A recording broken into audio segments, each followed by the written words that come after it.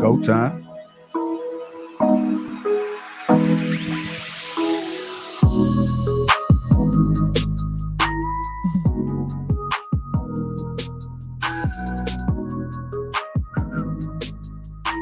Mic check. What's going on, family? Welcome to Lapeef and Sundays. I'm going to introduce the crew. We got Bruiser. We got Lady Di, Hink, Mommy 3, Kelly Convos, Balance, Precious, Jay a story to tell me, myself, and Lapeef JR. Welcome to Lapeef and Sundays. What's going on, family? What's going on? How y'all doing? Great. Good, man. Good. What's going on, good people? Good. After them therapy sessions backstage, man, feeling good. Feeling good now? Right. Yeah, nothing wrong with Yeah. Nothing wrong with that. He ain't got the demon time voice on already. I'm ready, JR. You know how it go. Come in hot. Anytime you say, yeah, it was a whole lot of therapy going on backstage, man. Whole lot of crying at some point in times off of like the Titanic and Creed Part 1 when he got knocked out and stuff. The man was disclosing the critical moment times. As Veronica would say, it's okay for men to show their emotions, right? That's right. That's right. That's right. The truth. Okay. Hank, I need to have what you smoking, bro. Man, I'm high on that life, baby, in a tall glass of water. Oh yeah, that's what it is. Yes, sir. Yes, sir. Okay, nothing wrong with that. All right. Shout out to the sponsor, Tej Haley, man. I'm about to try to figure out why these videos seem to echo. But shout out to Tej Haley, Uncomplicated Skincare for Men. Get 30% off along with a free gift. I should probably send somebody a box of Tej Haley. Anybody on the panel scene need a box of Tej Haley? Bruce, don't go off cam now. I could use it. Yeah. It's like the great thing about being bald head is that you get to use it on your head too. Pause. That sound funny or not, but Hank the only one laughing at my jokes this morning. I got you, dog. I got you. You know I got you. Okay, I'm just trying to figure it out what's going on. I mean, are they funny? They not funny? What's up, family? What's going on? I was muted. I was laughing. Okay, y'all was dry as hell this morning, man. Well, I need you guys to liven it up a little bit because one of the hardest things about being a host is that if the panel is not engaged, it kind of lessens me a little bit. So we got you. I got Bad joke. I will laugh. I promise. Okay. Well, I guess we're gonna find out. Are y'all laughing? I don't even say a joke. That's the awkwardness about it. Let me go ahead and move on because this is really getting awkward for me. If you haven't already, make sure you hit the like button. What the hell was that? Awkwardness about it. You need to dial down your sound effects a little bit, bro. that wouldn't be. Now you always say one truth. I'm gonna tell you how you know it's Bruiser because once you hear the sound, just look at Bruiser's reaction. Scratching or something like that. He tried to go in that victim map. We see you, brother. But we see you, man. They said we got Morpheus on the panel. I see him. I told you, man. I told him that backstage. Man. Like he about to bring us back, man. Stay at the chat, family. Stay at the chat. Stay at the chat, man. We always got to forewarn everybody. Stay at the chat. But y'all good this Sunday morning? Y'all any plans? Anybody do anything special? Who said that? Heard that. Okay.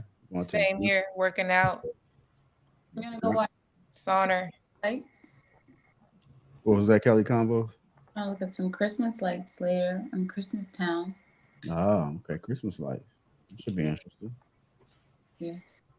That should be real interesting.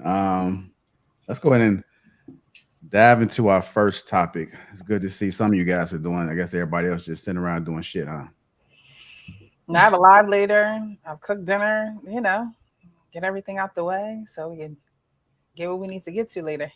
Cook dinner. What does cooking dinner consist of? If you guys are putting something in the microwave, or the air fryer, is that considered? I cook stuffed shells, so it's done. Well, air It is not fryer the is microwave. like no microwave. People put eggs in the microwave. No, don't do that. But air fryer is like the new way to cook less oiled frying chicken type. So it depends on if you are trying to have a healthier meal or not. Okay, so you can get down on it in the air fryer. You can. Okay. Yeah. Well, people don't realize that once you pass the test part, right, then it's all about presentation. So you can actually take something out of the air fryer and the way you position it on a light skin plate. A light skin plate.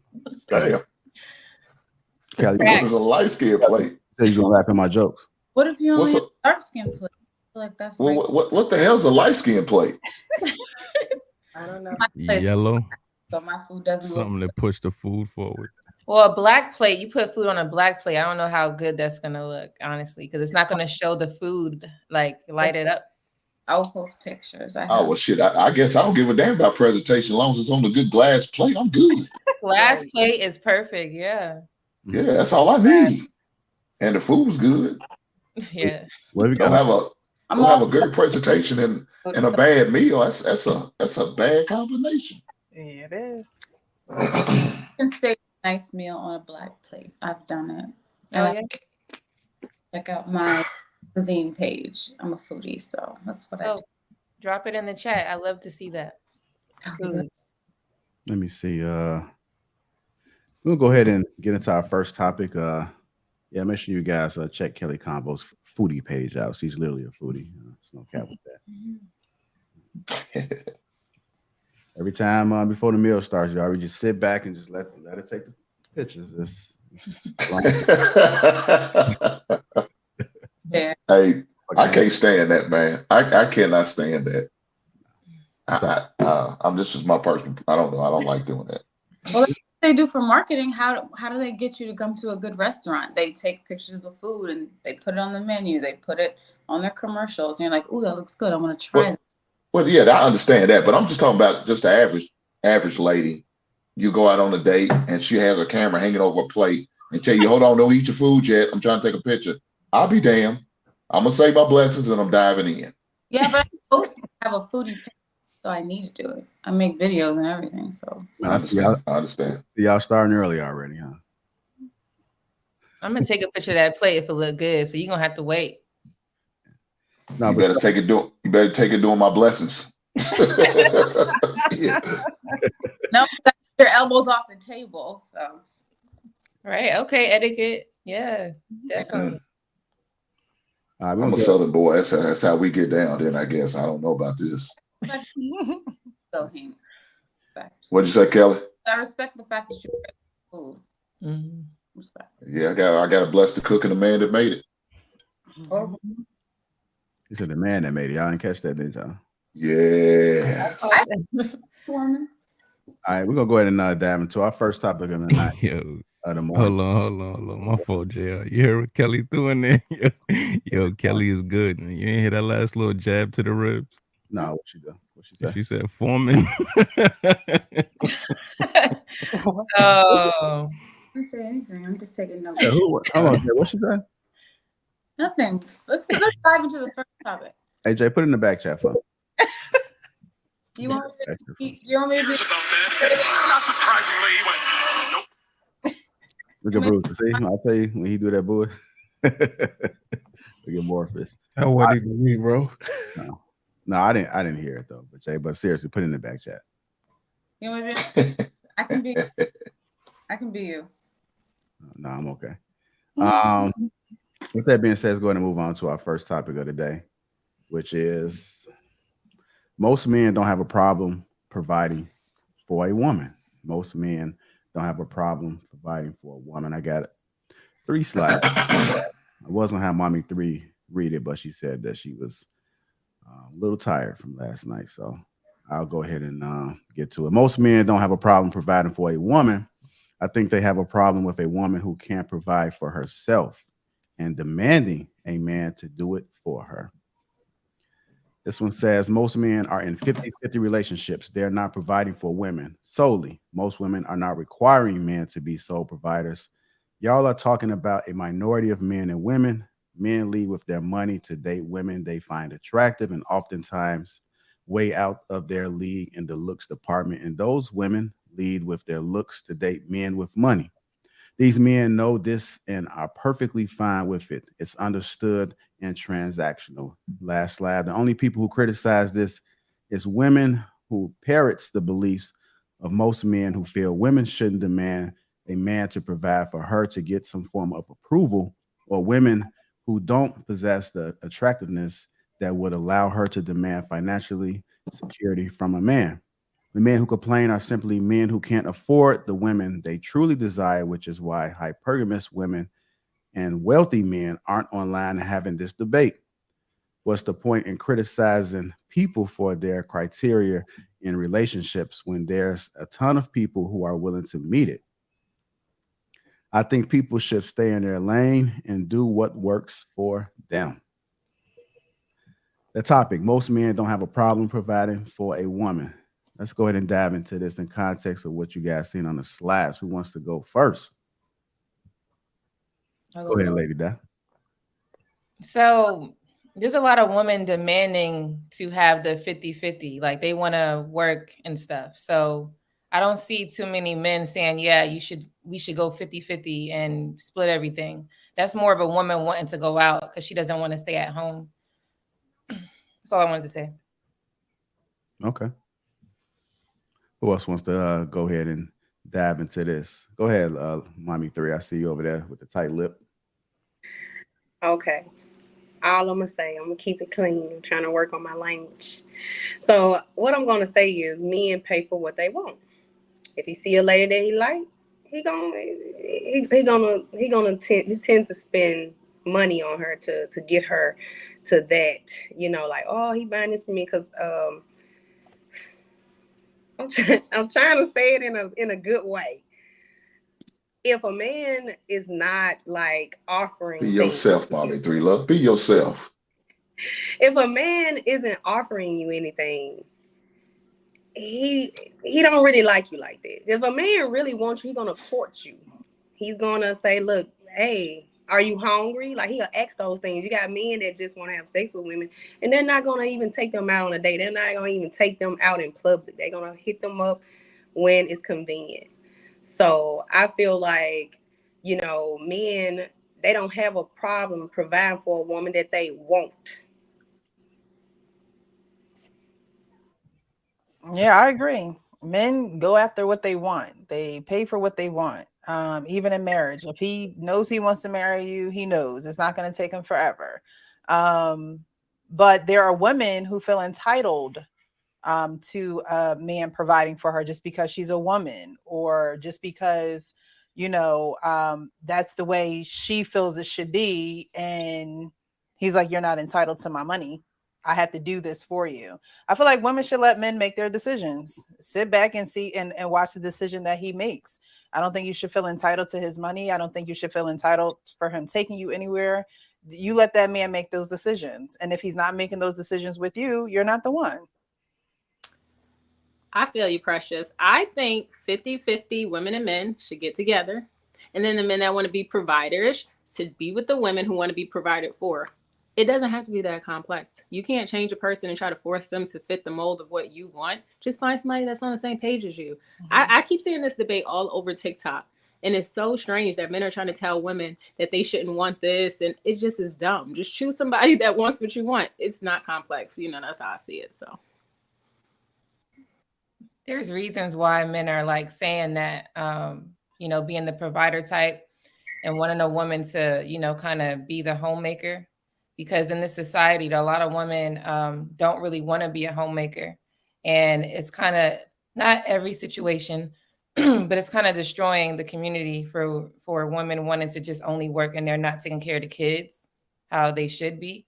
And I'm not speaking for everybody. It's just majority of what I'm seeing. Like when COVID happened, pandemic, people were going crazy because they were at home with their family. That shows you right there that everybody is being separated from work and they're not able to have a great dynamic with their own family, which is sad. So that provider lifestyle, homemaker lifestyle sometimes is needed for, a certain individual, but I think it should be more of it. We need to do that more. So Yeah, that's true, Lady Di, because I just see a lot of women that have kids, but not like mother. Like they don't even act like mothers. They're not nurturing. And when COVID hit, they was forced to teach their kids, at home, and it was on the news like just about every week. Kids are getting abused. Their mom can't even handle them because they so used to just being this want to be independent. But I just feel like you want to be independent, like you need to be all around.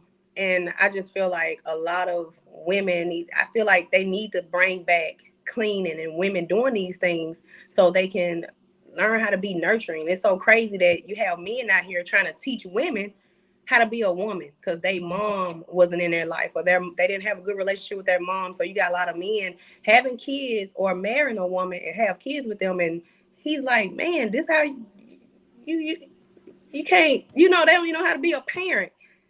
So it's a lot.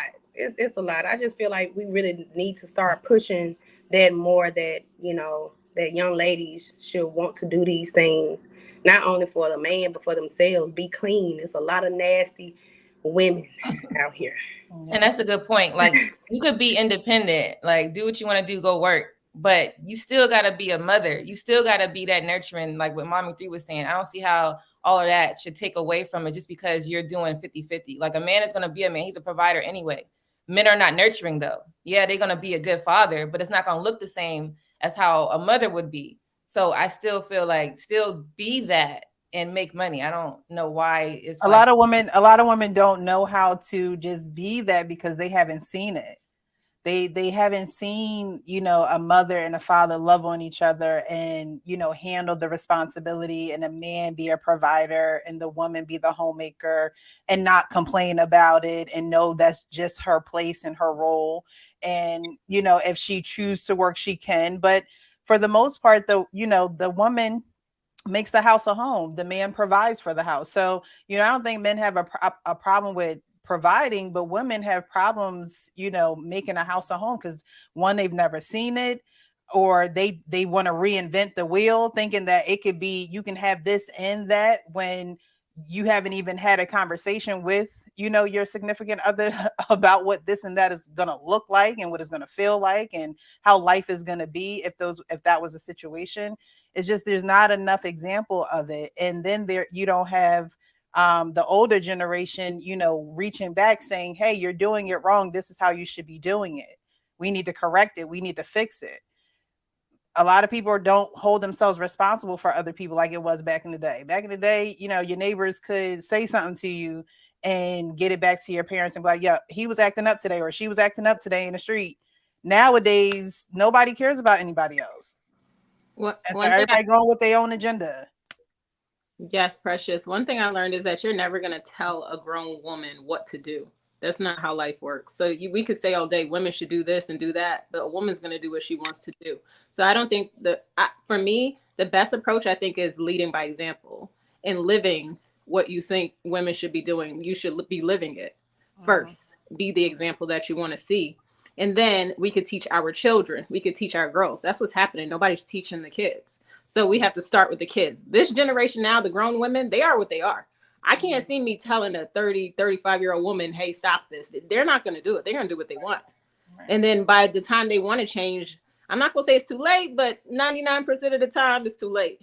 So it's like, I'm not even being funny. It's like, I'm not talking to them. I'm talking to their 16-year-old daughters. You know what I mean? That's like my message, just to the young girls before it gets to that point of no return. So you could say all day, grown women do this.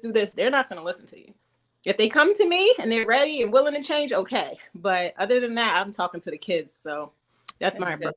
That's a good point for sure. I agree with that. I was going to say something to Precious, you said that they haven't seen it. I agree. Maybe like they haven't seen it in person, but anyone that watches TV and movies, they've seen it. I mean, Brady It's Bunch. not the same. My It's not wife the think same. it That's is, like watching like- basketball and saying, "Oh, I know how to shoot a shot," but until you're on the court, really shooting the shot and following through and knowing how the ball feels between your hands to do it, it's a difference. It is a difference, It's a but difference. at least you have the idea to go inquire about more of it. That's the thing. We just stop and like, oh, okay, that's it. No, what happened to the research? Nobody likes to research. Nobody likes to read. Nobody likes to ask questions. There's older people married, you know, still 20, 30 years, and ain't nobody asking them nothing. And that's what I'm saying. It's like we shouldn't stop at what we look at. Go further and push for knowledge. And that's what this community needs to do more of. That's true. I think it's weird though, you know, like we talk about money so much in these relationships, but it's funny how the men back in the day, women, their wives didn't know how much they actually made. You know, for the most part, what do you need? Okay, here you go get what you need. It wasn't like I make this or I make that. Like most of the husbands that my friends' fathers, like their wives wasn't running around, oh, my husband make this, he make and men wasn't screaming it from the rooftops, like, yo, I get this. Like now you wear that on your sleeve, which makes you a mark, you know, because if a woman shouldn't know exactly to the cent how much you make. She should and think about it, you know, have a roundabout number, but she shouldn't know exactly. And she shouldn't know everything you have. So I think it's just funny how we talk so much about, you know, being provided for. You make yourself a mark by saying how much money you have, because it's like, okay, whereas before I would have asked for a pair of Nikes, now I'm gonna ask for some Balenciagas because he's already promoted to me that this is where he's at. It's like, what do you tell me what you need? Your needs are gonna change based on how much money you know is available. That's how I believe. And I mean, that's what it is. So what do you need?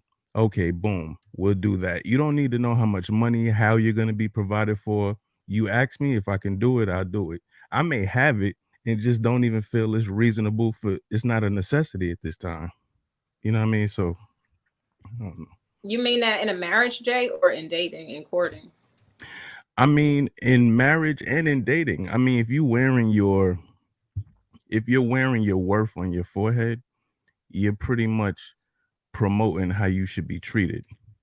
You know, like the question, what do you do? That's almost like saying, okay, how should I be treated? Like that's a question that's really telling the person, okay, he worked for the bus system, he worked for the, you know, transit for 20 years. So okay, I'm gonna treat him like this. He's a lawyer, I'm gonna treat him like this. You know, well, the lawyer could be broke. The dude who worked for the transit for 20 years got a pension, got money saved, you know what I mean? So, but they're gonna treat. So my thing is, a lot of that stuff should be left out initially. For a certain type of women, I agree. Like, because there's women, they'll know they got like $1 million and they already trying to buy $1 million house. When if you have $1 million, you can't buy $1 million house. Like, doesn't make sense. So I think teaching financial literacy, if they can get with it, because some women can't, they don't understand financial literacy, right?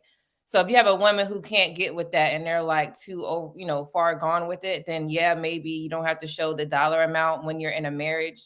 But if a woman could adapt to that, then, sharing what you guys have should be appropriate, because women have knowledge as well. So they could be like, hey, let's do this. Let's do this with that part of the money. Let's save this aside, and let's invest on this project, because they know what they have. So it just depends on who you have.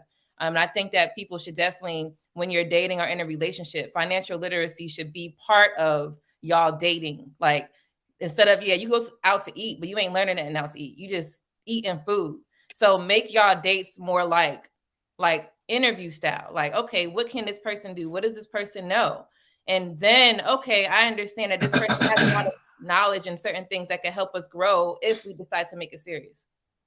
So, okay, real quick, I'm sorry. What you were going to say, Balance? My fault. I was going to say financial literacy is not synonymous with a man.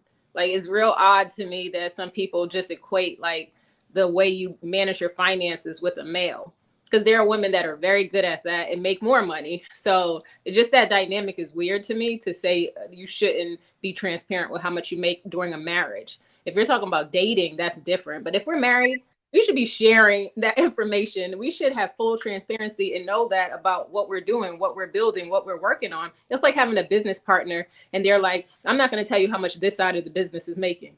That's weird. Like, I don't know what we're doing. Like, that's not going to work. Like, if we're building together, we have to have full transparency so we know where we're going and what we're working As on. a woman, choose a partner that I don't knows. know if I would want. I don't know. I think a man should keep some things a little bit not hidden, not even a secret. He's just aware that as women, we can be erotic sometimes. As women, we can be emotional. And I think that men as leaders, you know, handling the money and handling the providing part of the relationship, know that, you know, if you told your woman every single thing that you had, then, you know what I mean? At some point, if things go left, she gonna go left with it. You know what I mean? It might come to that. If it comes to that, that's very extreme. But what I'm saying is there are some things that a man should control for the nature of the family and not necessarily, oh, well, you know, you should know, we should be transparent about every single little thing when it comes to money. I think that you trust him enough, you're with him and trust him enough to be able to provide and lead the family. And so knowing every single little thing when it comes to finances is like, I don't even want to know every single little thing. As long as we not, you know, sinking and going under, then that should be, you know, where we're at a point where I can trust you enough to carry the ship, but not knowing, I wouldn't even want to know everything, honestly. And that's a perfect example of choosing the woman for you. Because there are women like Precious who that and they don't want to be a part of those specific details. And then there are women who are really good financially and want to be a part of those details. So choose the woman for you. That's a perfect example. Yeah, I don't think it's not. I don't think it's not being part of the details. I think it's a part of just a higher trust and honor for who you say you trust. You know what I mean? It's not that I'm going to be a dummy towards what's going on in the house and the finances, but at the end of the day, I'm not counting every single penny in your pocket. I'm not doing that. I trust you enough to do what's right with the money. Yeah, but there's a lot of relationships where the men just the woman is better. Woman handles all the bills. Yeah, exactly. She knows where the money is. He'll ask her, hey, I need to get this. And she'll be like, okay, it's here in this account and you can get it. I know a lot. What the trust is just put it in her hands. At finances than others. So I'm going to answer the question. I feel like a lot was said and a lot was read. Am I supposed to be answering this specific question or everything that you read? Because there was a lot in there. I mean, everything. The question and just your thoughts about the rest of the slides. Okay, so the question is most men don't have a problem providing for women. Great. But do most men have the means to, is my question. And there was a lot of stuff in there about hypergamy and attraction and blah, blah, blah. But the means is the question. Sure, you might don't have a problem with it, but that depends on a certain type of woman that you're dating. You might date a woman that is okay with like bare minimum. Sure, you might have the means to provide for her, but there are some women, if they get their hair done, if they get their nails done, and you're like, I can provide for you. Is she supposed to bring her standard down of how she usually cares for herself? If you're wanting her to stay home and now you're providing for her, like, well, I'll provide for you, but you can't get your nails done anymore. So I do think like hypergamy and attraction, all that does matter because there are guys who who are 50-50 guys, but they want a woman that is hypergamous. And I've had a lot of guys, even on the panel, they'll come to me with that simp mentality and they'll say, well, how come a girl like you won't ever give a guy like me a chance? They say that. So it's like, you don't want to level up, but you want me to come down to be on your level. And I don't think that's fair. I think those guys need to date the women that they can afford. And yes, I'm sure you can provide for those women, but there's certain women you can't provide for, and you just need to be okay with that. So, to answer this question, I think it's false when they say most men don't have a problem providing for a woman. That's false. There's two things that these men lack. Number one is competence, and the second thing is the ego. The competence part is, they have a fear of being a sole provider, so they lose it all. You know, they got a fear of losing it all. They also incompetent because, you know what I'm saying, they don't have first of all, let's look at ego. You got to have an ego if you want to be a leader. You got to have some type of ego. And a lot of these guys don't have ego, so they willing to share leadership with the person or mate, 50-50. You know, they look for women, they look at a woman as an assistant instead of, hey, look, you're going to be under me. I'm going to be a superior. I'm going to be a leader of the household. They look at women today in modern dating as assistants instead of, hey, look, I'm in control of this household. I'm going to look out for the best interests of the family. Trust in me and let me lead. So it's a matter of having a strong ego about yourself, and it's a matter of being competent. These guys don't have enough competence. They don't they'll build themselves up. They don't build their wealth up so they can actually go and take care of a woman. But they think they can, oh, I'm a man, I can just go get any woman I want. No, you can't. Oh, I got 6 figures, I got $250,000. I can go get any woman I want. No, you can't. You still gotta be physically fit. You still gotta be attractive. You know what I'm saying? You still gotta have all these things down. Just because you got all this money, don't mean they want to have sex with you. You get what I'm saying? You gotta have all these things down packed. So you gotta have some type of ego. When you look at yourself in the mirror, if you fat and obese and shit, What? nobody's gonna want to fucking talk to you. They don't care about how fat your pocketbook is. So these guys that's insecure and they're not willing to work on themselves, they choose a girl that they can go 50-50 with. And whenever you go 50-50 with any women today, you can't sit here and talk about you want submissiveness. If she's taking care of half of the responsibilities, you got to be willing to let her call the shots, let her know what's going on in the bank accounts, let her know what's the decisions that's being made, because it's totally unfair to her, especially when a kid come. Because if she's already working a 9-to-5 and bringing in, taking care of 50% of the expenses, now a kid come. Who do you think is going to be nurturing? Who do you think is going to be taking care of the kids, changing diapers and all that other shit, breastfeeding and all that, taking hits on their physical proportion, their muscles, you know what I'm saying, detracting in their stomach, all that shit. So the 50%, it kind of shifts because she's taking on a toll. You're still over there kicking. You're still over there sitting, watching the game, filling yourself with other shit and wings and buffalo wings and all this other stuff. So it's all about ego and it's all about competence.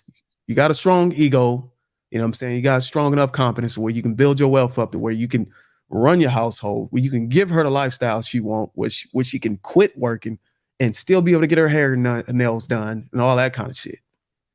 And it's not a matter of wearing your hat on your head or Gucci or designer or riding around in Lambos and Ferraris. If that's what you want to do it for you. You don't have to do it for women. That's something you do for yourself. You treat yourself. If you earned it, wear it.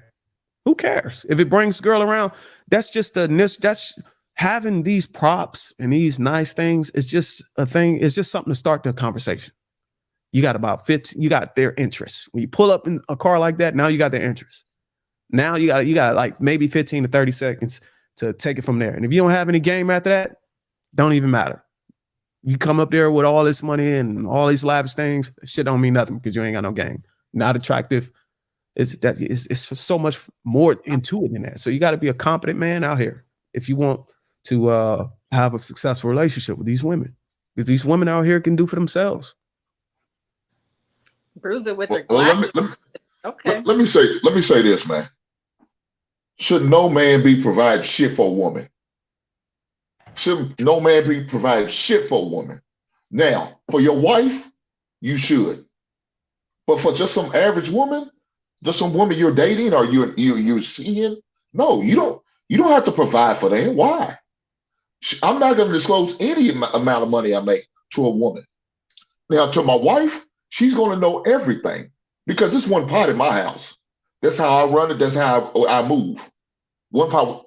I know where everything is because I control where everything is. I know where the money. There's no rainy day fund. There's no in case things go bad with us, we're gonna leave. No, there's none of that shit. It's one pot in my house. So we're gonna run it the way we run it. And I'm gonna have the last say so on everything. We can talk, we can have a conversation, we can compromise. But at the end of the day, I'm gonna make the final decision. Because guess what? I'm gonna be at fault if this shit goes wrong. You're gonna blame me, then I'm gonna control it. Ain't no if, ands, or but about it. So no, we're not doing 50-50. I'm not providing for a woman unless you carry my last name that I blessed you with. And if I didn't bless you with my last name, I'm not taking care of you. Now, all the way up to that point, when you become our fiance, then the situation changed.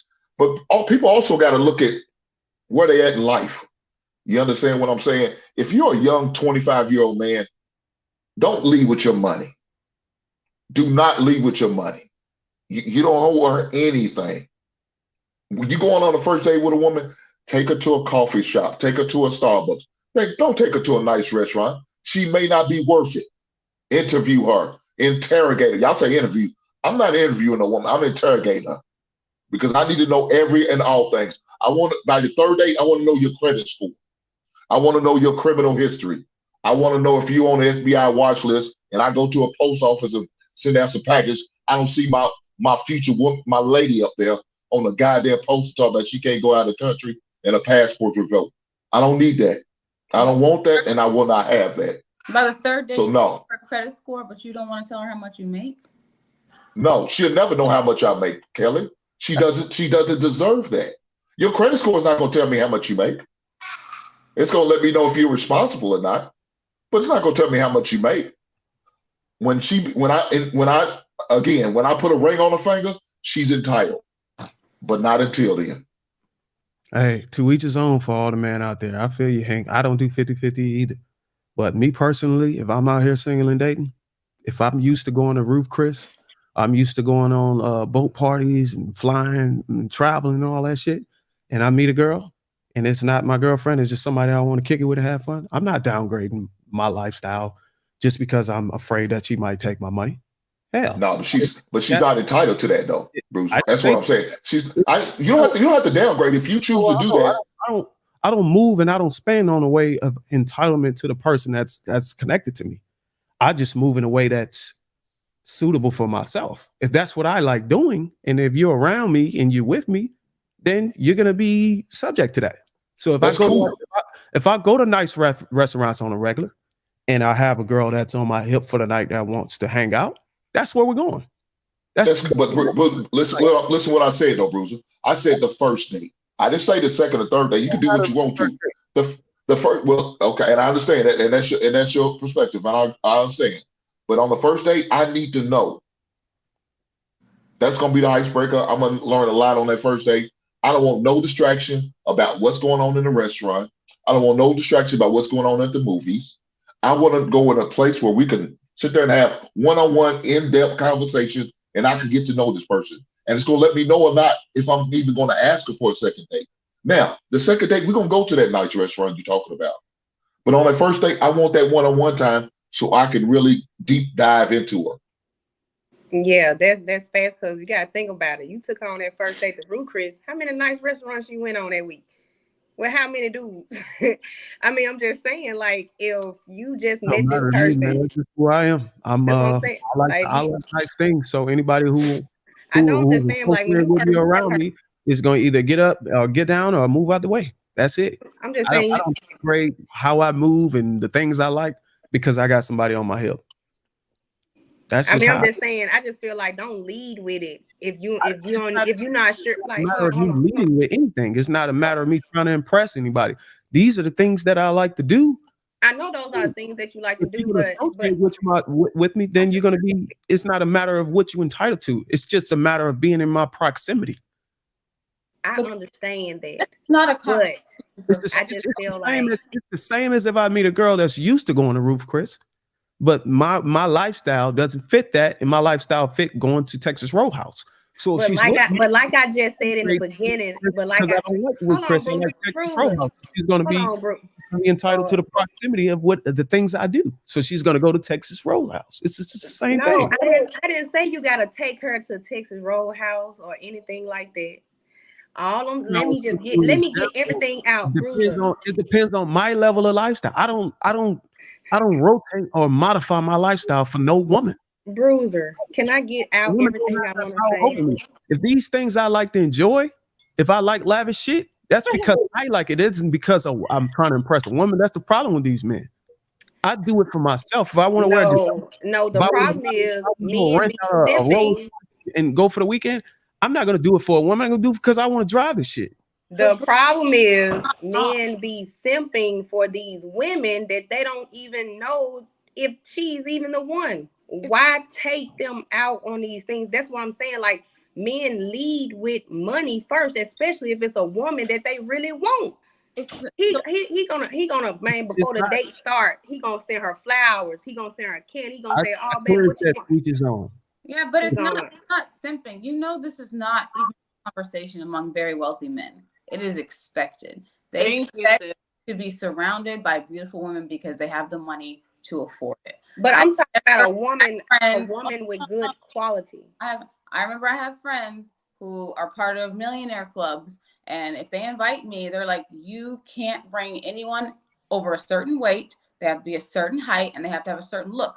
They weren't even allowed to come. They were like, you have to send pictures of them before we can approve them, or you have to come alone. I'm not comfortable going places like that alone, so I didn't even go. But they're required. They're like, we expect it's going to be an event. You're going to meet a lot of wealthy men. There's going to be a lot of expensive things there. If you want to come, you have to have a certain look. They just expect that. They're going to pay to be around beautiful women, and they know they're going to have to spend money because they require beauty. They don't want any unattractive women around them. That's true, because I was involved in all of that too. And it's a different lifestyle. Like, they're going to spend money because they have money to spend. And if you're beautiful, they don't care if they spend $200 on you, even if it's a waste. So there are different types of men. Yeah, for me, I'm talking about regular men. Like, yeah, right. There's not, stop saying that you have money that you don't have.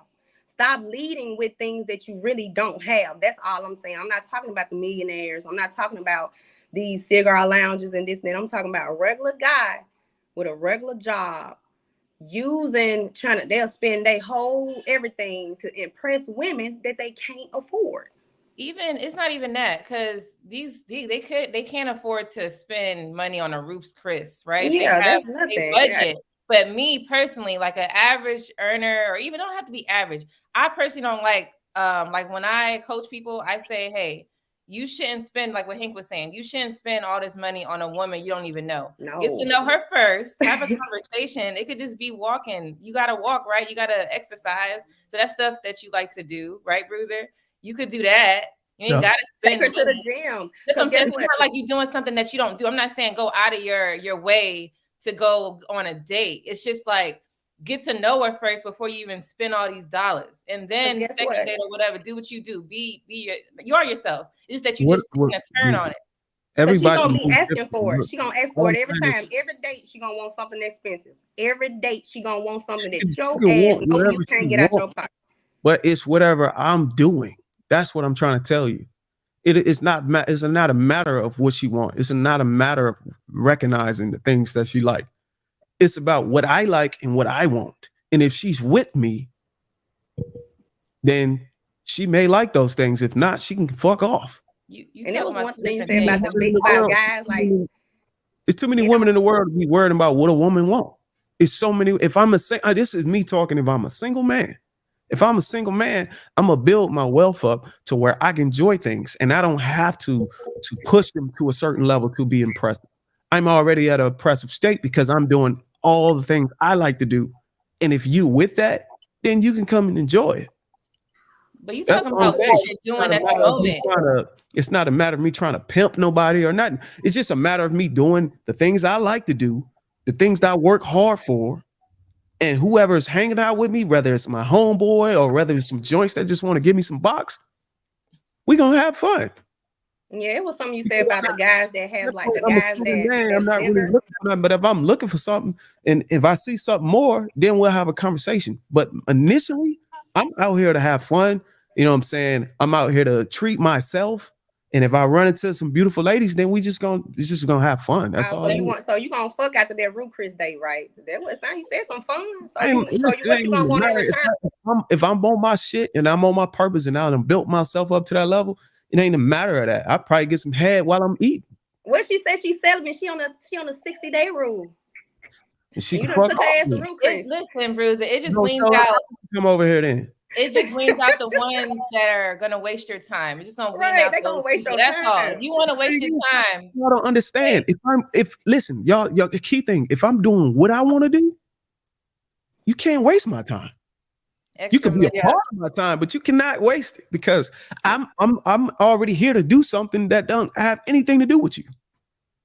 So you gonna waste her time. Men move like that. If men just go out and enjoy life the way they want to enjoy it and treat themselves, they don't got to worry about no woman. Women are Treat gonna themselves come. to dating some coochie. Go get a And whore. if women want to be down, they're gonna give you some ass. You know what I'm saying? You ain't got to go here and try to set up some ass. It's just gonna come.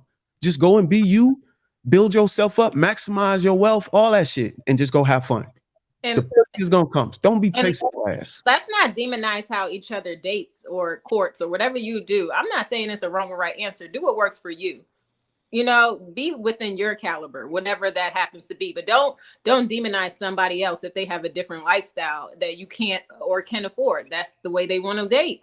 I'm just saying. Oh, it's not. No, Take ain't a nobody L, doing that. but I was saying it brings out like the certain type of woman. That's all I'm saying. You do how you want. But I agree with Bruiser though. You know, a man is gonna do what he wants to do, and so if he wants to have that woman with him, he's going to do that. And I don't think that women really, really have a say in that. A man is gonna have who he wants around him. He's gonna make up his rules. So you either get with it or not. Imagine the day, the pressure's right. Imagine the day you start modifying how you move and how you spin and how you treat yourself towards a woman. And that's how you get her. Now that's how you got to keep her. If you can't afford it, don't do that. Like that's all I was saying. You can't afford. But mommy, that should be common sense. Now, if these men are out here like can't really keep up this dream that they selling you, you will eventually figure that out. You'll know that.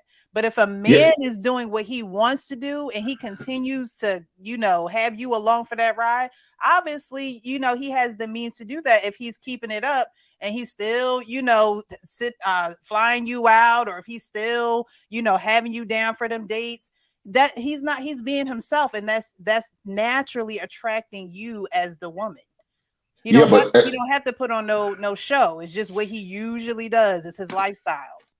We talking to younger men though, right? Younger men ain't got money like what we're talking about. Right. You talking about somebody in their mid 40s, maybe early 40s, late 30s. We're talking to the youth, and these young dudes ain't got money like that. So again, about the coffee dates, they ain't listen to you when you're talking about the coffee dates. They ain't trying to take no woman out for a coffee date. So it's like, what else do you do? You don't necessarily look. I just gave an example of what I would do. You don't necessarily have to go get coffee. I mean, if you just want to go and have some ice cream, God damn it, whatever. They're not creative. Know what I'm saying? They're not creative. And I understand, but that's why hopefully they're tuning in to the greatest network ever, and they listening to this message that Uncle Heek is trying to give you. Look here, no woman is entitled to anything that you have, fellas. They're not. They are not. You don't have to, even if you have the money, you don't have to. Now, if you choose to, cool, whatever. You're not entitled to do that. They're not entitled to your money. Not until she's your wife. That's the only person, the only woman, the only lady that's entitled to anything around you, about you, or for you. Don't do it, fellas. I would not do that. You don't have to. She don't, again, she's not entitled to that bullshit. Don't give it to her. Take on a simple date. Like I said, it don't have to be a coffee shop. It don't have to be ice cream. Just something simple, something relaxed, where there's not a lot of distractions, where you can have good conversation and learn about this lady. And then go from there. Don't go all out. For what? You don't know her. Like I said, Mommy Trila said, she probably been on 4 different dates that day. You damn right. You're just a goddamn number. What do you say about the family? Peace to the family. Oh, hey, Chicago brother. What up? What's up, big brother? What's happening? What's the word, man? So I'm listening to y'all. I've been listening for a minute. With these young bloods, man, I think Mommy 3 was talking about it. She's right. A lot of them will take their Foot Locker check, right, and go act like they balling out. So here's the one simple thing I want to say to the young bloods, man. Turn that rap music off, man. turn that rap music off. It's convincing y'all, and I'm just strictly saying this to the young bloods. Not that I don't like the music. I listen to Juice WRLD and Trippie Redds and you know what I'm saying, all that too, but I like a little balance. Yes, sir. A little bit of reality with mine. But these dudes are literally thinking that you're only worth your wallet. And then the women, for the most part, that are in rap, they're only worth their box. And when you get to this age, if you ever make it to 48 rotations around the sun, you learn probably by the time you hit your 30s, that's not nowhere near sustainable, man. You know, when I was growing up, that just wasn't the wave. Like you wanted to, you had to be cost effective when you was dating because you ain't have nothing. You know what I'm saying? So if it was a walk around Palmer Park, if it was just y'all sitting down and just having a conversation, because both of y'all didn't have anything, right? So, you know, that would really be my message to the young bloods. Like, man, cut the rap music off, pick up a book, you know what I'm saying?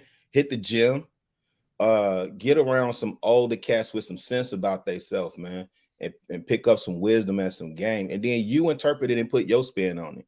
I don't encourage no young blood to do it the way I did. I actually say don't do it. Use me as the poster child for how not to do it, right? And I can't speak, you know, on anything concerning the ladies, but the basic question, just to chime in real quick, the basic question, most men don't have a problem with providing for a woman. That's 1000%, but we're also logistical. We're cost benefit analysis primarily, right? So we want to know what's the ROI. So if I'm providing, what am I getting in return? So you can't be this bad boss bae. You can't be this independent chick. I don't need an independent chick. I need an interdependent chick, right? So if you're gonna be the boss, but I gotta provide, that's not gonna work. Most men just want to know, okay, where's my money going? What is it supporting? What do I get in return for it? But most men don't have a problem with providing. We look at that as a badge of honor to be able to show off your lady. Y'all bought her this. I got a homeboy. Jesus Christ. Yeah, I bought her this. I bought her that. Yeah, I bought it. His wife. This is his wife. He ain't out here tipping. This is his wife. He shows his wife off like she's the cheerleader from high school. And he's proud to say what he provides for his wife. The house they got, the cars that they got, you know what I'm saying? The closet that she had, all that stuff, man. So most men don't have a problem with that.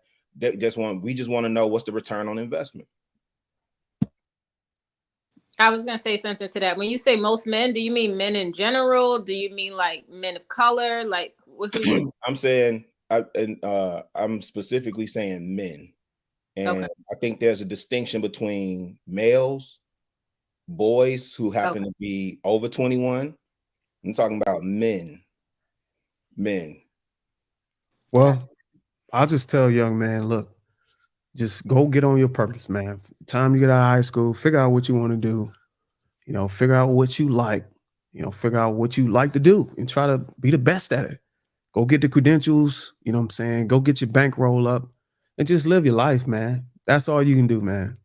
You can't chase these women. You can't please these women. A lot of these women, their happiness is unquenchable. You know what I'm saying? You get this for them, you do this for them. That's not enough.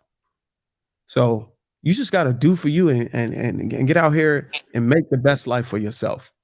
And whenever you do that, you know what I'm saying, you increase your wealth around you. You know what I'm saying? All I'm saying is women are going to come. They're going to show up. They're going to be there. Women have ability to recognize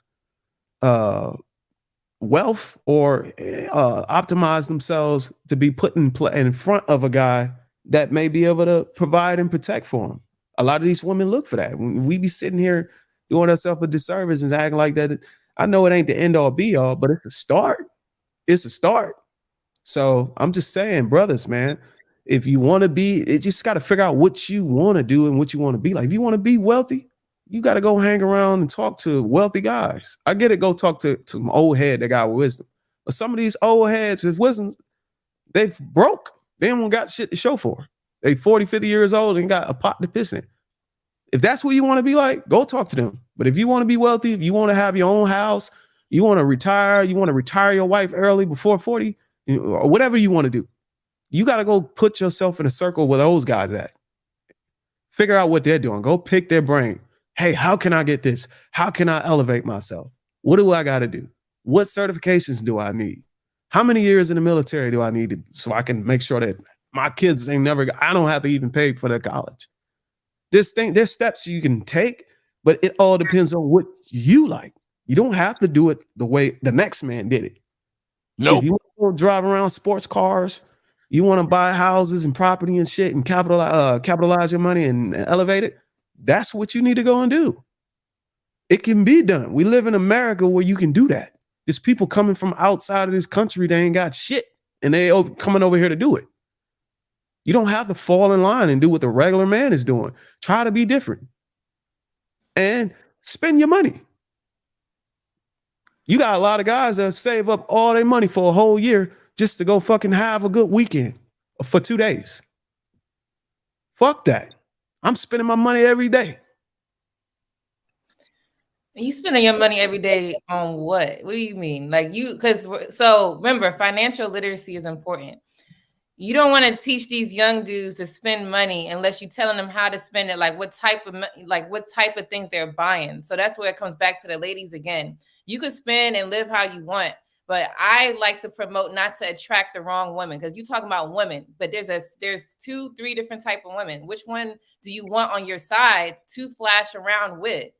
You know what I'm saying? And spending money how? Like, what do you mean by that? Obviously, you gotta take care of your bills and shit. You take care of your bills, you good. Take care of your bills. Spend your money on whatever you want to spend it on. You only live once. Gotcha. You build up all this wealth and die. Who's getting it? So be responsible. What he's Yeah, saying. I just want to make sure people get the message. Like, be responsible. I feel like the people the audience that's watching this is people who know those things. So that should go without saying. A lot of people don't know. No, they don't. Our audience demographics is between 25 and 40, maybe. Some people don't, though. It sounds like common sense, but honestly, like, people really spend their money on nonsense. Like, so that's why I wanted to make sure that, I know, of course, you're responsible, Bruiser, but I'm just trying to make sure that people understand. Make sure your shit is paid first, and then if you want to buy extra stuff on the side, go ahead. That's all. Yeah. Wait, I want to add one more caveat to that too, though. I want to balance this out a little bit more, because like at my gig right now, there's open enrollment for investment plans, right? For 401ks and for purchasing stock at a discount. So young blood, yes, spend your money, get your money, but get some wisdom, get some knowledge. What Bruce is talking about, yeah, get around the people that you want to be like. I agree with that too.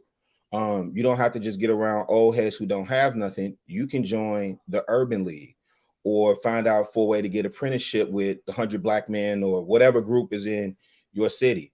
But when it comes to that money piece, let me tell you something, man. I wish I knew at 19 what I now know at 48 regarding money.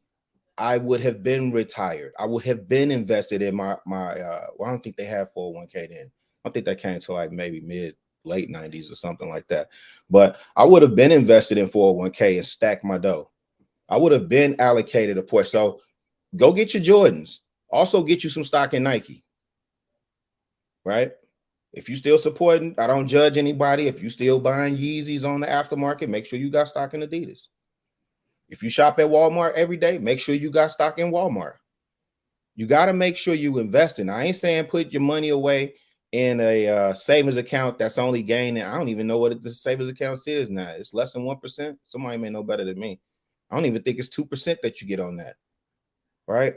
It's like that 1% type. Yeah. Yeah. So what I'm saying is not only get out here, because I agree with Bruce, be on your purpose, read a book, find yourself, right? But also travel. And I'm not even talking about going out the country per se. For me, when I talk to people and I be like, yeah, when I lived in Atlanta, they be like, what? You lived in Atlanta? Yeah, I was in Atlanta for 20 years. And then, oh yeah, man, I remember when I lived in Detroit. Wait, you lived in Detroit? Yeah, I lived in Detroit for 2 years. Well, how long you been back in Chicago? 6 years.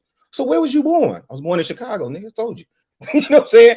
Those experiences and those people and those connections that I made are just limitless. Like the potential, the people that I could tap into, the network that I have, the wisdom that I gained from those challenges and stuff like that, man, is just it just puts you in a different realm. So I know a lot of conversation in these spaces are around passport bros and what they doing with women when they go overseas. But while you're on your passport bro trip, man, take in some culture, take in some art, go to a museum and learn the language, learn the basics of the language.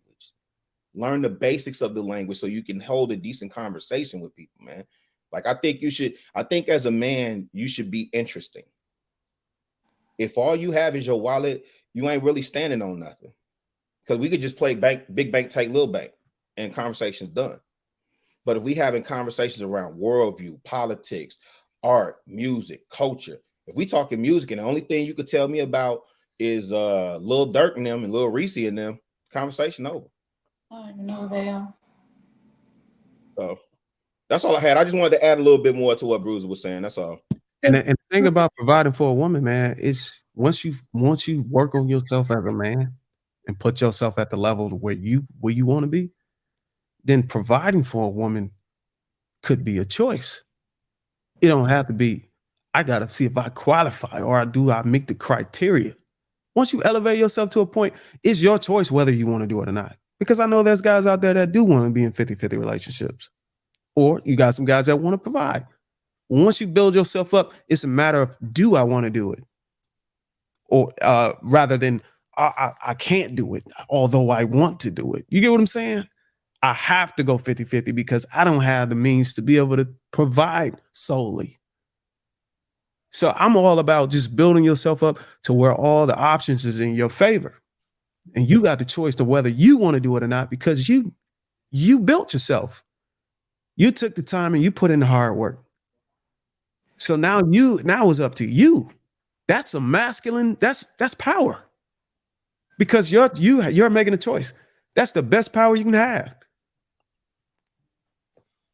I would say to the younger generation, say you need to find a woman you can build with, but a lot of men at a young age don't have a plan. So you can't stop trying to find love and go work on a plan. These young men out here trying to find love, fuck that.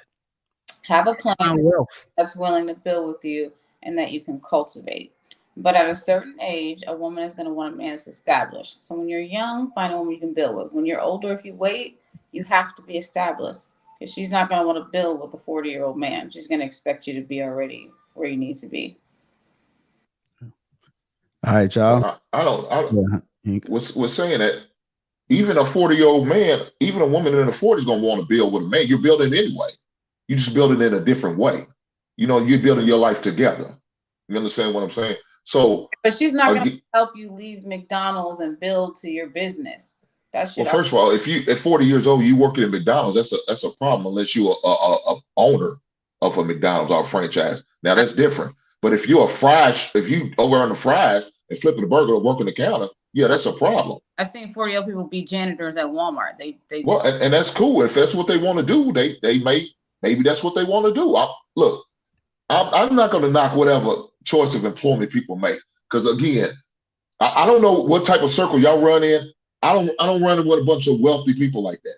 Now I got a couple of family members that are wealthy, but I don't hang with them because their mindset is different. Their mindset is bougie and different and selfish. So that's why I don't deal with them.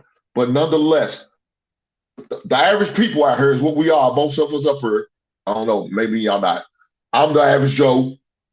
I'm going to do what I got to do to provide for my wife. I'm not providing for average the everyday woman. I'm going to take out all the. No, I'm not. I'm going to provide for my wife. And I'm providing. It sounds like what y'all just talked about, it's just all financial. See, a man is more than a wallet, ladies, in case y'all didn't know that. We are more than a wallet. We provide security. We provide the emotional. We provide the mental. When y'all off on y'all shit, we got to bring you back. We got to reel you in. We provide that. There's more than just about money. Men are more than just about a wallet. Most of y'all women don't give a shit about us. But the ones that do, we provide more than just money. It's not true. Hold on, y'all. Hold on, y'all, because we're going to dive right into that topic. Y'all segueing right into it. The next topic is going to give you guys a preview. The moment that you equate value to what a man has. So we're going to dive right into that. But before we do, we're going to go ahead and get to these super chats. If you haven't already, make sure you guys hit the like button. Also, make sure you subscribe to the channel. Jay, whenever you get a chance, let me know what them likes looking like on the count. I'm gonna go ahead and get to super chats. Orlando Clark, 199 super chat. Salute to you. Johnny Mongo, 199, got Morpheus on the panel. Salute to you, Bruiser. Rebel Rose, 199. You wrong on the last point, Bruiser. I don't know which point that is, Bruiser, but apparently you were wrong. Rose again, 199, says resources, rules, straight up cap, Bruiser. Got a fan, Bruiser. Rebel's videos, $2. What's the ROI for a man? We do so much for what? Investment. Harrison Davis, 199, also member, says Bruiser trying to get y'all in the matrix. The Real Man Talk became a member. Salute to you, sir. Welcome to Green Gang. Hanik, 199, also a member, says Bruiser is correct. As a single man, you live your life. When I was single and wanted to catch a movie or whatever, I just called the chick I felt like being with at the time. It's all about options, right? Peaches, $5, says, are men jumping to take her out to eat, or are y'all talking on the phone first to assess her mindset? Freight Zones 499 says gray panel members. I said gray. I'm kind of getting offended by that. But gray panel members, real topic, salute to y'all. Pharaoh, $2, says sending love from, how you say that? Pattaya? Pattaya? No, Pattaya. Pattaya, Thailand. Panel is fire. Marcus Evans, $5, says, welcome back, Rilla. I think I got some more dedicated to my children's future. $10. Also, remember, says salute and respect to the chat and panel. Thank you. I think that's all for right now. Salute to the people that has sent super chats. We greatly appreciate it. And if you haven't already, make sure you guys like the stream. Also, shout out to the sponsor, Tej Hanley. Uncomplicated skincare for men. So make sure you guys click that link, get 30% off. They got body wash, soap. They even got some chapstick for your dry lips, and especially around this time. Hey, did they send you that hand lotion?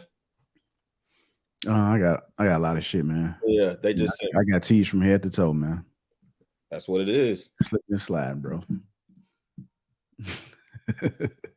Y'all stop disrespecting the likes out there too, man. Don't be acting funny. It's 700 of y'all in here, and we only got 250 likes, man. Y'all being disrespectful. 256 likes. Appreciate that, Gail. Shout out to Gail, man. One of the master moderators across all these platforms. Constantly putting in hard work, and she's plugging y'all channels, and y'all don't even know. So shout out to Gail. Thank you, Gail. Shout out to Gail. She's doing a wonderful job. We certainly appreciate you in these spaces. Much needed. All right, 251. Thank you, Jay. I see you in the back chat. Them likes are low, man. This is the greatest network ever, and y'all just sitting over here playing with these likes. Let's go ahead, because Hink and I think the Real Precious were catching fire, and also Lady Di, Balance, everybody. Kelly Convos were coming off their mics when Hink was giving his dissertation. Yeah. Next topic of the evening is the moment that you equate value to what a man has. Let me go ahead and play this. The moment that you equate value to what a man has instead of who he is, you're already losing. You understand me? Because who he is how he gonna treat you. You understand me? And what your future gonna look like. What he has is not going to make you happy, right? That's gonna attract you, but it's not gonna keep you. But unfortunately, there are a lot of women who live in a delusion of what value is. The moment that you equate value to what a man has. Is that what you was talking about, Hank? All right, go ahead. Precious and Lady Di, I think you guys are balanced. One of you guys was coming off the mic. Right. Yes, sir, JR. I'm sorry. Yes, sir. That's what I'm talking about. All right. Okay, anybody can go in. I thought y'all was wanted to talk. Okay. Everybody to talk when he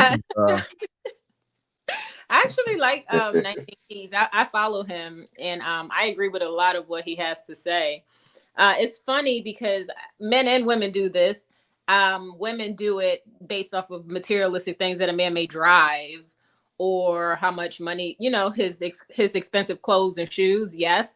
And I think men do it in the sense of the way a woman wears makeup or wigs or expensive clothes, whatever, however she looks with the BBL. So I think men and women do it equally. But in this clip, 19 Keys is talking about how women do it. And he's right. I think the worst thing you could do, men and women, is look at somebody based off of materialistic things or what they own. Because listen, materialistic things could come and go. It has nothing to do with a person's character, integrity, who they are internally. So I say all the time, choose based off of character and integrity. Because the way life goes, there's going to be ups and downs no matter what. But if you're choosing somebody based off their character and not what they drive, you'll be in a much greater position. And I know a lot of men, especially, that drive very expensive cars, $100,000 cars, and they can't afford it. They cannot afford it. So, I mean, what somebody drives means nothing. They could lose that in 6 months. So I think it's so important to really talk to people and learn who they are, see how they move, see who their friends are, where they go, how they spend their time, how they spend their money. Okay, you really have to pay attention to those things. If you're just looking at the surface level stuff, you're going to lose. And that's what's happening with the modern generation. The women are choosing men based off of their jewelry, their cars, and all of those superficial things. And the men are choosing women based off of their BBLs, lashes and makeup and all of that stuff. And then they wonder why did this fall apart? Marriages are divorcing at this rate. Everybody's breaking up because you chose each other based off of superficial surface things to begin with. That was always going to fall apart. It was a character issue, not a marriage issue. So I want to start there. We can't make it seem like, oh, marriage is the problem. No, it's you guys have the character flaws and then you're choosing each other based off of superficial things. That's why these relationships are not lasting. If you want something to last long term, base it off the character and integrity. All right. I just got a quick question, and you mentioned something that ladies can answer. You said that the men got $100,000 cars, but they can't afford it. What indications do you get that let you know that guy can't afford it? Like, what are you, from a woman's perspective, what are you seeing where you're determining a man can afford something? Okay, so I have a lot of friends, and they tell me their business. And I'm not even talking about the people I coach. I'm just talking about like my circle, associates. So I have friends that buy cars outright. Okay, they could afford it. But then I have friends that buy cars that are $100,000 cars, not lease, buy cars. And then they're like, wow, my payment is $1,000 a month. It's making it hard for me to pay my rent. Why do you still have rent and you're driving a $100,000 car? Why don't you have a mortgage? And if you do have a mortgage, why is your house $180,000 and your car is $100,000? It's about, priorities, people. Priorities. So I know because they tell me. So it's priorities. If you're struggling to pay $1,000 car note, you can't afford it. You can't afford it. So I know because they tell me. I was gonna say that's a good point. You guys know the movie Think Like a Man, when Taraji P. Henson was attracted to a man who actually stole a nice $100,000 car in a valet parking lot just to impress her. And he wasn't, at all having that money, but she was attracted to it. And she wasn't attracted to his character. She was attracted to his money first. But at the end of that, you already know how that ended. She ended up not liking him because she knew that he didn't have money like I guess she did. So I agree not to kind of go off of what you're seeing. Even with men sometimes will go look at the woman and, oh, she's beautiful. But okay, that's what's up. She looked good. But when she opened her mouth, is she good now? And then with men, okay, it seems like he has money, which all women want money. Let's not be fake here. We all want a man that has some type of dollars, but does he have the quality of a long-lasting life with you? So those are the things you should be looking at. Forget all that other stuff. Get down to the dirt and figure out if this is the person you want to be with, and then add that money or whatever looks on top like a cherry. I think if you lead with money, as a lot of people have said already, then if you lose it, then you lose the person that you thought you had. And I don't think the value of a man has anything to do with his money. I think it's character, like balance, integrity. I think it's how he treats you. Does he value your thoughts and opinions? Does he value your feelings? Does he value When you express what you feel, does he consider it, or is he just whatever? Because those are the things that make women happier and happy. Those day-to-day conversations every day. It's like, I don't care what you say, I make the money. Shut the fuck up. You know, like nobody wants to stay for that. If that was the case, then every man with money would not get a divorce because that's what she's there for, right? No, but if she's completely dying inside every single day because she hates who she married just because he had money, that relationship is not sustainable. She'll go struggle and live on her own in a halfway house, or sometimes wealthy men are abusive. I have a friend who she called me and asked me to borrow some money because her husband put hands on her, but he makes all the money. She doesn't make any money. And he took all the money out of her account because he was afraid that she would leave, and she didn't even have money to buy groceries for their kids. So sometimes he can get a little ridiculous and controlling. So do you want to stay in that environment just because he's providing for you? It's about how he treats you too. That's most important. So in that scenario, she talked about a guy still in a car. Yeah, in that scenario, yeah. But I don't think it's a matter. Some guys aren't leading with that. Some guys are just on a square. Some guys are just on point. And yeah, the guys in the video is correct. It's about you, how you treat a woman. You know what I'm saying? You're giving her your time, you're treating her well. But it's not up to me to teach these women if I'm the single guy and I'm on point, you know what I'm saying, and I'm enjoying myself. It's not up to me to teach these women whether to recognize, you know, what else I have to offer. If that's all you can see, then that's your fault. And you need to take accountability for the results of that. So if all you see is my money, or all you see is what I have to offer on the outside, and you end up giving me the box for that, then that's what you got to live with as a woman.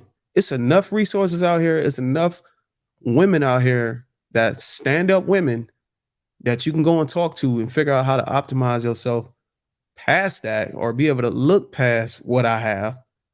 And I mean, a lot of women just setting themselves up. I can't be out here. If I'm a single man out here, you know what I'm saying? I can't teach these women what to recognize so they won't lose. Nope. Y'all go do that shit before you go put that shit on your head and your face.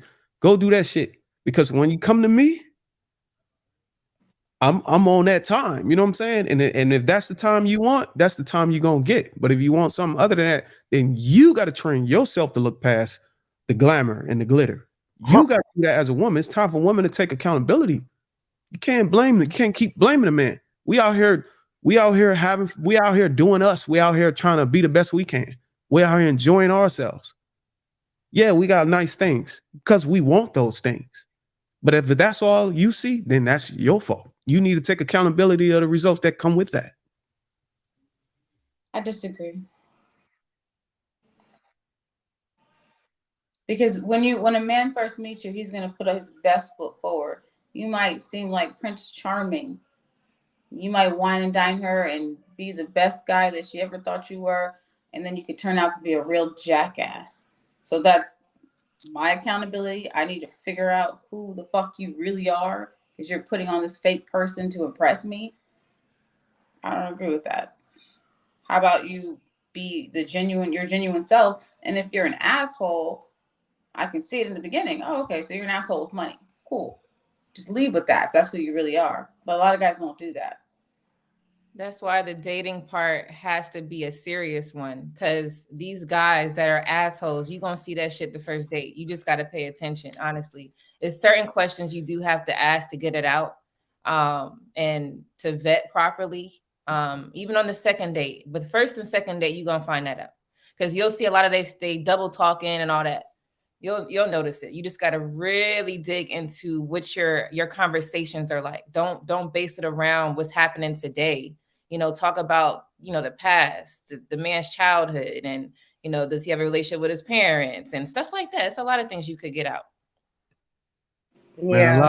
Let me say this. I mean, look here. Most of these women come in fake anyway.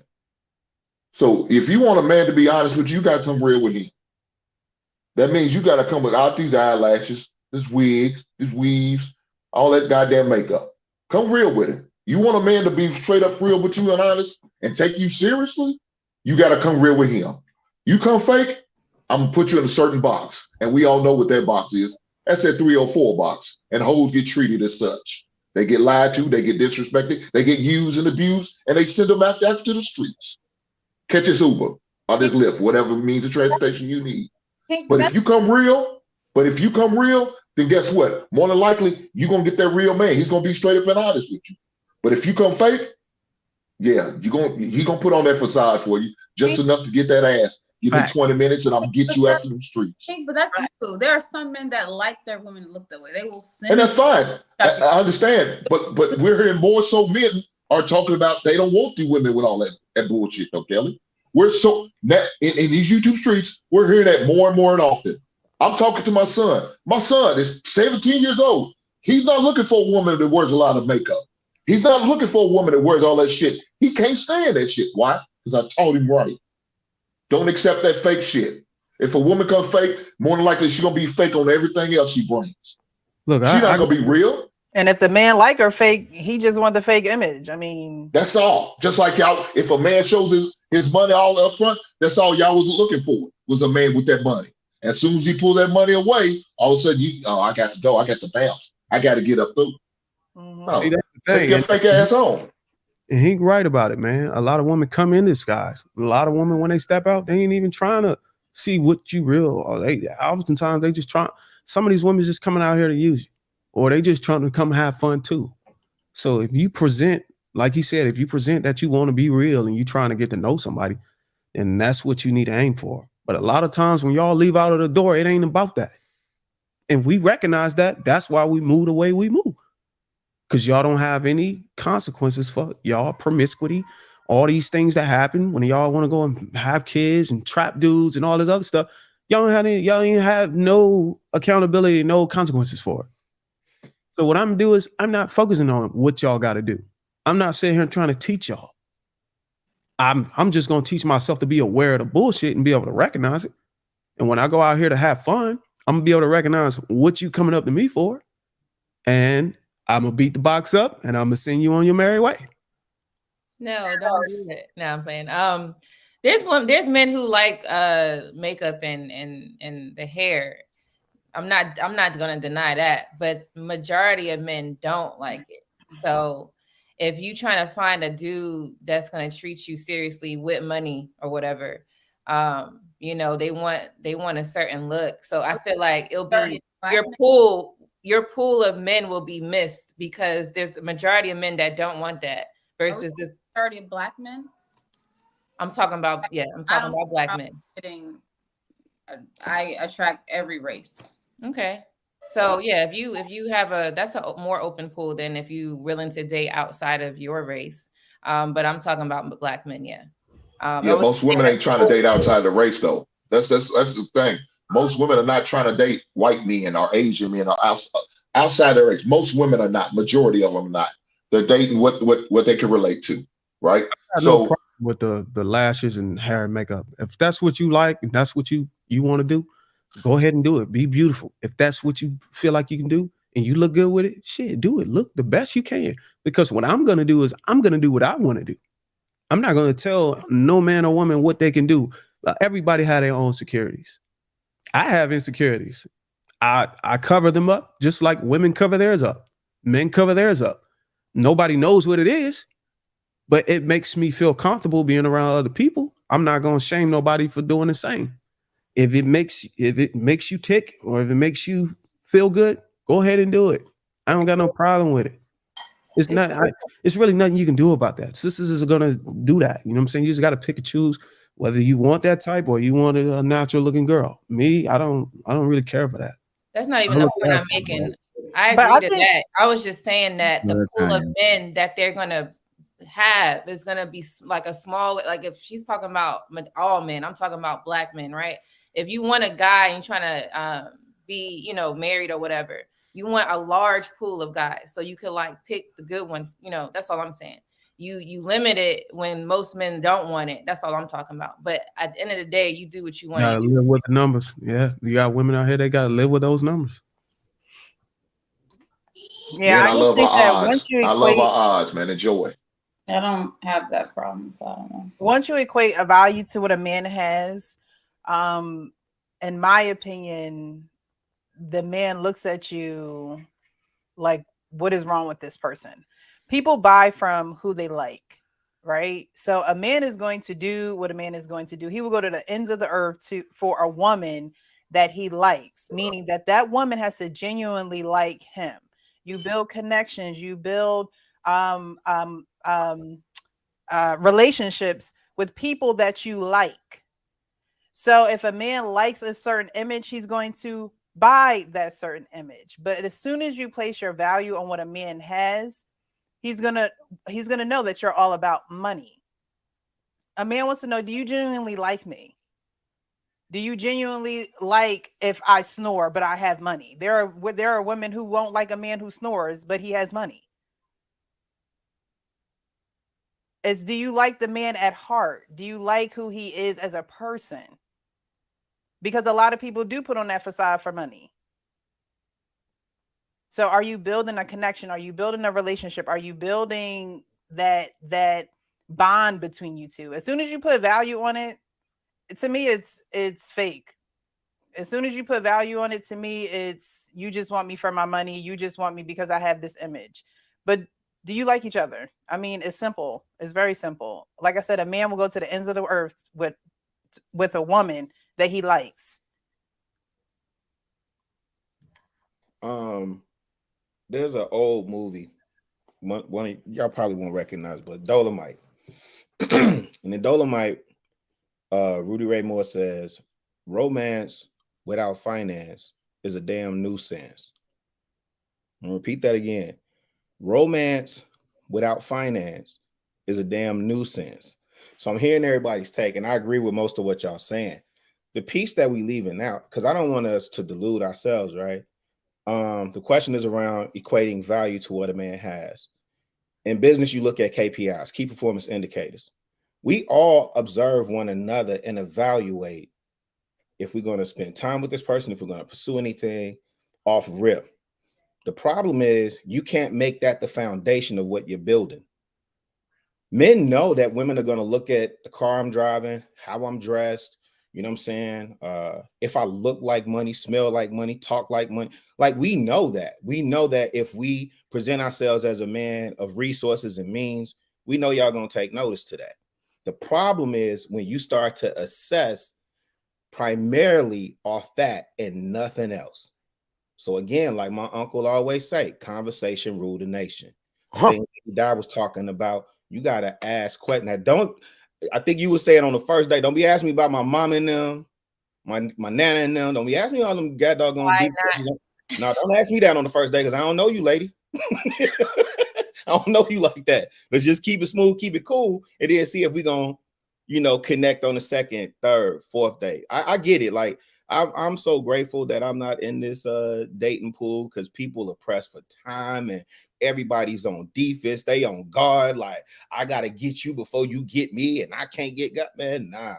Dudes know y'all are going to assess us based on if we look like we prepare, if we provide resources and stuff like that. The problem is, like, if you look at a business, if you look at a P&L statement, right, or you look at the KPIs of the business, you got to dig deeper into those numbers. You just can't assess whether that's a good business to invest in or whether that's a profitable business just because you see the top line revenue says 2 billion, but profit is negative 50 million. How do you reconcile that? You got to dig deeper. So that's all I would add to what y'all were saying. I think y'all was on point for the most part, but it felt like we was minimizing like what a man has. We know that y'all assessing what we have. But you just can't make that the end all be all. You got to dig a little bit deeper and uncover that man's character. Nobody is looking at your soul saying, man, you got dope integrity. You got to ask questions and have conversations and dialogue and exchanges to find those things out. And then going back to something, I think Kelly and Bruiser was talking. Kels, I would say this, like when y'all was having that conversation around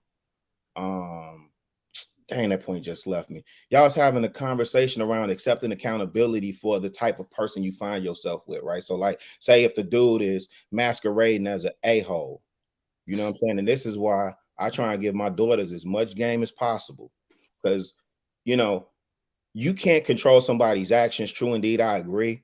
But you know what I'm saying? A person that's book smart and street smart, you should be able to peep that BS. And even if you don't, even in those times where I may have got right, I still have to, own up to it. Right? Like that's on me. Yeah, but there are cunning people in this world. There are con artists in this world. Like that who exists. That's why people need to have know who to say it to and how to say it. These people do exist. Like they have mastered the game. That's why people need, and I know it's Sunday, everybody might not go to church, but that's why people need to have their spirits right. Yeah. When you do that, you're able to identify things a lot quicker than someone who is not, focusing on all parts of health and wealth, and spirituality is a huge part of that. So if you're not tapping into that, anybody can, kind of con you for a little bit. Anybody can say anything to you and you'll be moved one way or another. But that's why people got to have foundations. You have to have, some type of spiritual foundation, because it's crazy out here in this world today. People will use you and abuse you real quick and you don't know what's going on. Yeah, and that's why I say it's not just like men, it's women too, because like at the end of the day, women need to take accountability when they be with these men with money. You just say it. You like the lifestyle that he gave you. And when he get the abusing you and doing all those things, don't just say you was with him for love. Because it's a lot of women out here they trapping themselves in these situations with men because he gave her a nice bag or he took on these things and this and that. So sometimes I just feel like don't just look at the money, like get to know that man. And like the man that I'm with, he loved me because he tried to take me somewhere fancy. And I was like, bro, I don't know you. Don't spend no money on me because I'm not going to give you anything. Look, meet me at Smoothie King. Meet me at Smoothie King. And what really sold him on me, I asked him, what smoothie you like? Because I was there before him. And I got his smoothie for him. He was like, the fuck? Like, what is going on? And that's what I'm talking about. It's crazy how that's a rarity though. Like don't spend. I tell a man, quit. Don't spend no money on me. I don't know you. You don't know me. I don't need you to spend no money on me. Cause I ain't finna give you no cooch. I don't even know you yet. So don't even meet me for the first time in no fancy restaurant thinking you finna get. I don't even know you. I know that's right. I feel like that's setting yourself up for a 50-50 situation. Are you cool with that? No, it was just me. First, we talk on the phone. This not we met each other Wednesday. We talked on we conversate Wednesday, and then we meeting on a Saturday. No, I got to know this person. So by him talking to me, I knew what he wasn't used to. He was used to women using him. He was used to those things. I'm Southern. I got this. I'm the type of person. If you come over, your friends got nowhere to stay. Hey, come on here. Hey, you can sleep on my bed. I just have that Southern hospitality where I'm not doing that. I'm not city like. I just have Southern hospitality. What's wrong with that? What's wrong with that? You just being nice. There's nothing wrong with that. What's $5? It's flipping the script. There's nothing wrong with that. See, that's the problem. What's $5? That's a $5. Hey, again, women. Hey, men, if you coming to a woman and she tells you she want a man, you leave her ass. Leave her at a goddamn restaurant. But if she tells you I need a man, you invest in her. You pour into her. Because when you give everything about her to you. If she tells you I need a man, that's the type of woman you need to get with. Don't get the ones that talk about I want a man. Oh no. I just need you for the moment. That's what type of woman that is. But when we talk about no, you just need a man because you need your battery change, your goddamn smoke stick, or you need your damn tires change because you got a goddamn flat. Now, find that woman. I said I want a man. I mean that I need a man. That's the type of woman you need to be with, right I'm there. Just saying, like I don't have to pump my gas. He changed my oil. He do all that. And like 50-50 for us. I make sure that we have household needs. He pay all the bills. So if that's what you consider 50-50, I make sure he have tissue. I make sure he have all those things with bills, car. He pay for all that. Like if I want my nails done and all that crap, that's my responsibility. That's personal care. He don't have to pay to get my nails, hair done. That's something that I want. But as long as the bills pay, and long as I make sure that it's food in the house, his favorite everything, and this and that, he makes sure the oil is changed, car is washed, car is always clean. I just like Southern, and honestly, a lot of men in the city, I'm Southern, and just men just do that, and that's what my daddy do for his wife. So I'll take a woman. I'll take a woman who wants a man. Why? I mean, you could say the same thing for both if you look at it. I mean, it can go either way. It can go wrong either way. If she just needs you to help her pay bills, what's going to happen if she don't? No, it's not about needing to pay bills. That's about his money. I'm just giving you an example. I'm just giving you an example of that. It can go both wrong either way. But Bruiser, let me give you something you can equate to. Your son, your child, they need shoes, right? They gotta have something on their feet. They don't have to have the Jordans though. You could get them the nice pair of Reeboks because that's what they need, some shoes. They don't have to have Jordans because I want the Jordans. No, that's the difference. There's a difference. All right, so mindset. Here's another example. Your kids need you to provide shoes for them on a frequent basis. You know, feet growing. But the moment they're able to do it themselves, they're not going to need you to do it anymore. That's what I'm saying. There's two sides to it. No, not necessarily. Not necessarily. Because you talk about that's when you become an adult, though, you know. Your husband. Yeah. I'm just saying there's a possibility where both could be like different. You know what I'm saying? A woman could say she wants you. Why? I think the question is, I think it's a good thing. I mean, you just follow up with a question. Why do you want me? No, but Bruiser, this is it. When you need something, you need it. You know what I'm saying? When you want something, you might just want it for the moment. Well, I'm saying when you need it, you're always going to need it. And we all know the woman want a man. She wants a man. But the fact that she wants me, then the other 7 guys, is something I think is a positive thing. It's a positive look. She, out of all these guys, I'm the one she wants.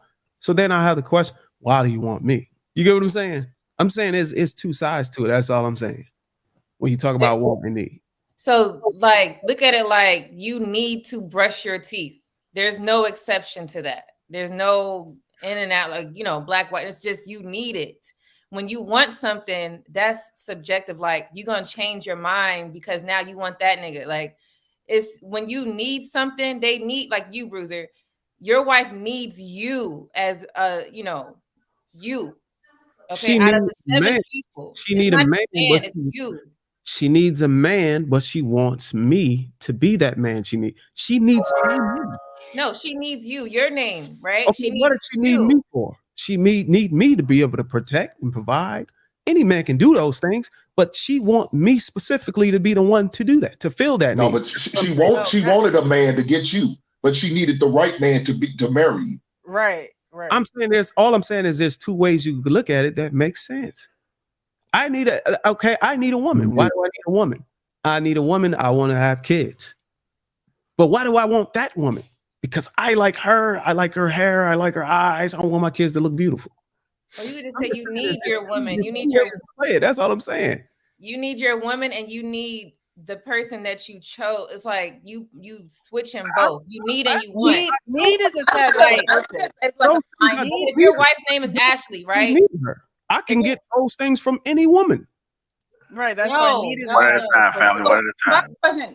Nobody on this panel that can convince me that I need one particular woman. There's no way you can do that. I feel like I understand what Bruce is saying. If there's a line of 10 guys and you need a man, I'll pick that one. Like, there's a guy, he has a penis and he can provide for me and protect. Cool. All these women can do the same thing. But I want one particular woman. Why do you want the one you chose? Because once changes, that's why. But your needs, like, that's why I use the example of brushing your teeth. You need to brush your teeth. So let's say Bruiser's name is John, okay? Your wife needs John. That's what I'm saying. Not want John, because she could want John and then Jimmy tomorrow. Like, that's what I'm saying. Y'all looking at it in a different way. Guy, right? You're married? Yes. If there was a line of 10 guys, right, on the wall, and you had to pick one because you needed a man, why would you pick your husband? No, that's what I'm saying. Y'all looking at it different. I think it's all about how y'all standing, man. I think both of y'all. I mean, Now, once you get married and then you spend time with that person, and he and she is the one, then it's like, okay, I need that person. But before then it's gonna be like, I want that person. So No, It's when like I got with my trying husband, I out told, for a team. I thought I was always right on the panel. no, I'm You saying when I want to got with fill my the roster, husband, but you only want to fill it with the So people we that you know. need. You know what I mean? You need to fill up the roster, but you're gonna want to fill it with the people that you need, not just wanting someone to fill that space. so I'm gonna explain. Like, Is there a when right I was answer to this? dating, okay, Is I there a right date. answer to this, or it's going to be based off perspectives and how you guys view things? I don't think It's there's a all the right way answer. how y'all want to spin it. But Real, I agree with you. all I'm saying is nobody is restricted to. You said Rilla or JL? No, Rilla put something in the back. Oh, okay. Let me see. All I'm saying is nobody's restricted to this one person. Yeah, they come in your life, then you build someone, you connected, and now you feel that you need them because they fill the void that you're afraid if it was empty, that your life would fall apart. I'm saying that I don't need no one. You get what I'm saying? It's about what I want. That's the reason why you have a preference. Your preference is not is not already pre-made. It's something you choose to have because it's based off of what you desire. What do you want? Can she fill those needs? You get what I'm saying? If she's capable, if she has the necessary, if she's fertile, she's beautiful, she's fit. Yeah, you know what I'm saying? I need a woman like that, but it doesn't have a specific name or social security to it. You get what I'm saying? Any woman can go ahead and highlight what Rilla put in the back. He says want is equal to desire and need is equal to require. I'm gonna give an example. Like, when I used to date, I had all type of guys like wanting like different type of men. I'm sorry, rich men throwing contracts, regular guys, trying to, provide or whatever. I'm not trying to get into detail, but I'm saying I had a different types of guys. When I found my husband, since I have experience in knowing what type of guys are out there, I literally told him that I need him. Okay, what Hank was talking about, that was my life. Like, I told him that. That's my first time ever saying that to any man. I ain't never say stuff like that. But that type of guy, it wasn't that because he was a man. It's not about that. Of course, I want to be with a man. Duh. But the type of man he was my need, because I already experienced different type of men, regardless money or no money. Like, the part behind the money or no money is the type of guy I'm talking about that I need. That's what I'm saying. And those needs are not changing. My wants are what? I want a guy that has, let's say, I'm just going to use, I want a guy that's tall, right? Or I want a guy that's short. Those are wants. Or I want a guy that has better looking teeth. That don't change who he is. But needing him, that type of person is different, because like what Rilla was saying, need is like you require that type of stuff, but once change, it's a desire. Like, that's all I'm saying. Y'all women, I mean, that's y'all women talk about how y'all need this man and all that, but the moment that dude don't do what you want, you decide to change him out. So you never did need this guy.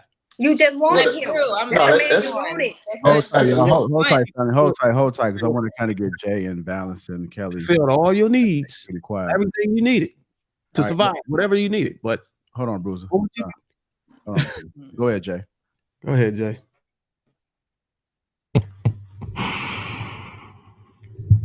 Be careful out here, yo.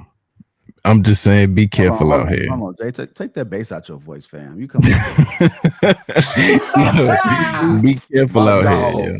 Because it's an illusion out here. That's why, like, me personally, I had to fall back, yo, because there's really an illusion going on out here. You see women, you think they have it together, you investigate further, and that is not the problem, yo. Shit is in ruins when you investigate further. They just make it look real nice. Women, investigate these dudes as well. You got dudes out here who will have or who will be making 150 to 200,000, but they do not have any money saved anywhere. They're making a lot of money, but they are not managing it. I have friends personally that make about 120, 150,000 a year, but they do not have what I have. And I make like half of what they, half of what they make a year. So they make more than me, but they don't have more than me. You have these credit scores. Dudes got friends. They have friends that they use for their credit scores. People they know, oh, you got good credit, so that they can acquire a lot of these things that draw people in for this lifestyle. So it's a lot of illusion going on out here. So you really got to be really concise on who you're choosing. You have to watch, you have to observe, you have to play a game. It's not something quick that's just gonna come just because you want it now. Like, you really got to sit back and observe, see how they are with their family, see how they are with their friends, see how they are with their money, see how long that Lambo, you see a new car, like, nigga, why you in a Camry now? What's going on here? Nigga, why you in a Kia Jeep now? What is going on here? Women too. Why you got on Giuseppe's and you in a motherfucking Chevy Cobalt? What is going on here? Observe, yo. Sit tight and watch, and you will see this shit reveal itself. We were raised in an era, most of us who were from 35 to 45, we were raised in an era where rap music was fake it till you make it. I was a dude who was out here spending $3,000 on a damn chain with a refund check I got from school just so I could be up in the club looking like some shit. Nonsense. Shit is straight nonsense. You know what I'm saying? Just to get some chick who, oh, this nigga got a $3,000 chain.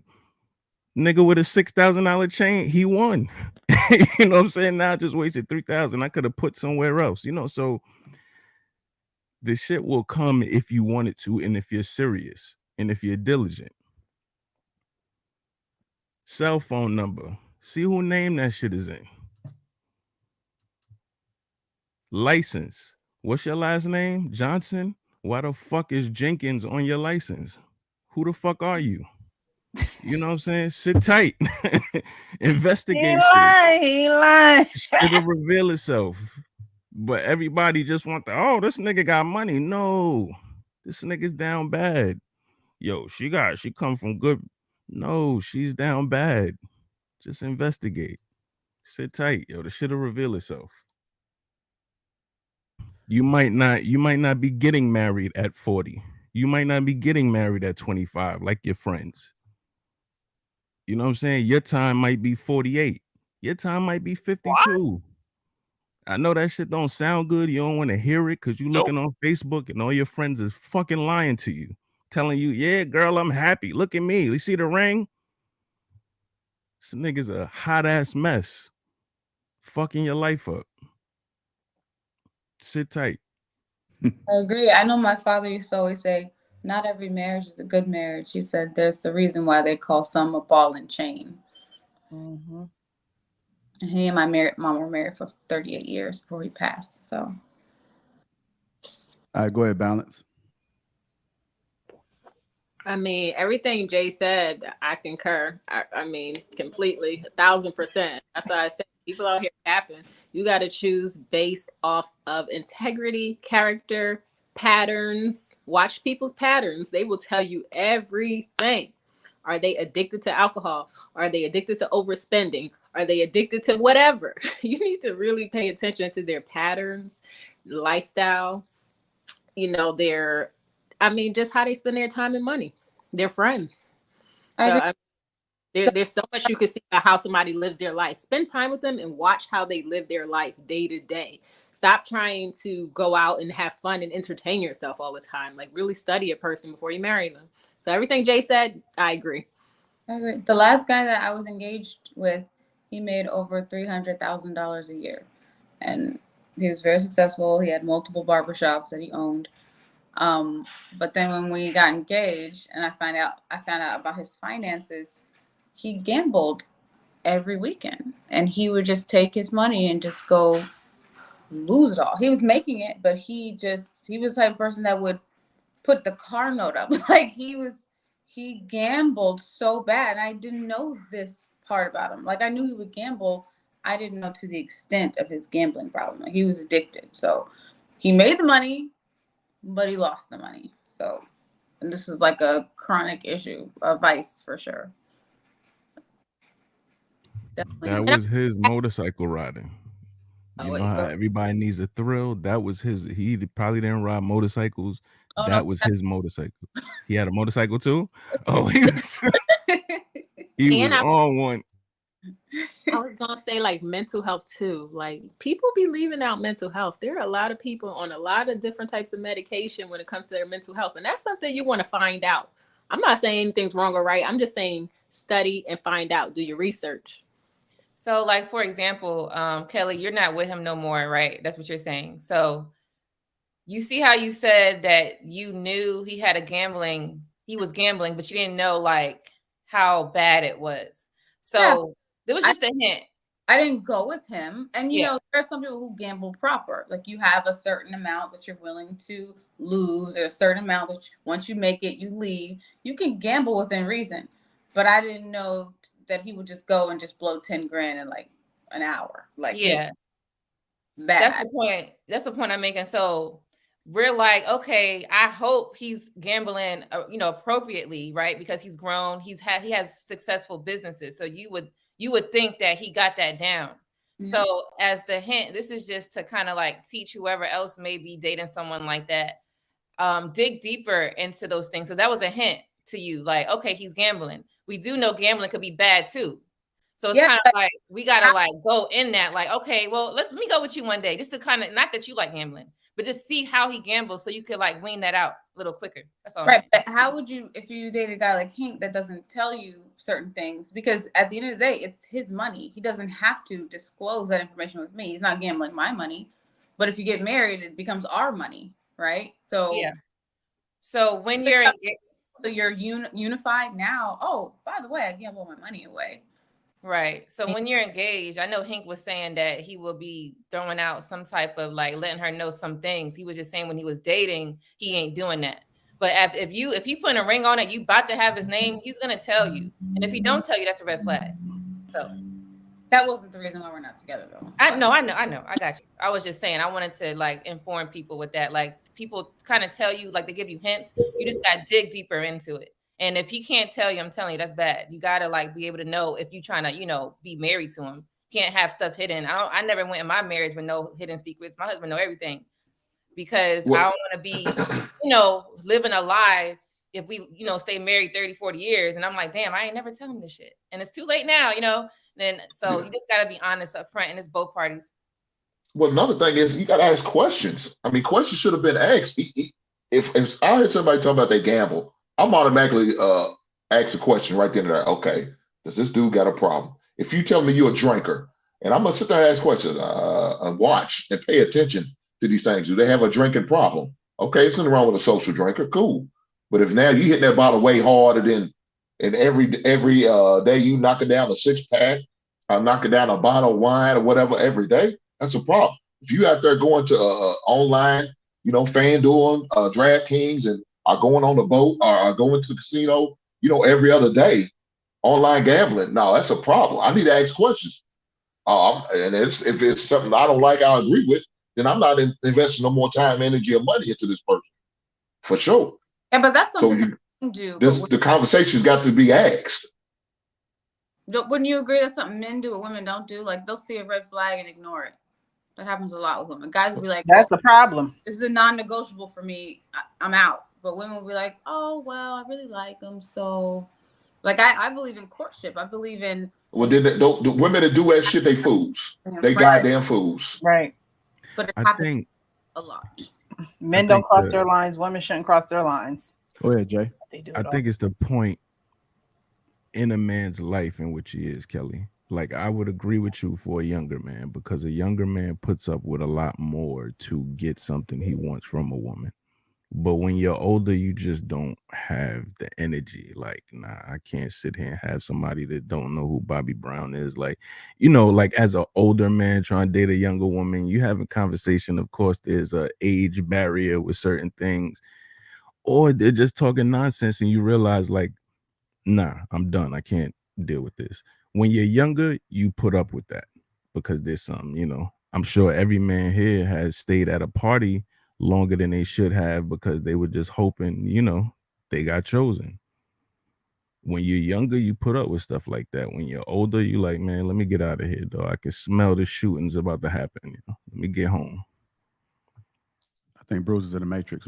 Bruce, are you here? Yeah, I was gonna say, man, we got to be real, man. Everybody ignore red flags. It's all about which ones you willing to tolerate. Does it overwhelm? Does it overwhelm, or does it outweigh, you know, the good that they can provide? You know, a red flag could be she wear wigs, she's bald head. But are you willing to accept that? And you willing? It's a trade off. She might have other features or other things about her that are just so convincing that you're willing to deal with it. So you have to decide what can you endure? You know, what can you tolerate as a person? It's not a one shoe fit all. Every single person had their own preference. So, and the only thing I'm saying about the need and want thing is I get it. I understand the whole need thing. You know what I'm saying? I embrace that ideology.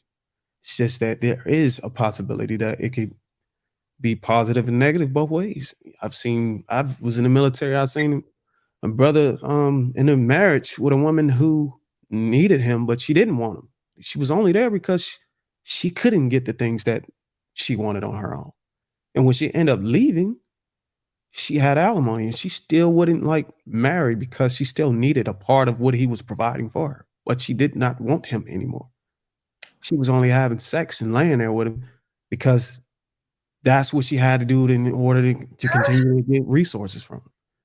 I'm saying there's two different ways you can look at it. The most optimal way to look at it is to have both and not just one without the other. I mean, it's one thing to have somebody that needs you, but also having somebody who wants you is like that's the best part about it. That's all I'm saying. And I know a woman, I'm not going to mention any names, but she needed a guy because she had a child outside of, like, as soon as she graduated high school, she had a son, and she wanted a guy that could provide benefits and security. So she needed someone in the military, and she cheated on him while he was deployed. But she needed his insurance. She needed to be cared for. Understand people's needs and wants are different. Like she wanted a man in the military. Right. She wanted, yeah, like she wanted She a needed to certain do type is of get a person. job and take care of her child. Well, she needed to take care of her child. She had 5 kids with 5 different. Well, she needed to keep her damn legs closed. Right, Like, what the hell? She gets crazy about a minute. They were all. She should have got fixed. Well, married to Kelly, don't put your friend out like that. She's not my friend. He's a trash ass. That was a trash ass heifer right there. She's just a trash ass heifer. I would say that, Kelly. I would say that would be fifth husband. I'm not trying to promote the foolery, but that right there would be a more optimal choice if you in that situation. God forbid, if you go after the brother that's in the military, you can rest assured those kids' college is going to be paid for. Well, her 5th husband takes care of her and all her kids. She doesn't work, and he makes over $250,000 a year. 5th husband. I know a God military damn. wife like that. I know a military wife like that. It's so sad. Kill yourself, heifer. Kill your goddamn self. 5th husband. You ain't. Again, these women do not respect men. They don't give a shit about you unless what you could provide for. That example right there is what I'm talking about. 5th husband. God damn. Men, we deserve better than that. We deserve better than that. But these people are white, so. I don't give a shit what color they are. I don't give a goddamn. Bruh. She's a goddamn raggedy ass, trifling ass woman on a 5th goddamn husband. She just using and abusing it. Black men, white men, Asian men, all men for nationality. Stop falling for that foolery. We deserve better. I'm gonna say this. Listen, the men who marry her, they chose that woman. They're not all victims here. So let's just. You're right, but I don't give a damn about her. I don't give a damn about the dude she done swindled into marrying. I'm talking about for the future. Maybe they just really liked the woman and they wanted to marry her. Her pussy ain't that goddamn good. That is their. Her pussy ain't that goddamn good, Balance. Woman that has been married 4 times before you and got 10 kids. That is your prerogative. I'm not here to say you're wrong. You're right. There's a lot of foolish dudes out here. You're right, Balance. Marry me. So let's not do that. They're not helpless victims. So you're right. There are a lot of foolish dudes out here. If that's who he chooses, so then they're foolish. That they have a prerogative and right to be foolish. But I'm just saying, run for these type heifers, man. Run from these type of heifers. Maybe she's a con artist, like what Kelly was trying to say. People are con artists because they are. Maybe she was just one of those. She showed a lot of stuff that looked good, and then when they married her, because they was quick, some guys are kind of quick with that, and then they was like, "Damn, I got myself into some shit." Yo, Booza, is the army the streets? Because I broke up. It's even worse because now you shrink the population down to a smaller box. Yeah. So I broke whenever up the with shit somebody. do hit the fan, it goes around. You know what I'm saying? The everybody knows what's going on. So. All right, y'all. If y'all just tuning in, welcome to Lapeef and Sundays. Make sure you get the likes up. Also, make sure you subscribe to the channel. Let's get to these super chats real quick. I would never be anybody's like fifth wife, not me personally, but okay. Marcus Evans $5 says 19 Keys is the GOAT. Marcus Evans again says Dave Chappelle said all of this years ago. This is why conversations like these are important. Emerald Edge 72. CA $2. You can generously give a like. That's right, you guys. Likes are free. Make sure you hit the like button if you haven't already. MC Heavy Tits $4.99.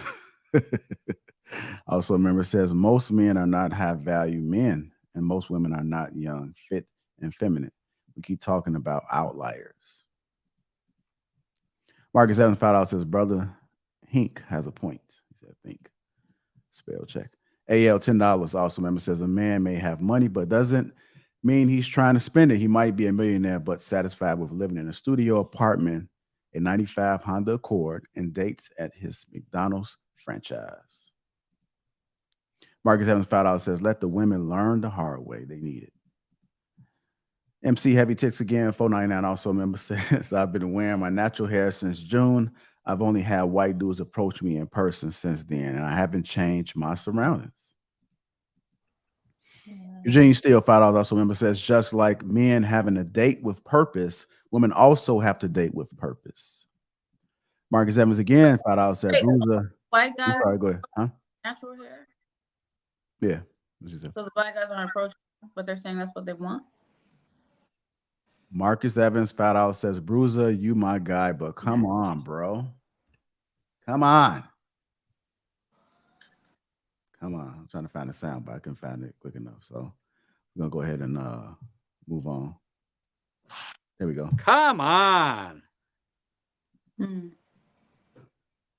Lapeef for president 2024. I am running for president.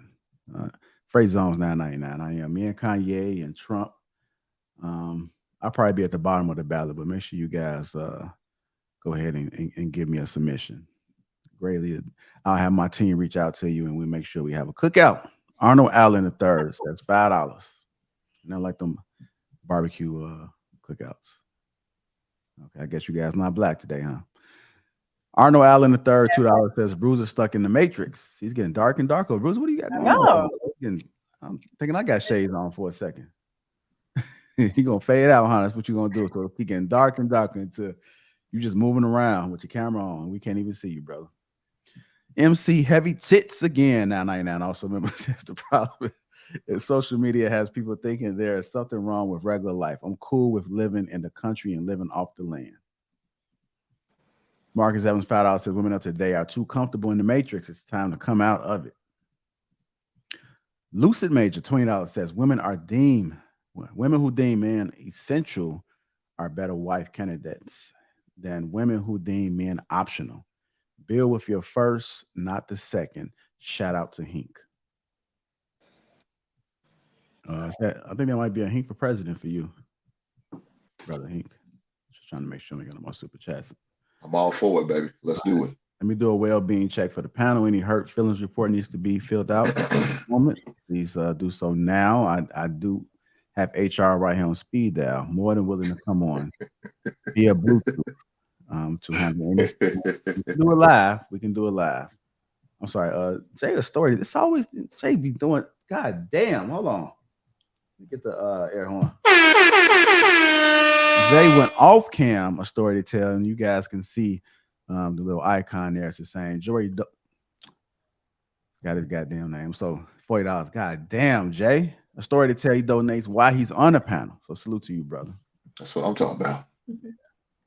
He's probably one of them. I've seen it happen a few times. I can count on my hands how many times I've seen it. So he's one of the people that donates on that. I feel like I'm losing to the people. Precious, do a well-being check. We're good. We're good. All right, okay. Hold on, Jay. Was that trying to guilt us into doing something? Is that what you was doing? Look, Rilla's working on it right now. Go ahead, Rilla. I'm texting HR right now. I know that's right. I know that's right. Fill out that report, baby. Okay. Well, we're gonna go ahead and see if we get HR on there. Go ahead, Lady Di. Oh, I wanted to respond to the natural hair post. So you could wear your natural hair, but sometimes if you don't look a certain way, men are not gonna approach you. It don't have to be just your hair. That's just one thing that attracts men. You got to have the whole entire picture. That's all I wanted to say with that. How long have you been wearing your natural hair, Lady Di? You was on mute. You was on mute. Oh, sorry, 8 years. I've had some trouble, it wasn't all the way nice, and I had to fix some things, learn how to wear it, but 8 years. Yeah. Lady Di, I think it looks beautiful. Thank you. You're welcome. I've been 10 years. Huh? I've been 10 years. Okay, good. For sure. Especially you doing the protective style. I know that hair probably long as hell. It touches my butt. That's why I think it's funny when it wigs you must be bald. Like maybe you're just trying to protect your hair so it stays on your head. Hey, ain't nothing wrong with a woman with bald head. Bald head women need love too. Hey, Lupita, I see you. Don't start with that Willie D, Hank. Don't start, man. Shut up. Hey, shout out to Ash, man. He coming through with the big bucks, $99. Also a member. I'm putting my money on Hink. Young men, listen up. These real women do not care about you. Retired USAF. Love you, Hink. What do you equate a woman caring about you? What does that look like? Because you always Much love, Ash. Much love, brother Ash. What'd you say, Kelly? What do you equate to a woman caring about you? Because you always say they don't care. What does it look like when a woman does care about you? What does that look like? What does it look like? Well, when she respects you, she cares about you, she empathizes with you. Because let me say this: Black men have it hard more than any other man out there. We got to go out here and do things that other men have to do, but then we got to go beyond because we got a lot of roadblocks and blocks and barriers we have to go over just for being a Black man. When your own women who know the struggle that we deal with as Blacks, and yet she still doesn't respect you, that's bad. But you have the ones that do. They're on your side. They're uplifting you. They're encouraging you. They're right there on your side, building you up emotionally, physically, and mentally. Yeah, those are the type of women that do care. Hey, yo, Hank. Hey, yes, sir. Something really simple that Mommy 3 said in terms of showing that she cared, not romantically or anything like that. I know she was talking about being on a romantic date, but something as simple as she asked the dude, what smoothie did he want? Exactly. She said she paid and bought the smoothie. Exactly. That's simple stuff. That's why it took him aback. And if I remember correctly, she said that's one of the things that won him over. Like he was like, okay, now I'm dealing with a real one. Exactly. It's the little things that show me. Yeah, go ahead. My bad, bro. Exactly. Not setting them up for 50-50, but that just shows how much you're needed and caring, you appreciate. That's the type of woman we're looking for. We need more of those type women that doesn't mind doing little things like that. We're not out here going out telling you to spend your whole your electric bill or your water bill. No, something simple like that, man. We appreciate that. Lets us know you're giving back to us. You're pouring back into us like a real man is going to pour into his lady. That's what we're looking for. That's all a man wants. A man wants some type of appreciation who doesn't feel like he has to come home and get nagged at. I shouldn't have to sit in my car for 30 minutes to deal with this woman I know is going to bring nothing but negative and bad energy. Nope. Especially when I just got off the job, did 8+ hours, and now I got to come home to this. No man deserves that. I want that. Nope. I agree with that. I was wondering because you always say they don't care about us, but I'm more like about the solution. Like, so tell the women what they can do to show a man they do care. I say most women, not all women. Most women don't. But I think with that though, Kels, I think women are nurturers by nature, so we don't have to. It's not. I don't think. I mean, we could, but shit, a lot of times we don't know, right? Like when you're that young, I'm talking about the young bloods. Young bloods don't exactly know what they need from women other than physical stimulation. Yeah, that's why. So, but what I'm saying is, because to me, the answer for women is simple. If you tapping into your nurturing side with men, and if women are not looking at men as just resources, wallet, a come up, again, I'm addressing this to a younger, skewing to a younger demographic. If you're not looking at a man as your come up, I'm gonna get over on him. I'm gonna use him. I'm gonna get it's city girl summer. This hot girl, what is it? Hot girl summer, city girl summer, city this, hot that. Man, all you gotta do is look at listen. Let me say this for the young ladies. Real talk. All your favorite female rappers, and I'm clapping my hands while I'm saying this. All your favorite female rappers that you looking at right now. What everything that they rap and talk about, what is the end result that they can show you in they real life that what they telling you works for them? I pose that question to the brothers all the time, so I already know the answer to that. But I'm saying for the ladies, like we so convinced a man is only worth this and this, that, and the third, wooty woo. Listen, if you want to know how, because men are very simple. We're very simple. We are not complex creatures. Not at all. The answer to that question is really, really tap into that not the nagging side, tap into that nurturing side. My wife, before we got married, when JR invited me to come on this show, I'm gonna tell you something real simple she did. When he invited me to come on the Thursday panels, right? And I used to have I didn't have the light and like Bruiser, right? So I'm sitting up there in darkness. She said, "Babe, you don't look right."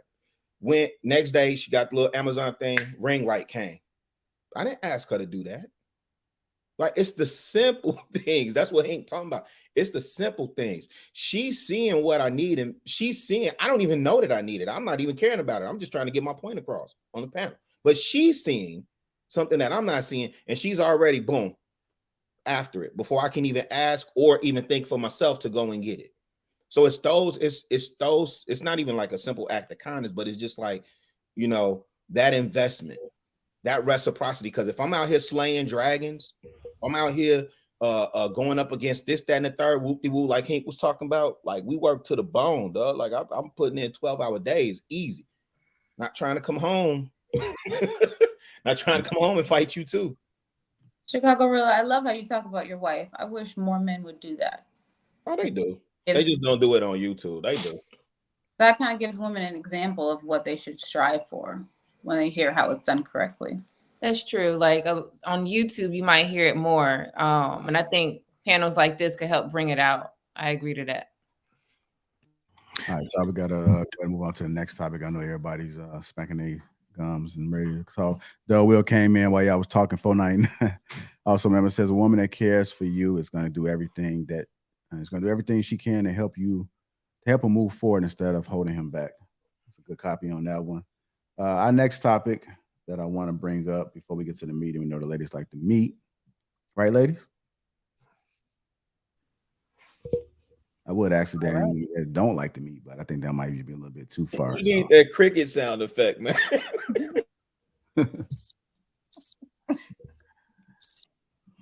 Always prepared, my guy. Anyhow, all women cheat, but if she love you, you'll never find out. I hate to be the one to tell y'all this, but somebody had to say it. So I'm just going to go ahead and let y'all know. All girls cheat. All girls cheat. But if she love you, you won't never find out. Damn. I ever heard in my life. I'm not.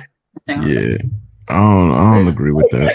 Hey, the city Damn. girls are down bad, man. The city girls are down bad. Well, can I chime in on this? I'm out on this. Go ahead, mommy. So it's so crazy because I talk about this on my TikTok too. I do like it's so crazy because in so many ways that's true. Now we just saw the news anchor guy. He had an affair with this lady, right? Most women that cheat, you gonna be around that dude at least once or twice. Most women do that. They do that shitty stuff. Like they was around each other. He went to family events and dinners knowing that he was screwing his wife, and she allowed it. Cause some women are just like some of them just cold like that. They cheat, and they cheating right in front of you. You can go to the barbershop with the nigga that she's screwing. She might could be screwing your barber, and you will never know.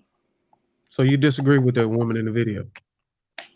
No, I say I agree with her in some ways. Like most women they'll She take some said shit to in the the video grave. all. She said in the video all. Now you over here saying No, most. not Bruiser. Bruiser. Look, you gotta you.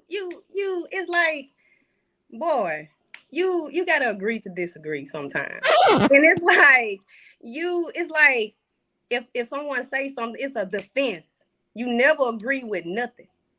It's like I just asked you a question. I said I agree with her. Some of the stuff that she said, I didn't say everything that she said was correct. No, all I asked you was, did you agree with the video? Which I said you disagree with the woman in the video. Said no, I agree with it. I am okay. Somebody next. You agree with the back half of it. That's what I said. I just say I agree with some of the stuff. Like some women do shicey stuff, and we just saw that unfold on national TV with the news anchor. Like, why would she sit up there and have her husband around a man that she's sleeping with? It's crazy. Some women. Some women do that. I'm just saying. I think everybody on the panel know that a lot of women do those shiesty ass trifling shit. But for this woman to go to the extreme to say all women do it, I'm thinking that's what we having a conversation about. Yeah, I don't think all women cheat. All women don't. Yeah, But some women are sneak. It depends on what cheating is to the woman. Because what cheating is to the woman might not be the same as what cheating is to the man. Most men feel like if you entertain a man in your inbox, if a man sending you hearts in your inbox, that might not be cheating to her, but it could be cheating to your man. So I feel like those are the type of conversation that people need to have too. What is cheating to you? What do you consider cheating? Well, hosting thirst traps while you married. Is that cheating to that other man? She might feel like we had a conversation about that. But in her case, when she was the way she sounded and her tone, it just looked to me like a little bit of self-conviction. Mm-hmm. I mean, I believe she was just exposing who she was, and she felt like a lot of women relate to that. Yeah. But we had a conversation about a man cheating versus a woman. The parallel between that is y'all showing and expressing y'all members over social media with an open account. Mm-hmm.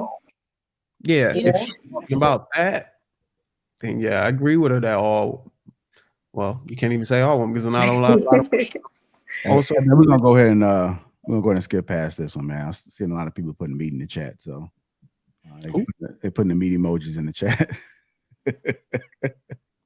Bruce, you gotta go a little light. Hey, man, Every time. I'm just sitting back and listening to the lack of appreciation for man and what this woman was talking about, man.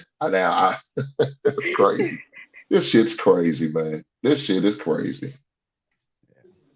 I'm gonna go ahead and take that one off the list, man. I guess that was a topic. Some people just want to go viral, so maybe that's what it is. Well, like that was one of the balanced topics, so just so you guys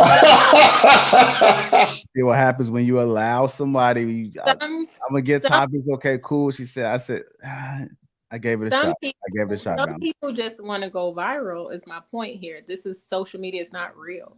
That is my entire point. And people say stuff just to get a buzz and to be featured on other people's panels and to be shared all over social media so people could learn their name.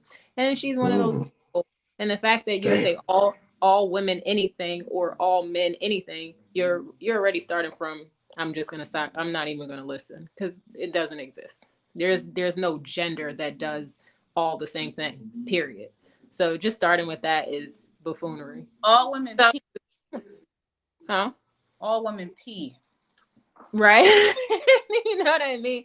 So at the end of the day, I can't even take her seriously. But it did remind me though of like the videos when women will say things like, oh, every woman has to have like a HOE phase in her life.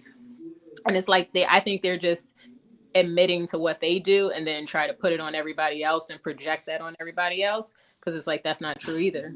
If that's how you want to live, fine, but I don't live like you because that's how you choose to live. And So that is so it's true, the same. Valentine. Like, None of y'all can iron out the creases whenever a woman say the word all. But when those times came about when they were saying all men are dogs, No, I do the same there thing. no woman coming up here and going I back say for the men. same thing with men. I never said that either. I never said I that. thought great man, so I can't say all men. So I know there are great men in this world. Really, I don't know. I think you and Hink went at it with each other a couple Look here, months. man. Look here, man. I got in trouble. They got on me, Bruce, for saying most. I didn't say all. I said most, and they gave me shit about it. I don't deal. Kelly gave me shit because I say most. I didn't say all. I don't never say all. But when I said most, I got shit. But let it become to a goddamn man. Hink, you be like, these women are hoes. These women don't. Yeah, he does do that. Shoot. These No, women. Balance, stop it. Don't do that, baby. Don't agree Kelly because she lying. Watching you. She lying. You watch me, Balance. Got 4 major points. You keep watching, baby, and you'll learn that I'm not. That I don't say all women are hoes. I don't think you mean all. But when Okay, you say but that's what Kelly's saying. That's what Kelly's saying. You don't say the word all, but you say these women, and I don't know who these are. You don't. You got to specify each time. These women. Hey, can I ask y'all, why do we do that? 20 minutes of my time, and that's it. If we're adults and we're having a conversation, and I've been in this space for about a year now, a year and a half, going on 2 years. Why do we have to when we have the conversation? Why do I have to specify whether I'm saying most, all? Because it's not like, about. wait, hold on. Because when y'all talking, like, because I do hear what Bruiser and Hink is saying, and we all do this when we talk amongst ourselves. It's like if Kels was talking to you, right, and Kels say, "Man, these niggas ain't shit." You're not gonna say you wait, but you ain't finna say, well, girl, are you saying all niggas, most niggas, some niggas, a few niggas, the light-skinned niggas, the dark-skinned niggas, the pygmy? Who are you talking about, girl? No, you're gonna understand exactly. She's speaking to the specific characters. So I'm saying for the purpose of having these conversations so that we can engage fully and engage the audience, why do we have to qualify? I can respect that, Chicago Villa. Why do we have to qualify whether we saying most, all, some, this, that, and third? I don't understand as adults the nuances and the fluidity of the conversation. Do you want me to? I appreciate Chicago Real. I appreciate your input on that, brother. Thank you for that clarification. Because it seems like I wasn't being clear enough. I wasn't more specific enough. With the girl, she said all women cheat. I am part of all women, and I don't cheat. I don't believe in it. I feel like if you want to be with someone else, then you need to end your relationship and be with another person, not cheat in the midst of it. So she lost me when she said all women because I'm part of that. Does that make sense? But they don't lose you when they say all men, though. They don't lose y'all then. Y'all right in there with them. Yeah, girl. Yeah, girl. I don't agree with that. I believe there's a lot of great men in this world. There's a lot of good men, and there's a lot of piece of shit men. When I heard the video, I didn't think of myself. I just thought of sneaky women. She's trying to pull the sneaky women out. Like there's women that I know or knew that literally was cheating on their husband, and that man did not know. And she would go out with her friends. That's why a lot of guys don't like them girls trips and shit, because these women are cheating. I know people that have done it and they don't know. So I look at it as, just be careful. I wouldn't say all, obviously that's crazy, but just be mindful of the women around because women are sneaky. Yeah, and there's a lot of things about women that you will never be able to Google. You will never be able to look up the numbers on. You will never be able to find the stats of how many women be married to their men and the kids got a whole nother baby daddy, a whole daddy. They done died and everything. The woman done died and everything. And the daughter found out her daddy lived right across the street or across town. We just heard a story about this woman having a fifth husband. We just heard that goddamn story. Who her baby daddy is? Do she know that those the kids? Damn. Like, it's a lot of stuff that you gotta just know. You just gotta either be around it and see a lot of things that people don't know how to bring to the light. It's just a lot of things you just cannot find statistics on. You can't Google it. Let me ask y'all real. Oh, go ahead. Let me ask you a quick question. Women, when y'all have friends, like, I'm sure y'all have the group chats and everything. When y'all have friends that are like serial cheaters, do y'all, exclude them from your lives at a certain point? Or do you remain friends and speak to them about it? Or, say like, girl, you need to chill because that's a good dude? Or, how do y'all handle that when you I'll have answer a that. woman in your life? Like, that's I'm gonna answer for myself. None of my friends are cheating on their husbands that I know of, because again, that's a character flaw, and certain people with that character wouldn't be my friends. And if they actually told me that, they would not be my friend anymore. That's how I can answer it. Yeah, exactly. Like, I had to, like, when I got married, because that's serious to me, I'm trying to promote people to stay married. So if you trying to end your shit, you ain't gonna be my friend, period. I'm not doing that. And if you wanna, because you know what's right and wrong, I don't gotta sit here and tell you, oh honey, you shouldn't do that no more. Like, you're gonna lose your guy, you're gonna lose your family. You know what you're doing. So I just X myself out of their, life, and that's that. One quick follow-up. If a woman maintains the friendship with these type of women, where they have the group chat where the woman is posting, I'm cheating with this dude, me and my side dude, we was out this weekend. If you have a woman, it's just a regular group chat and she's broadcasting it in their group chat, as a man who is in a relationship with a woman who has access, who's in that group chat observing, commenting, how do you think he should feel? Like, how do you look at the woman who looks at that behavior and doesn't speak on it, or just kind of, I guess, by not saying anything, you're almost condoning it? How should a man look at the woman who just observes that type of behavior and never interjects? I say is like, sometimes the man can be around your friends and he'll tell you, hey, that friend, it's something ain't right with her. It's the thing is, will a woman listen to her man, her husband, and be like, okay, well, and you already know that she ain't about nothing, but your man even sees that this woman is kind of outrageous. It's like, man, I don't trust you. I mean, I don't trust you, but I just don't trust her actions. I don't trust your friend's actions. Will the woman, like, my question is, will women listen to their man when it comes down to like their friends? If their friends too wild and this and that, like, will the woman listen to that? Would y'all listen to y'all man? That's a good point. To his point, like, I mean, that's the problem today, right? Women are not listening to their man. They don't want to be, in a form of submissive. And if it's like I said, if you trying to take, let's say, some type of order from your leader or whatever, if it's with good intentions, like if he's saying, hey, I don't think you should hang around this person. This person is always drunk. You're gonna get yourself caught up, and your ass gonna get locked up. You shouldn't do that. It depends on what he's saying. Obviously, he's trying to make sure that you're safe. So if he's, protecting you, he's protecting you with the friends that you choose too. Because as soon as you go out with those friends, shit could go down. So women definitely should listen if obviously it's something that is going to help you. Yeah, and it's the other way around too. Like, there's men that have friends that are no good.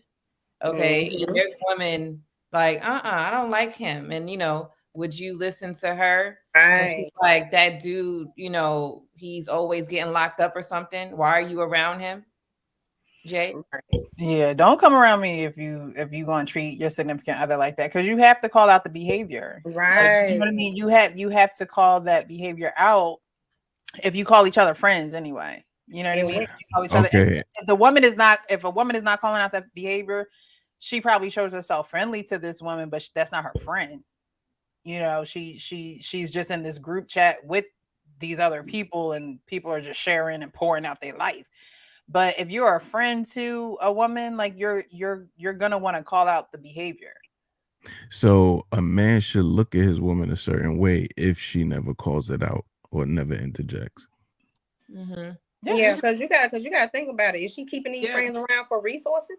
You gotta think about it. You gotta figure out exactly like who is this person you're with, especially before you marry them. So my thing is, women, it's another thing you can't Google and can't get a statistic where you can't get the numbers on is if you know your friend a hoe, what makes you so comfortable having her around your man? I was gonna say that because she's trying to sleep. So yeah, she will get with your man so quick. Like, come on. You got women in your wedding, your bridesmaid want to fuck your husband more than you do. I don't agree with this being a real life scenario. I mean, it sounds really great on YouTube. Yes, if your friend is cheating, call her out on it. She's a hoe. What about if it is your close friend and she tells you about an incident that happened between her and her husband and she was driven into the arms of another man and you are sympathizing or empathizing with her? That does happen. It's very rare that women are like, nah, no. Usually if I it's ain't your buying friend, hell no. Well, hold on. How is this scenario you just gave us true, but the other one's not? Hold on, let her finish. Let her finish. If this is your friend and you're closer, like the girl that I told you asked me for money because her husband put hands on her and she didn't have money. If she were to cheat on him, I would feel for her. I wouldn't be like, you hoe, I can't believe you cheated on your man. I would suggest that she in the relationship, but I also know the scenario that she's in where she's not making money. They have 3 children. He's a sole provider. He doesn't let her leave the house. She's kind of trapped. So yes, I feel for her as a woman, as a human being because of her situation. Would I deem her cheating? No, but I would hear her out. I would listen to her. I would care for her.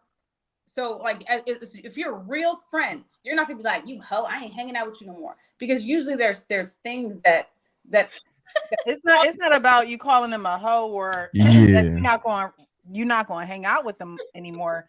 You know, iron sharpens iron. So if somebody in your friend group, you know what I mean, is devaluing herself by not ending her relationship or not doing what she needs to do as a woman to get herself in a better place where she again is not devaluing herself, where she's not sleeping with somebody else because her situation is not, you know, ideal.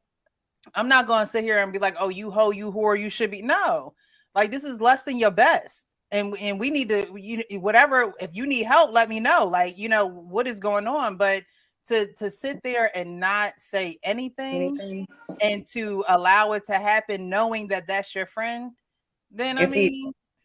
And see, the thing with me is like, I tell her exactly what my daddy told me. You ain't got no business going around sleeping with nobody living in another man's house.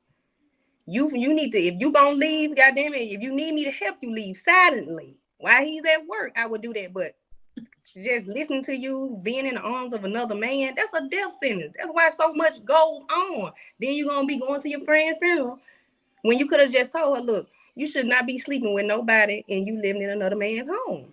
Kelly, can I ask you this question? This person this woman that's sleeping with another man but living in a man's home, the reason why she haven't departed from that man that she's living with is not sleeping with him. But I'm saying if she were to call me and tell me that happened, I wouldn't be like, you're a hoe, I can't believe you slept with her. I would listen to her and hear her out. I wouldn't just deem her a hoe and block her. No. Okay, so why is she still with this man? Honestly, she's from Nigeria. Her family is still in Nigeria. He keeps track of all the money. He doesn't allow her to work. He doesn't allow her to leave the house. If we want to hang out, I have to come over there when he's home. She cannot leave the house to go anywhere. If she left, what would happen? With no money, with 3 kids. So she's kind of stuck. She has no family, no support. Friends here. He keeps track of them. So she need him. She needs him. But she don't want him. Don't start that. No, she could leave. She could leave. She could file for divorce if she wanted to, and she'll get what she duly deserves in the court system because the court system will take care of her like they normally would. So that's no excuse. She don't need that man. She needs that money. Yeah. Yeah, she just now to sit there and say she got her fell into another man's arm because he was doing all this. That's some bullshit. She wanted to cheat. She wanted that straight dick, and if that's what she wanted, so be it. Okay. Plus, a lot of women think, you know, men being in control and stuff like that is like cute up front. Oh, he got this, he can do this, he can do this, and then you stuck. Like, so now all of a sudden you stuck. Oh, I got 3 kids by him, and I can't do, like, you knew the man, like this. You know who you're getting into. No, in Nigeria, they choose the husband for you. He came to court her from America. He was Nigerian. He built a house and a home over here, got his business established. He makes really good money. He came over to her, met her for 2 weeks, married her, and moved her here. So there really was no getting to know. That's just their culture. And if you come on my show on Wednesdays, Bridging the Gap, you find there's different ways that people unite in different cultures, dowries. It's not about, oh, I got the chance to know him. Sometimes like this is who my parents chose for me and I have to deal with it. So now that she's in America, things are a little different. Women have rights where they didn't in Nigeria. So in Nigeria, it's okay if your husband slaps you. That's fine because you're his property. So does this woman live in Nigeria currently as you speak? Yeah, here in America now. I was gonna. So then take advantage of the American government, like every other woman does. What? I just feel like Kelly, I wouldn't even take advantage of it and file for divorce like every other. Look at her. I think the government gonna take care of her. We gotta start transitioning to the media. Points, but like there's real life scenarios that it's not just so easy to walk away from. Sure, she could get up, pack her bags, and walk away. What is she gonna do with 3 little kids that are under the age of 8? Do like every other woman does. File for child support. Which is what you guys hate, right? So if she's getting abused and all this stuff, if he was a controlling type dude, look here, I don't have no problem with child support. I understand why child support was established. There's a reason for that. A dude like that probably needs to be on support because he's not going to do anything he needs to do just to try to control her. If she got a controlling dude, why she married this controlling dude? She didn't realize he was a controlling type dude when she got with him? It didn't seem like she had to say, but at the end of the day, I mean, was she absolutely forced to marry this person, or could she have gotten out of her, you know, her culture and come to America and do what she wanted to do? But that's the thing, like these cultures and everything, women know what they signing up to. Like I was saying earlier, I had options to be with people that's giving me a contract. I'm gonna look at that shit and be like, okay, well, I don't think that's gonna work because you're this type of person. So you still like, she has to be mindful. Anybody just has to be mindful of what they're choosing. I feel sorry for her, but at the end of the day, she knew what she was getting into. Again, she's over here in the States. She can utilize every resource she has to do. They're going to take care of her. Not a problem. All right, let's go ahead and move on. We have fast super chats come through. Ray Alexander, $10. I agree that men should date women they can afford. If a man can afford an educated professional woman, then he should stay in his lane with women on his educational and socioeconomic level. King Stephen, UGD, 499. When speaking with women, they take in the comments like hit dogs. They talk in the comments like hit dogs. Ines Luby, 449 says, tired of the ladies without a cap. Can we stop the cap and just let Mommy 3 read the super chats? Mommy 3, I got 2 more. Go ahead. It's all you.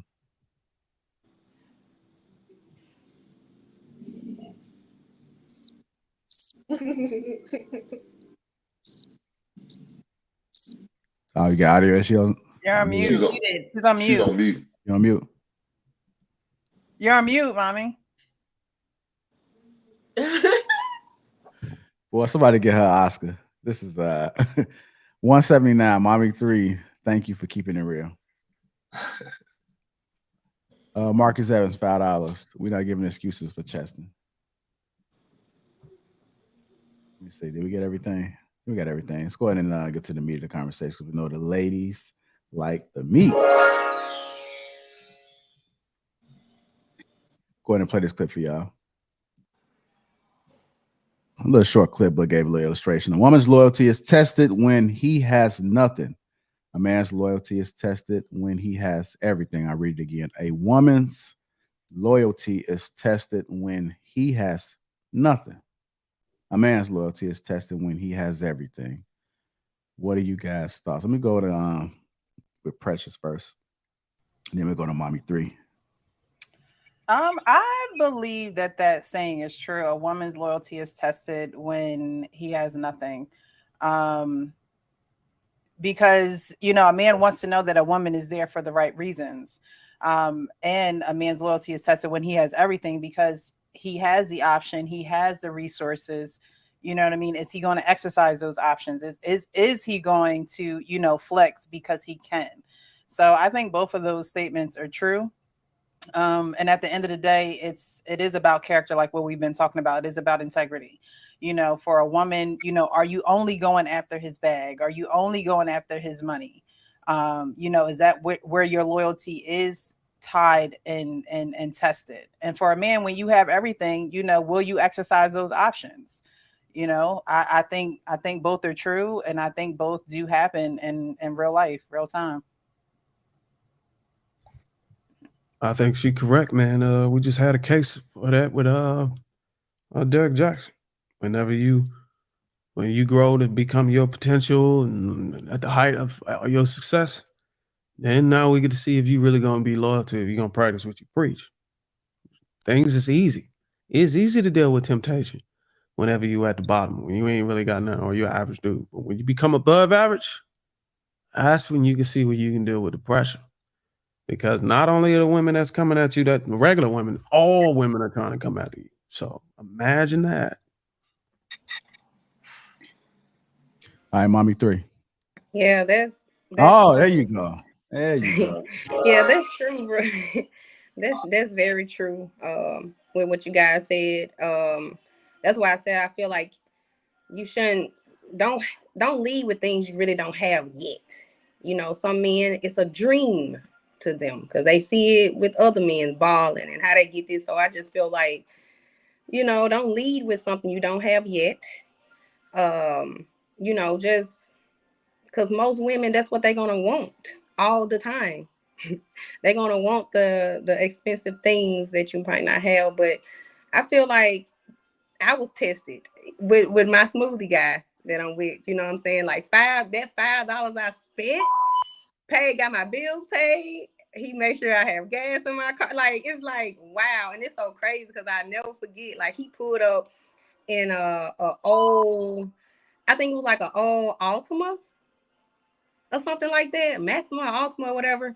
And me and him still dated and everything else. And one day he invited me to his house. He had a big ass house, nice new Cadillac truck. And I was like, I wonder why he didn't come in that. You know what I'm saying? Why he came in he was like, this just like his little ride around car because he don't like to spend a lot of gas with his truck. And I was like, wow. So I just really I spent $5 that he had plenty of fives. You know what I'm saying? What I'm so talking about. that one little thing that I did, it was like, he said, man, that's what I was looking for. He said, I never date a city girl again. He said, I love me a good old country girl. Yeah, that's what I'm talking about.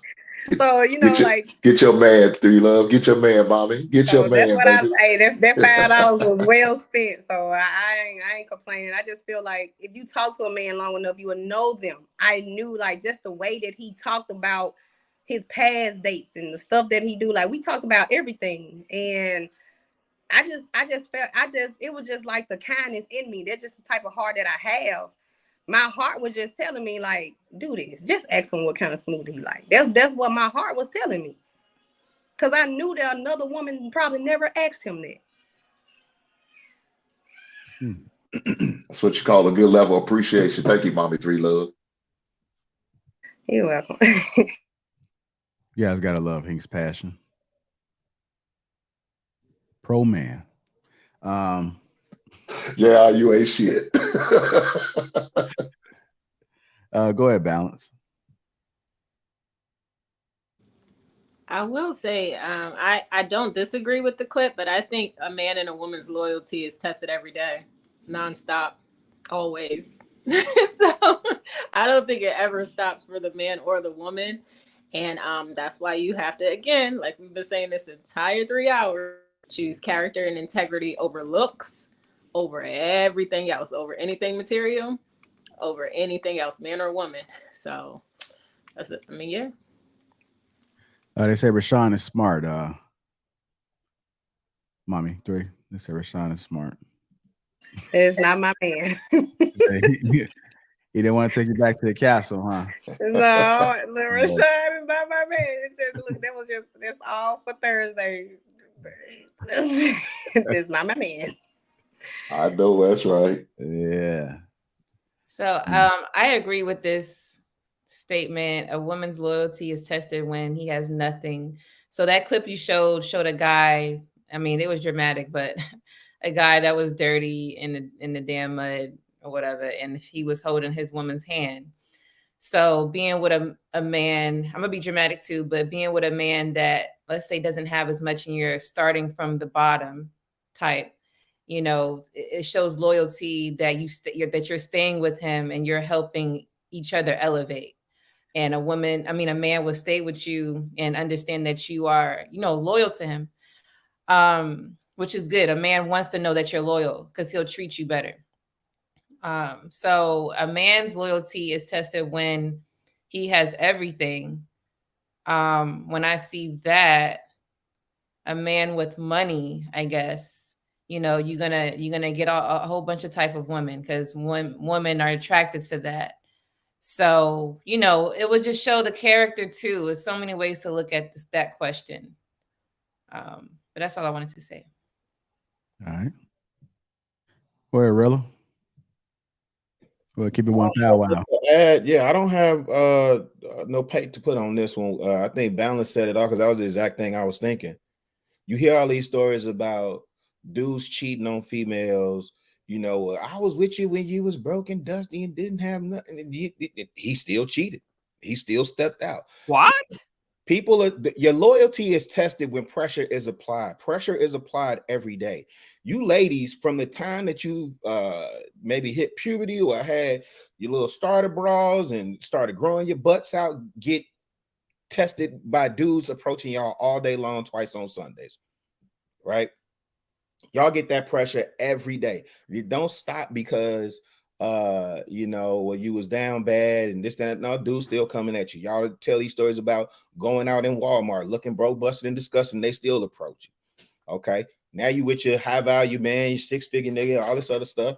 And you hear these other stories about women stepping out with the pool boy. Right? So people get tested all day. It's what's in you, not what's on you. What's your character like? What's your integrity like? Where your morals, where your principles, where your values at? Is that pressure coming every single day? May show up in different forms and fashions, but it ain't waiting until, you know, for women, it's not waiting until the dude is nothing, he ain't got nothing. Can you stay down with him? Right? It's not coming, gentlemen, when you got everything in the world. You got everything. You got the house, you got the resources, you got the accolades, you got the prestige. That pressure ain't waiting until then either. Your integrity, character, and loyalty get tested every day.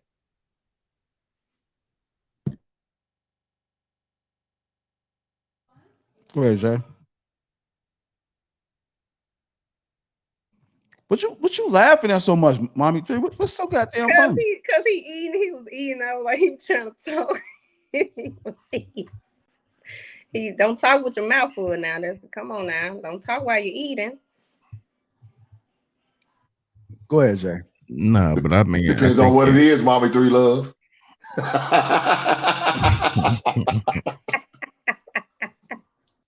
I think in hindsight, you know, that's absolutely true. You know, it feels great to have somebody that's there and rocking with you and see your potential when you not at your best. You know, when you hit your obstacles and you're down and you're, you know, not your best self at all. You know, it's good for somebody to hold you down. But I mean, I do agree with y'all saying you test it every day in certain situations, because, you know, like you notice when you're in a relationship, period, that's when all the women come out with, for men at least. It's like women just smell when we're in a relationship. So outside of us just being, you know, wealthy and well off and our best self, when you're in a relationship, women smell it on you. And those tests come at that time as well, not just, when you're up. So you have to, that's what builds character. Character is not built by, character is built when you have options and you have to do the right thing. And the right thing is not always the best thing. Okay. I got another video I'm gonna play. Go ahead, Lady Di. You came out the mic. I was gonna say, men and women's loyalty is different. So if you ask a man, a loyalty from a woman is she's not messing around with other guys. But then you hear men saying that their loyalty showing to a woman is not about who he's messing with. It's about how he's providing for you. So for the men in the panel, is that true? What was the question again? She said, for women, men will say that women's loyalty to them is for them not to ever get a box away. It's like Method Man said in that song, like, never ever give my kitty away, keep it tight, all right?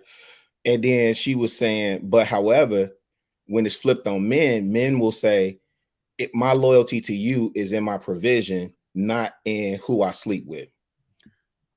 Hold on, that's bringing up my next Oh, okay. video. I mean, it's all tied in together. See how that works, man? Yeah, because I didn't say much because I understand there's like a difference. So I wanted to like see if y'all was gonna say it, but that's a question. So you could. All right, I'm gonna go ahead and play the clip, and then we go ahead and speak on it. We have to be loyal, right?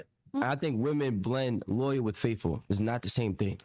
I'm loyal as long as I take care of the bills, I take care of whatever I'm taking care of, whatever I told you I was going to do. I never broke that agreement. But I cheated, right? I had sex with another woman, but I still like cheating, and it don't matter. Then my cheating is not being loyal. My cheating is just being unfaithful. Boy, these young dudes, boy, Lord Jesus. Hey man, what is wrong with these dudes? I knew that was gonna strike a nerve. I knew that was gonna strike a nerve And right we there. do some leg gymnastics on this type stuff, man. This is we got JI, you out here doing God's work with this. Yeah. Oh, this is balance. Balance is your topic. I'm sorry. Okay. Well, JI, you doing God's work, brother. Somebody answer that. One of y'all guys answer that question. What do you think? And clarify it. Bruce. Hey man, let me say this. Let me just say this real quick. Everybody say, go ahead, Bruce. Bruce, go ahead, Bruce. Man. Go ahead. I mean, if you want to look at it technically, the dude is right. What do women value? Women value a man to be able to provide and protect. As long as you're not taking that away from the household, you're good to go. But I mean, this loyalty thing, what do men value? Men value a woman to be loyal to him and respect him. So she's taking that outside of the house. Huh? Is that what all women want? Look, be careful with that word all. I'm talking about Bruce, be careful with that word all. Okay, so did I say all women? No, you didn't say all, but she tried to throw it on you. She tried to throw you one a little monkey. She trying to pull one of my numbers, but you said it though. I'm just telling you what you said. No, I was asking. Like I was just asking. Yeah, she coming back at your neck, Bruce. It's a get back. It's a get back. Ain't nothing wrong with that, Mommy 3 Love. I know what you're doing. So the thing that women don't understand about men, they're not naturally monogamous. Monogamy for a man comes with his own choice to be sexually disciplined. It isn't restricted or conflated to where his ability to bring his value into the household. His value will still stand regardless of what he do. You know what I'm saying? If he want to discipline himself, and for that woman, that's even better for her. But it's not necessary for him to be able to accomplish the things he need to accomplish in his household. But sexual discipline today, society is preaching that. So men are starting to be more compelled to be within those guidelines or within those principles.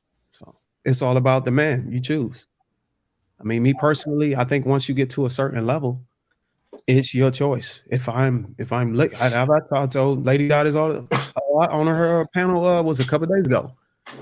If I'm anywhere close to 500 million or better, I'm just not gonna be monogamous. It's just not happening. Yeah. You know what I'm saying? If I'm part of less than 1% of men in this nation, I'm not gonna behave like 99% of the men. You know, I've earned my right. I elevate myself to a level of power to where I can be able to do that. Every man can't do that. So you got these guys working at Lowe's talking about, oh, I don't want to be monogamous. Can you afford not to? What?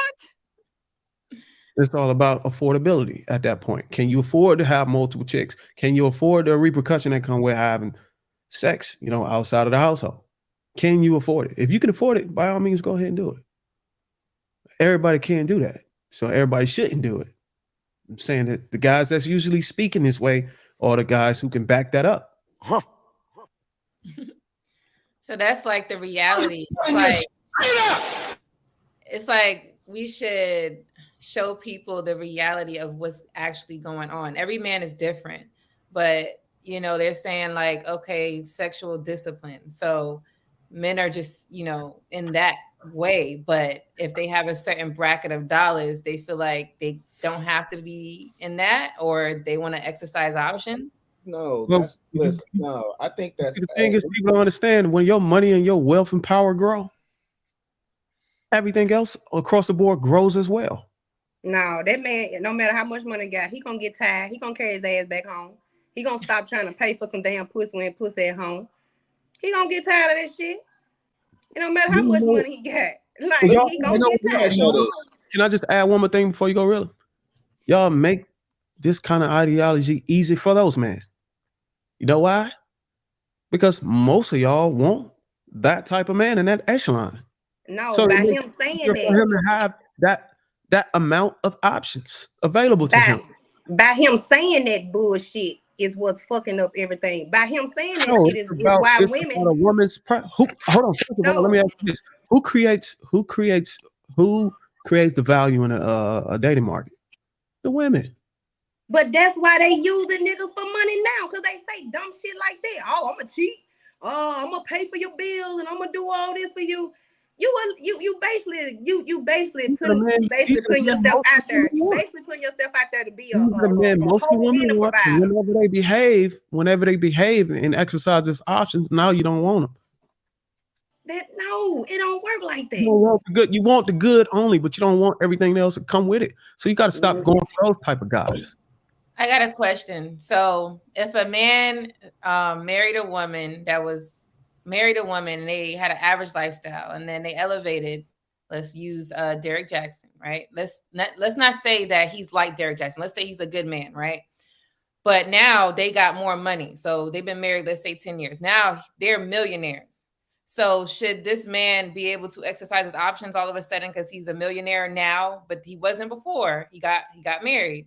So should he be able to exercise options now after 10 years of marriage? It depends on that man. Depends on the understanding they have in the relationship.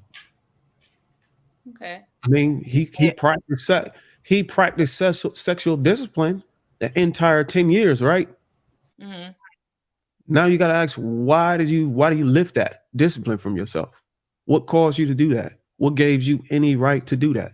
So you have to have a conversation with your wife and get an understanding. But for me, if that was me, once a man practiced sexual discipline, he's able to conquer his desires and stuff like that, he's good to go. So how much money do a man gotta worry about that? But So I'm referring to women out here that's going after these guys. So and then how when much money do a man need to make? These millionaires and all that stuff, and they think everything is all fine. No, it's not easy. You can't have it both ways. But that was a point. I'm glad you answered it like that. I heard was that he's saying a man that did practice sexual discipline for 10 years, he ain't going to be going out there, especially if that's what y'all practice and, you know, respect and everything. Yeah, Y'all you just finesse your wife. And like I tell him, Derek Jackson, shame on him for doing that. You know, he chose, but see, the thing is, in that case, you just pointed out, I think both of them actually built that wealth together, right? Mm-hmm. So that's a different circumstance. But Derek Jackson, I think it's safe to say he built that on his own. And when he chose that woman, I think he chose her when he was in high school, right? Mm-hmm. He picked the woman based off of his insecurities. And when he outgrew his insecurities, when he became all powerful and mighty, he could not endure the temptation and the pressure that came with that. So you think like a man can cheat if he makes a lot of money? That's why I tell women on my panel, it's dangerous to date a man when they at the bottom. We live in a society today where you can go and take care of yourself for a matter of time to where you can go wait for a man at the finish line. You don't have to wait till a man get established. Yeah, that's good. That tells a good story. It looks good on Disney, but that ain't reality. I am not telling my daughters to go do that. There's some fuck dudes out here. So if you want a man, go find a man that's established. You're gonna have to date up. You already have a hypergamy mentality. Use it. Mommy, but you got to market yourself. Huh. There's men who have money and they're gonna tell you that they're gonna mess around. Don't get Yeah, and that's why I want to ask him. But that's why I want to ask Bruiser, how much money do a man need to make to go get some pussy on the outside if he's married? It depends. Wait, what? It depends on that Why man. you want to be worried? Well, you want the man to take care of you, and you want to worry about what he's doing on the outside. I'm saying, like, how many things is your mind gonna be on as a woman? I feel like that's when it comes down to trusting your man. It don't matter. Right, he cannot have no money. If a man can make a woman feel comfortable, if a man can make a woman feel comfortable, why is she even worrying about when he steps outside that door? Why put that extra? That's what I'm saying. Women want to know everything. Women want to know everything. Like, why, if this man is making you comfortable, and I'm not saying that cheating is right. Yeah, I'm not condoning it. I'm not condoning it. But what I'm saying is that shit might happen. It just might happen. Yeah, it just might happen. But I am not going to Monday, Tuesday, Wednesday, Thursday, Friday, Saturday, Sunday be like, oh my God, today might be the day because he making all this money. No. Oh no, I'm not saying that. I'm asking a question where he said, like, if he gets to this certain bracket, that's when he starts cheating. That's what I'm asking. Look, all men cheat, all women cheat. I'm not saying that you should put a track on a man on his cheating. Long as you doing your job at home, it ain't gonna fucking matter.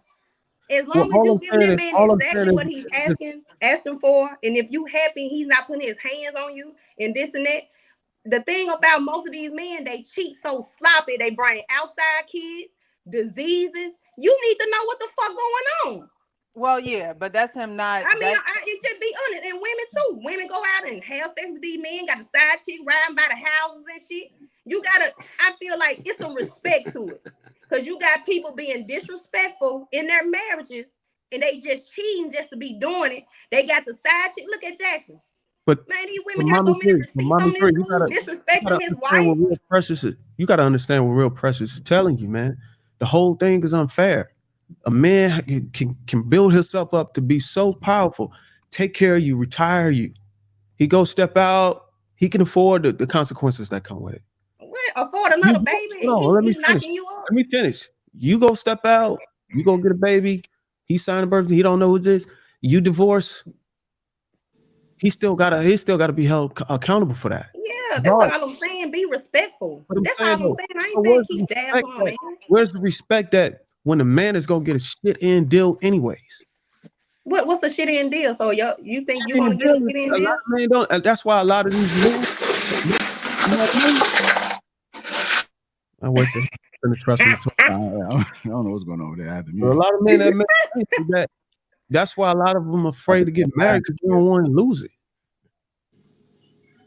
But they still want to, they still want to exercise their power. But they don't want to. They want like it's a matter of respect to cheating.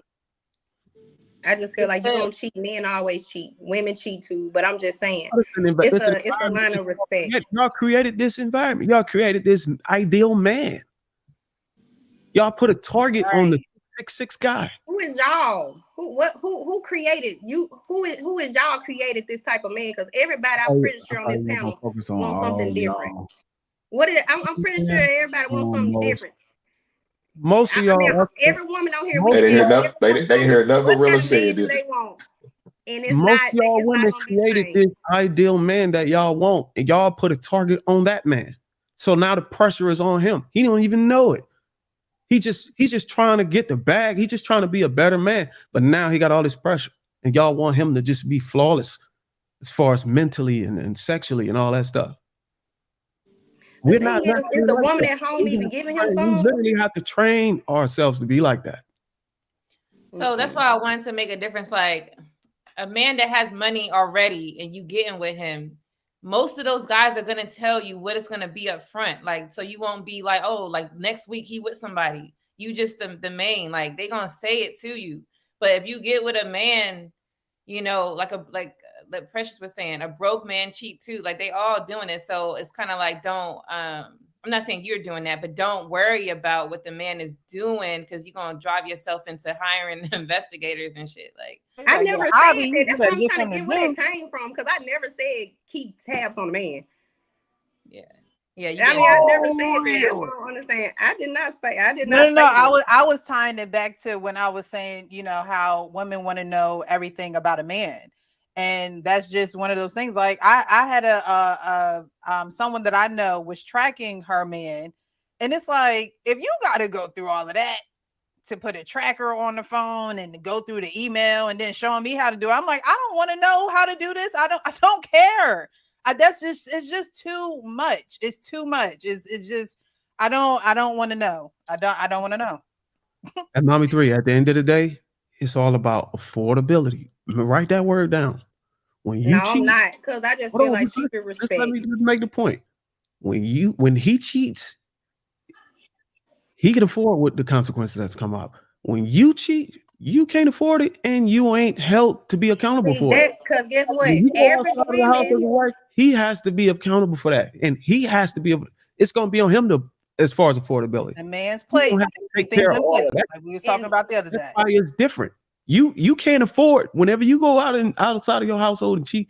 You can't afford what comes with that. You can't afford to bring in kids in the home and take care of kids. Right. That man has to do that. And the man anyway has to do that. So that's what I'm saying. It's all about what can you afford to do? You can't knock it if you can't afford it. You just got to play your role or find another man. But men, a lot of men, y'all stop embarrassing y'all wives with these sloppy women. They're gonna expose you and put screenshots of you. Don't disrespect your home like that. That's all I'm saying. Hold on, mommy. Let me do you one better. I don't even think we realize the fact that we keep saying cheating. Like that's not problematic. Like we're literally saying when you get to this certain income bracket, you can afford to cheat. Just expect everything that come with it. Blah, blah, blah, blah, blah. Then where's your integrity, character? And see, this is what I be saying for the young. Where is your Tell her off the rip. I tell this story all the time. My man Chef, not Chef that's on YouTube, but my man, my guy. Chef, when we was in Atlanta, I remember being at the crib. He had one girl leaving, another one coming in. They met each other at the door. Brought the other girl in, walked the other girl to the car. The other girl came in. They chopping for the rest. I said, damn, how you pull that off? He said, man, you'd be surprised he didn't say what you could get away with. He said, you'd be surprised what you could do when you just tell the truth and give them the option. See, if I sit down and have a conversation with my lady and say, hey, this is what I'm into, this is what I'm about, this is what I want, blah, blah, blah, blah, you rolling or not? But the truth of the matter is, we rather manipulate, sneak, duck, dodge, hide, all that. That dude said a whole bunch of word salad on some bullshit. Thank you. He's saying loyalty and faithfulness it's not synonymous. He even said in the video, cheating. He said something about cheating. I was like, dang, do you not realize that if you got to cheat, you're being manipulative. You're not even being honest with yourself as a man. Who are you that I got to lie and cheat on you? Thank you. Listen to what I said, fam. Who are you that I got to lie and cheat on you? If I'm the man that I say I am, this is what it is. This is how I am. This is how I roll. Now, if I say I'm going to be monogamous and only deal with you, and I don't do that, I'm not being loyal. Ain't no separate loyalty. There's one type of loyalty for men and a different type of loyalty for women. Come on, man. We got it. That's why I enjoyed taking that little breather and just stepping away so I could function in the real world and then come back to put some paint where it ain't. Because this stuff sounds crazy to me. Because in the real world, listen, we did a lot of talking about the top 15%, the top 10%, the top 5%, top 1%. We talked about all of their habits.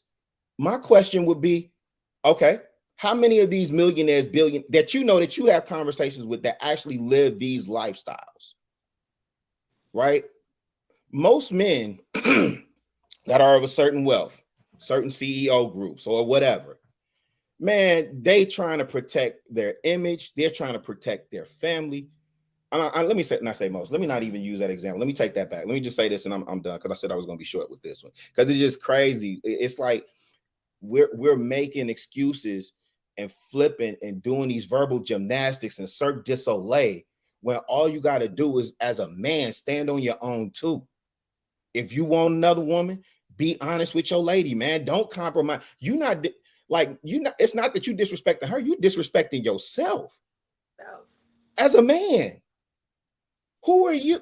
Who are you that I gotta lie, cheat, and manipulate you? Now, I'd rather just give you the option. If you cool with it, cool. And if not, man, we can keep it moving. It is what it is. No harm, no foul. Really, I get what you're saying. That it needs to be stated in the beginning. Yeah, that's fine and dandy. But some of these women, I feel like you don't need to say nothing. Like they should know.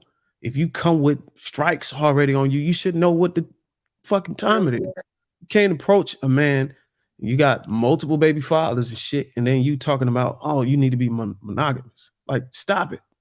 Like, I don't need to say that I'm gonna be monogamous to you. You got legacies already. You got other men put legacy in you already. So just stop. This ain't about her. This is about you, is what I'm saying. I wouldn't care if she had five. She could want what she want. If she has 7 kids by 7 different men and she come to you and want to make you the 8th, you have every right to say, nah, that's not my speed. That's not what I'm on. That's not my type of time, baby girl. I appreciate the offer though. Right? I'm just saying, listen, all I'm saying is you got to still realize, I get you want to put it on a man, but a lot of these women are delusional, man. A lot of these women think that they have the same value and they qualify for the same man after they've been ran through and got all these kids, bro. But it's about the man, because the man is picking your woman. It's about the man. You picking that woman that you choosing to be with and then go cheat on. So it's gonna be about the man too, because you pick your wife. And y'all wonder why you ain't overseas. Nobody pick your wife for you. Nobody pick your wife for you. Reason why she got 5 on her 5th husband, because she's probably delusional too. But but you pick your woman. Ain't no woman ain't putting nothing up to your head to make you be with her and make you marry her. You pick your woman, man. You gonna propose to her. She ain't proposing to you. I'm just saying though, listen, I'm saying a lot of these women that have these entitlements, man. Frozer, can I say these entitlements is very unrealistic. I get it. Everybody want to feel like, you know what I'm saying? Y'all don't look at y'all value like that. I understand it's an insecurity. You know, it takes a lot of courage to be able to just say to yourself, I don't qualify for these men. So if I do get picked, I got to be able to deal with it. I just need to be lucky I got picked. I agree you get to a certain age and your value becomes lower. You're just going to have to share. Well, I agree to a little bit what he's saying about, like, let's say a woman who is extremely overweight, but she wants a man who's fit and stuff. Like, that don't match. Like, you should want kind of similar or find someone that's going to help you work out. So I get that point. Just be lucky you got picked by this guy. That's all you can do is be lucky. But you're going to have to share. I don't know. I think in a perfect world, what Rilla was saying, you know, I agree that men should be upfront and, you know, say whatever they have to say for as far as whatever they want. But that is just not the case. You know, men aren't being honest about, you know, stepping out or exercising their options, as we were saying. You know, they're not necessarily being honest and going to their woman and saying, hey, I would like to exercise the option today.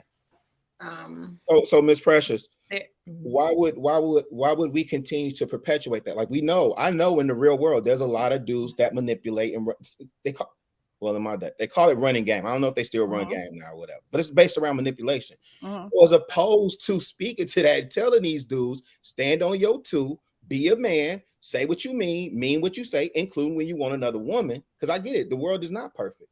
I'm going to continue to tell these young bloods. Because men in their mind think that women can't handle the truth, right?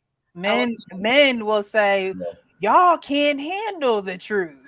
So are they really going to be forefront about exercising the options? Because we can all day on here Sunday till Monday, Tuesday can tell these people, hey, look, this is not what you should be doing. And it is not. But at the end of the day, are they going to do what they're going to do, especially if they have this notion that women can't handle the truth? See, this is the one thing I not to you, but this is the one thing I hate since the late great Kevin Samuels introduced this exercise and options piece. The key part of that, most of the dudes that are running around talking about exercise and options don't even qualify in the bracket of people that he was talking about.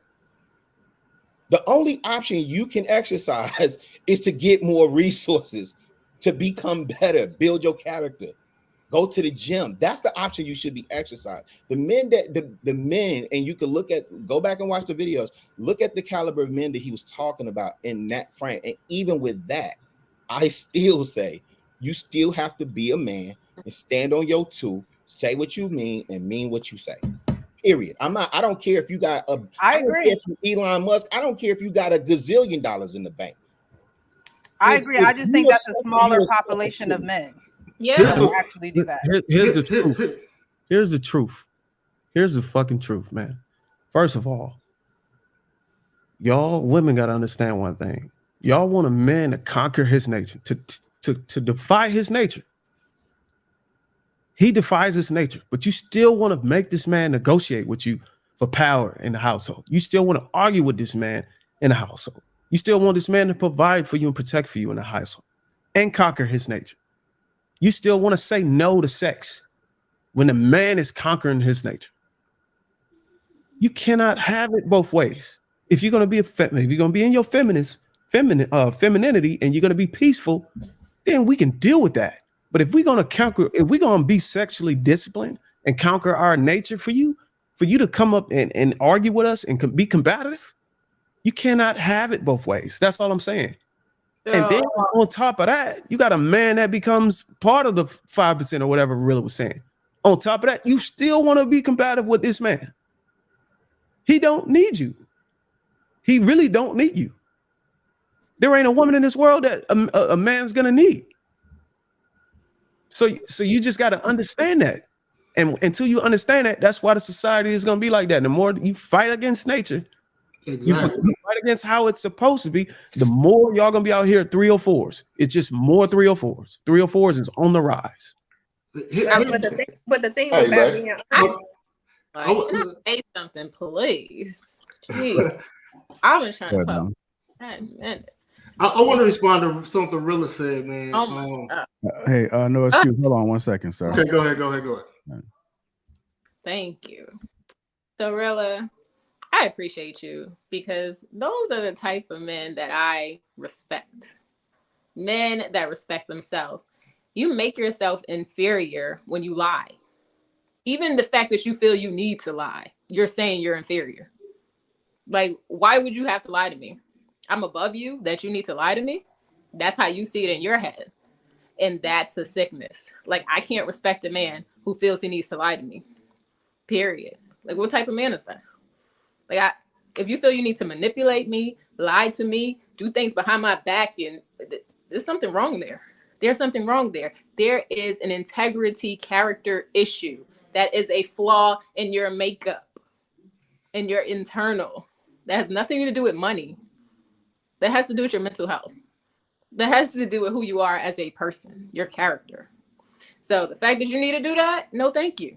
It's not even about if you want to exercise your options. We can't even get to the conversation if you're a liar. Like, what are we talking about? You can't even graduate to that level because you can't even keep it real. And the men that can keep it real, they don't have them problems. They can be honest. And for whoever's saying men don't have those conversations, they definitely do. They definitely do. And they know how. And women respect them because they do, and they know how, and because so many men cannot.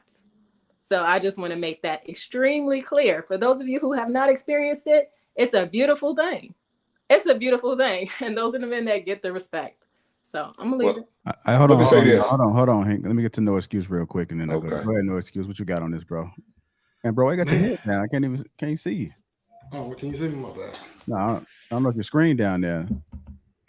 Okay. Yeah, I was kind of debating about bringing you up. You like a shadow. Okay. Yeah, maybe my light, man. Maybe my light, but I don't know what type of light that is. It's dark as your face. The light is the clothes. So here's my thing, and I understand about the integrity thing. When it comes to women, always say be honest from the beginning if you want to, talk to multiple women, things of that nature. But men, lots of men, I could shoot at 100 women. 99 of those women are not going to be down with that in general. So to a man, most women shoot down, anything that has to do with sharing another woman. So men already know this coming up front. I could see if statistically maybe 3 out of 10 women or 4 out of 10 women go for it, but 99.9% of women don't go for it. So naturally, a man is going to have to do what he has to do, and that's just not to be upfront. Now, we're speaking up on American culture. In African culture, especially a lot of West Africans, the women already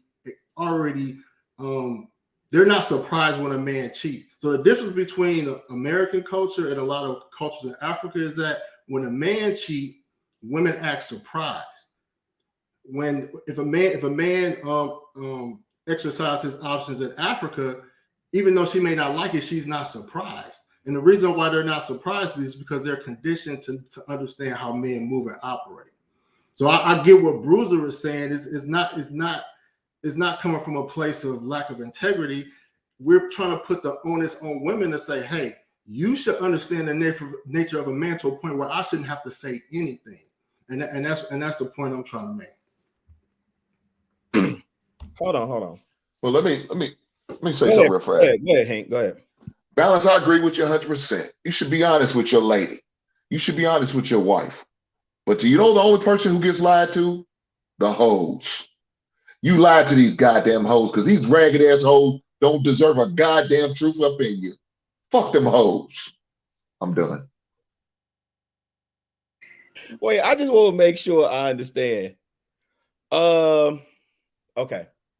So we keep saying this word cheat. Can you cheat on your taxes or something like that with impunity?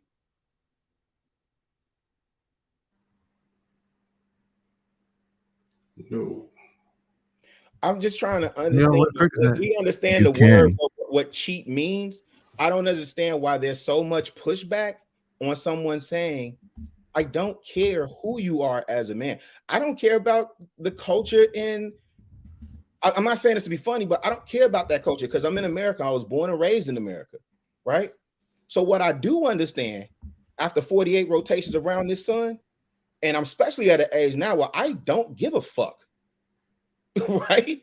If I had that mentality earlier, I would have had a different trajectory. And if I could tell a young blood anything, it definitely wouldn't be, listen, man, you could run down. First of all, dudes ain't approaching females like that. Number one, it's only a certain number of men that will approach a woman like off bat, cold, just I ain't seen, she walking by whoop-de-whoop. But here's the other thing. It's so easy for people to hook up. We're in a hookup culture, bro. What do you have to lie about? If you telling half these girls are on the same type of time you want. Matter of fact, if you talk to a lot of these younger chicks, they'll tell you they think they hit men. Not hit physically. I'm talking about like sleep with, like how we say I hit that. She tip I hit that. She got a roster. You got a roster. Just help me understand that part. I disagree with that. Lie about. I want to say. So I know. Oh, go ahead. Oh, go ahead. Go ahead. So I understand what Bruiser and No Excuse was saying. Like, women are not gonna just. I'm gonna agree with that. I'm gonna agree with you. Messing around. No, honestly, we are an American culture, and Americans, we don't do that here. But the man's nature is what I'm understanding is what they're actually talking about. So naturally, men are not really supposed to be monogamous, if you want to be clear with that history, right? So today, it's like they can't be honest and say it because women ain't going to be down with it. So it's like, should I be single and not have a family because I can't be myself? Or, should I be with the woman I want, but she just going to know later on I'm going to be messing around. So it's kind of like, it's weird. It's a weird situation. So I don't know about that. Here's my point. No, she right, bro. Because you got to think. Wait, hold on. Because to me, it yourself, we had a brand in the woman to the point where you're saying based on the fact, if I told her the truth, which is I want multiple women, she not gonna go. Good. You know that's not for you. Right. What you gonna lie and cheat and connive and this, that, and the third, and then try and justify like you a stand-up dude? Thank you. I'm confused. But historically, confusing me. Historically, cheating was not, however you want to put it, having multiple or extramarital affairs was not for the average man. It was always for the man with means. It was always for that top 10%, whether it's in current society or societies back when it was monarchies. Women have historically, and you see history repeats itself. Women are fine being single, and they only will make themselves an option to be with a man with multiple women if he's in the top 1%. So that's why back in the days of the Vikings and things of that nature, all the kings and all the the monarchs, they all had wives and multiple women, and the guys that were left out were pretty much the 99%. So the point is that the average man shouldn't be. I mean, nobody should be cheating, but the average man shouldn't be cheating. When it comes to a man at a certain level of percentage, historically, outside of American culture, all wealthy men have more than one woman. That's just a natural thing. All right, but hold on. All right, go, bro. Go ahead, Jay. What you just said is the average man shouldn't be cheating. Like, who are you to say that? You know what I'm saying? It doesn't benefit a woman. It doesn't benefit a woman she could be single. Talking about the numbers. She could be single. That's why women say, I would rather be single than deal with a man that's cheating. They only accept it for a high value man. But go ahead. My thing is, a man can do whatever he can do, regardless, whether he's in the 1% or whether he's not even on the damn percentage list. He can do what he wants. You know what I'm saying? The reality is you have men out here thinking that they have to make it to a certain percentile to then exercise options. There's a nigga right now cooking chicken at Popeyes that has a house full of women that are in his mind, but they honor him. Why? Because he got it like that. Because he is that confident in himself that he has it like that. You don't need to wait till you a certain level to, you are who you are. I think part of the problem with men is that we try to exercise things that we are not out. Be who you are. Do what you can do. I can't do it. I got homeboys. I can't do what they do. You know what I'm saying? I got a homeboy. This nigga we walk in the spot. They on him. I'm not him. I got to work with what I was given and what I got to move how I move. I will never be him. Just like there's certain things I have that he'll never have. You got to know what your place is and what you can do. I agree with that. And I have a question for Bruiser and No Excuse, just for you two, because of what you said. How many women have you guys presented this to where you are asking them about exercising options? How many? I've never prevented. Never. Okay, No Excuse. How many women have you asked? I've mentioned polygamy with my wife. So just one woman out of your life? Yeah. Oh, okay. So this is what I mean. I think a lot of men are speaking for women, and I don't know where you're getting it from. You haven't tried it on your own. You haven't done it, so you don't know. You can't speak for us. And I think you're just making a lot of assumptions of what a woman will and won't do, and you don't know what you're talking about. and I'm a woman, and I have had conversations with many different types of men. And the ones that I respect are the ones that are honest. And you have no idea because you don't have the conversations. That's why I asked the question. Hold on, let me say this. So when I was dating, hold on real quick. You didn't ask us, did we have a conversation? You asked how many women did we try to do this with? No, that you had the conversation, that you try to have conversations with women all the time and men all the time on a weekly basis about this. No, I'm talking about where you're presenting it to a woman that, hey, I want to be with you, but I also want to exercise my options. Well, see, just because I don't want to do that doesn't mean I can't talk about it. Just because I don't want to kill anybody don't mean I can't talk about murder and homicide. You could talk about it, but you can't speak for women saying what they can and can't handle if you don't know. I can speak for women if I see a pattern. Yeah, you can speak your experience. That has so much weight to it, it becomes overwhelming. Then I can say something. I have that freedom, and I have it. I have that right reserved. Just like you can speak and tell me that I can't speak. Experience. You're speaking from what you don't know. Right. Listen, I'm speaking from what I study myself and show myself approved to talk on. I have conversations and I talk to people. I have conversations with people in relationships. I even go to I even sat on a conversation with Lady Di with a couple and had a conversation. I have these conversations with people to show myself approved to talk about it. And not only that, I understand what's going on around me. I'm very well aware. I just feel like they need to stop normalizing. It doesn't take for me to participate in polygamy to know what polygamy is. It doesn't take me to participate in monogamy to know what monogamy is, to speak on it. When I was dating a particular woman, and I would go out, let's say to the supermarket or out about, I would run into attractive women that I just naturally just wanted to shoot my shot with. And I'll get their number and I'll hit them up. I may text them and I'll ask them questions like, how do you feel about situations with no strings attached? All of the women would be like, no, I'm not interested in that. You know what I mean? And I'm a person that used to highlight a lot of women. You know what I mean? All women I came at like that, they was not interested. You know what I mean? Whether it was a no strings attached relationship situation or tell them I got a situation. You know what I mean? Are you cool with that? No woman that I've encountered was like cool.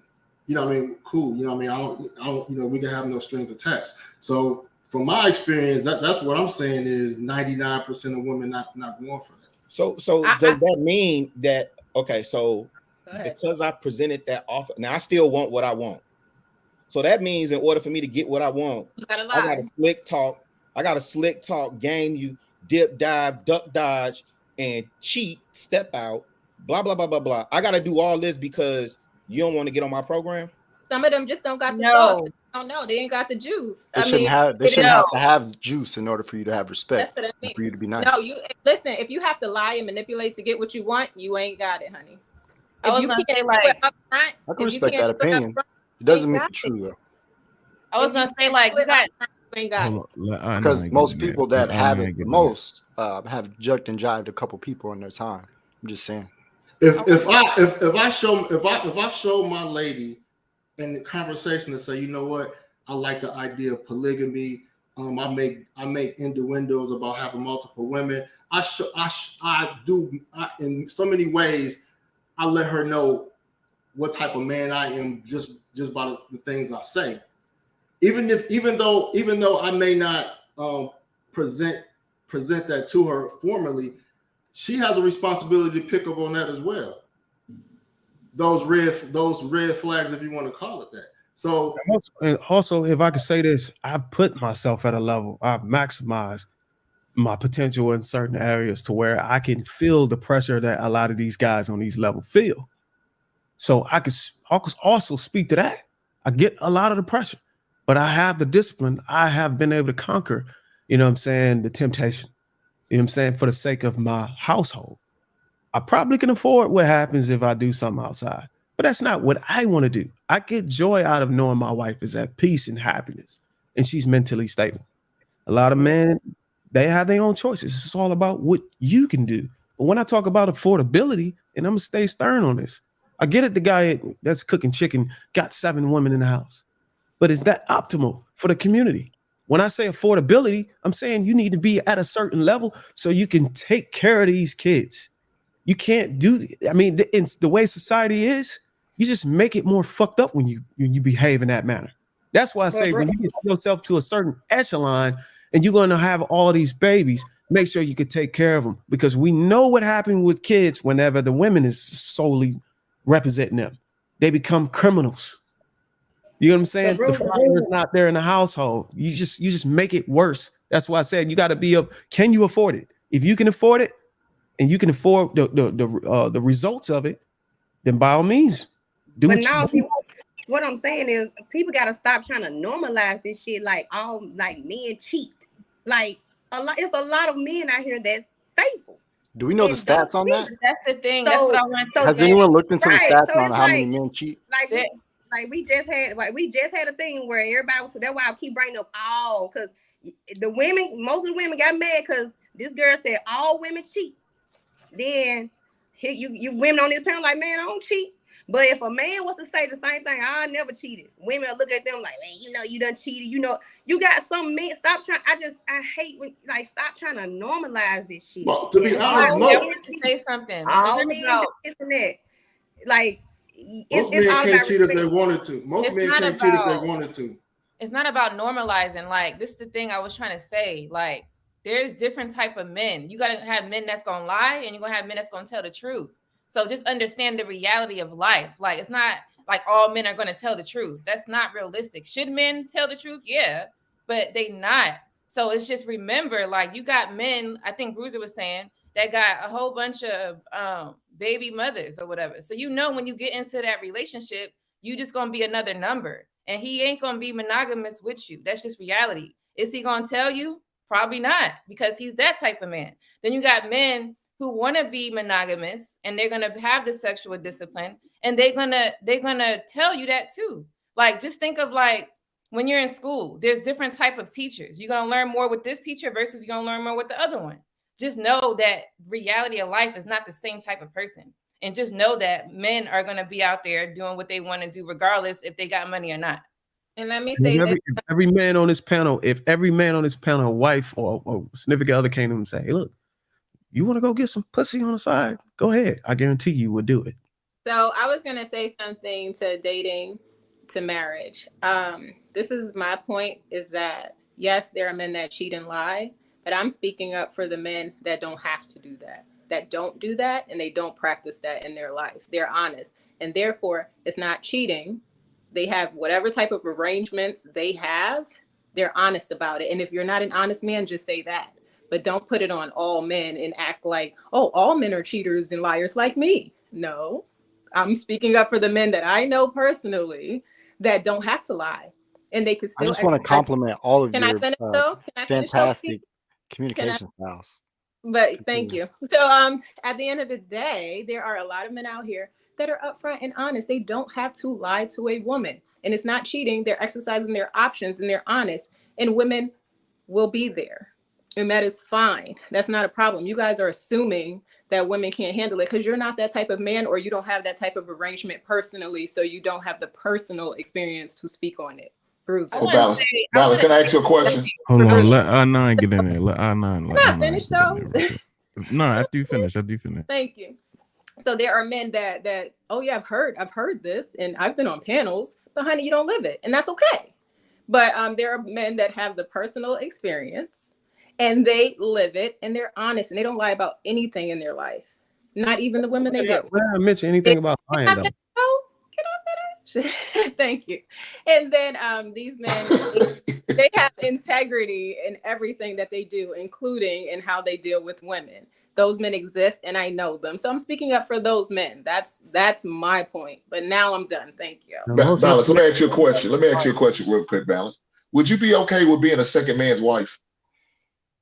You mean like polygamy? Like he's taking care of his family? He can afford to? I'm open to all types of arrangements. So if me and Real Precious was married, if me and Real Precious was married, and I say, Miss Balance, I would love for you to be the second wife in a relationship. You be okay with that? Anything's open for discussion. We got to have a whole family meeting. We got to have a whole what is the plan? What's the goals? We're gonna sit down. We're gonna have a contract and everything. Say it again. We're gonna sit down. We're gonna have a contract and everything.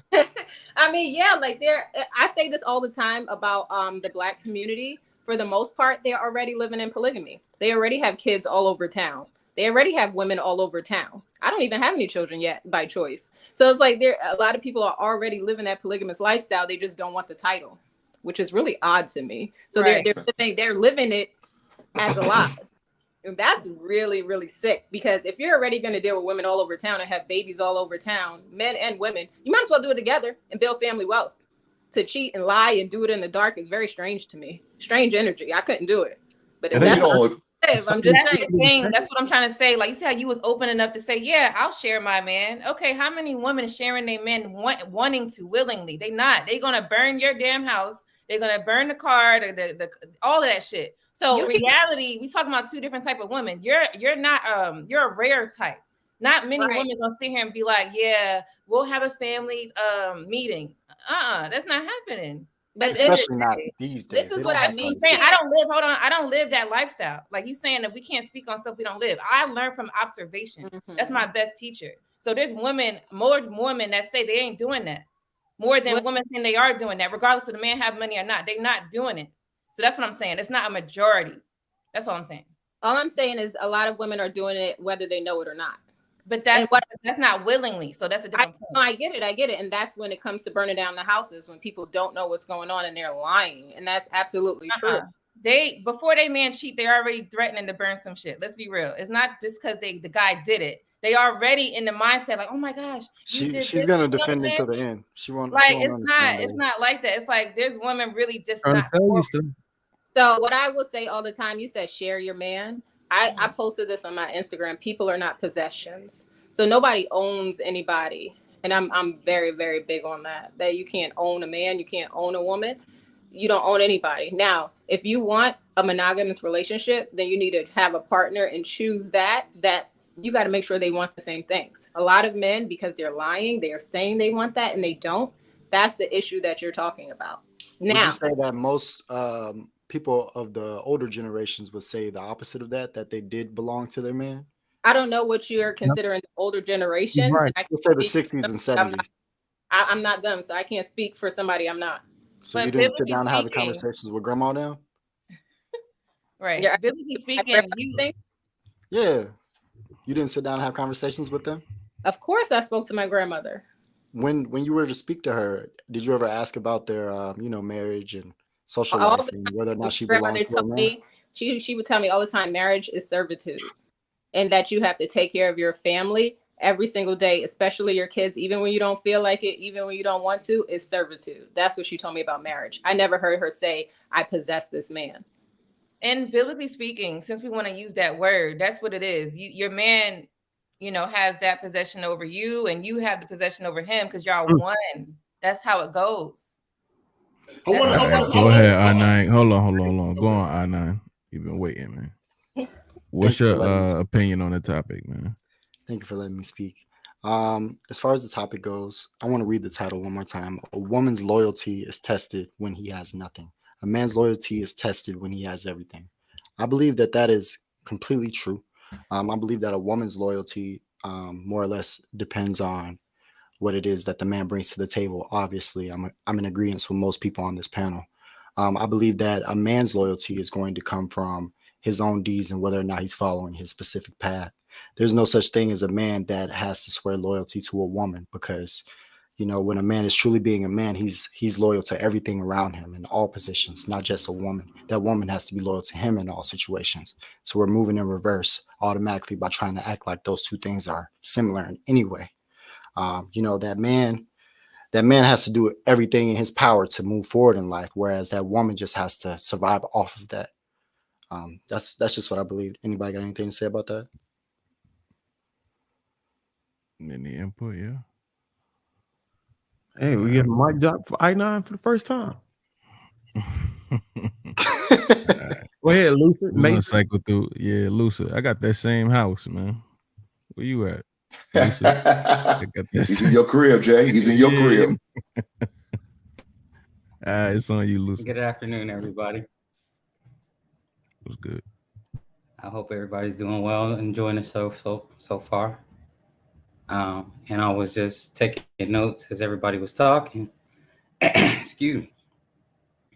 And my first question is to the ladies. Are ladies in general disclosing their body counts up front? You said, wait, okay. You saying are like all women should in general? No. In general, no. Okay. And there's a reason why I'm asking this question. Right. Because there's a lot of talk about integrity for a man and what a man stands for and his openness and his honesty after a commitment is made, and how a woman is deceived if he's cheating on her. And she's not given a choice as to whether or not she wants to be in that relationship or not if he's cheating on her. And I asked the question because in general, women don't disclose their body counts in going into a relationship. And knowing that if a man knew her actual body count, he probably wouldn't take her seriously in a relationship. So the Can we whole get point Pam I'm to making, come back on camera when you say that? She need to hear that.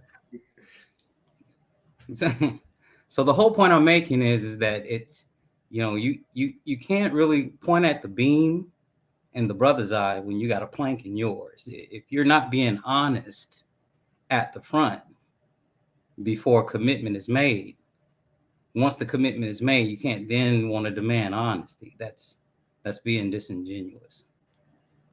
And then my second point was, and I have to address the men on this. As a man, I've been married 28 years. Celebrate our 28th this past 10th of December. Congratulations. Thank you. And my wife and I, we built a family. We have 9 children, all the old-fashioned way. And one of the things that's concerning me is when I hear about men championing cheating. Now let's look at the word cheating. Cheating implies deception. It implies deception. I believe Bruiser is a computer scientist, if I'm not mistaken. Is that correct? Shout out to you, brother. Right. I'm in IT myself. And you had to go through a lot of college education to be able to attain that level of academic accomplishment that you have, correct? A lot of math too. Right. And so we know, those of us in academic arenas, we know if we are caught cheating, most of the time we're expelled. That's right? true. Okay, so there's negative consequence that comes with that behavior. And so it's concerning when I hear brothers talk about cheating as if that is to be expected, but we also want the women in our community to respect us and follow us as leaders. We have to display the highest expectation of character in order for us to really be able to stand on the moral high ground when we address our ladies. If we are here champion cheating, then we're setting a tone for all kinds of calamity and disaster to happen within our community. So I do believe, I'm a firm believer in the scriptures, and I do believe that polygyny is allowed. There's biblical evidence of that. Polygyny is not immoral. However, to insinuate that women have to adhere to a certain standard when it comes to sexual behavior and men don't, that's ludicrous. Nah, there are rules for men and women when it comes to sexual behavior. So, brothers, don't cheat. Brothers, don't cheat. Last thing I want to say is that I greatly appreciate Lapeef. I appreciate all of you on the panel. I believe that these conversations are needed in our community for us to be able to have open dialogue about these things. And the difference of opinion is not necessarily have to be, hostile and contentious.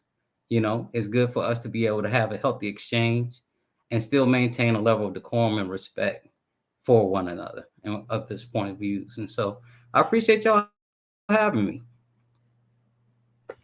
That was a fantastic dialogue, Lucid. No ladies got no comment on that? Oh, I just wanted to say I don't agree on men lying. It's just that we have to just know that there's different types of men. You're gonna have liars and you're gonna have people that have respect. So just, I guess, find the one that ain't gonna lie, because no, you shouldn't be lying. I agree. Everything he said, I agree with. Me too. All right. No excuses. You wanted to follow back up. That's what it was, Hank. The delivery. Yeah. That's it. Yeah, that's it. That's it. I Lying said to the hoes, though. I'm lying to the goddamn hoes. Lucy's Major, I'm gonna lie to the hoes. I ain't gonna hold you against it. Them hoes ain't gonna get no truth out of my black ass. And they should. So that goes back to what Lucid said. He said, you know, we do have standards that we have to live up to, but in certain circumstances, I believe those standards are definitely out the fucking window, G. Like, it ain't no way for us to get around that. You know, like he said with Hink, you know, these hoes gonna be hoes, brother. We can't do nothing about that. Me personally, I don't need to lie to anybody. Personally, I don't care who they are or what they do. My character, I don't need to lie to a man or a woman about anything. What's your body count? I've never lied about my body count, Bruiser. I'm not one of those women, and I don't have them issues. What is your body count? Did you ask your wife? Talk about that. I'm gonna leave it there. Oh, come on now. Come on now. You say you're not gonna lie, but he asked you a question and you showed deflected. Come on, let's be balanced. Let's be balanced, Miss Balance. Take your hand off your head and give us some answers, baby. Come on now. Hey, y'all leave my future second wife alone. She want him to not be monogamous. She want him to be monogamous. Uh-oh. You just said it now. They gonna come for you. They looking for women to share, you know. Did you ever hear? You don't know what a woman wants, but you keep speaking for women. I know what a woman wants because I talk to women. May I make one more comment? Why would I deny my knowledge? Well, stop lying if that's not what you want. Go, Lucy. Just to what Hink said, I know Hink was being facetious and serious at the same time, but I will say this: if you choose to engage in gladiator sports, you got to expect the violence and the carnage to come with it. And what I mean by that is that the way that dating is nowadays, I mean, it's a blood sport. It's, you know, there is no quarter given on either side. Men and women are lying to each other. Men and women are taking advantage of one another. And honestly, marriage-minded people need to stay away from that if they don't want to engage in. I mean, when I talk to it about my wife, because we have marriage age kids, I call it shark infested waters. You know, that's what you're trying to swim in if today. You swimming in shark infested waters, because when they smell the blood, they are definitely coming to get you. So that's real shit. Hey, Hank, if your philosophy is not to be honest with 304s, then I can't be mad at that. I can't be. But then again, don't expect them to be honest with you. Oh, my brother, I don't deal with the hoes like that. Fuck him hoes. Oh, Them okay. hoes ain't shit. I want to respond to something Lucy said, and then what was earlier said about all men don't cheat. I don't champion cheating. I champion legalized polygamy. So in a lot of conversations I have in other groups, I talk about men seeking their options in certain countries in Africa where polygamy is legal. But that's a different conversation. Here's the ugly truth. Most men don't cheat because they can't cheat. One, it's hard enough trying to pull in this current dating climate. It's hard enough to pull one woman that meets most of your requirements. So when a man gets that one woman, she's harder. Women in our culture is hard to replace. You know what I mean? Women tend to have the upper hand when it comes to replaceability, so to speak. So men can't cheat. Men can't cheat. So that's one aspect. The second thing is that if you put a man in a certain situation where no one is not looking or won't know, that man will cheat. I've seen it firsthand. I don't want to put too much of my business out there, but I've been to certain countries with certain men, whether it was for, let's say, a bachelor party or wedding event, some type of event. And some of the married men I speak to, I say, hey, we're going to be doing XYZ. I know you married, so these particular activities I don't expect you to participate in. All the guys be like, you know what I mean, I'm good, you know, I could go, I could hang around, I'm good, I won't participate. So they came in with the right intentions. As soon as we got into environments and seen and been around all these beautiful women, men behave like men. I'm just gonna say that. You know what I mean? And so that example, I never thought Jay-Z would cheat. I never thought Jay-Z would cheat. Boyce Watkins was in Medellin, Colombia before he got married. You know what I mean? So, and Medellin is known for being. Hey, you know what I mean? We got to go ahead and land this plane. We got to go ahead and get up off of here, brother. Okay. So my point is that any man would cheat in this particular environment, and nobody's not looking, and they could get away with it. So that's what a notion of most men cheat. Because they would cheat if the opportunity presented itself and they could get away with it. That's all I got to say with that. All right, Canadian, go ahead and end it. Okay, I'll make it quick. For a guy coming from Brooklyn, everybody in Brooklyn knows Jay-Z's going to cheat, so let's stop that nonsense, all right? Leave that one alone. Out of polygamy, I'll keep it real simple. It's not for everybody. Not everybody can practice it. I came from a polygamy family. My grandmother was a third wife. My father had multiple wives. My uncle had multiple wives. It's not a cool thing. I don't like it. In my culture, I'm allowed to practice it, but I'm not going to do it. Main reason why, it had to regard with the kids.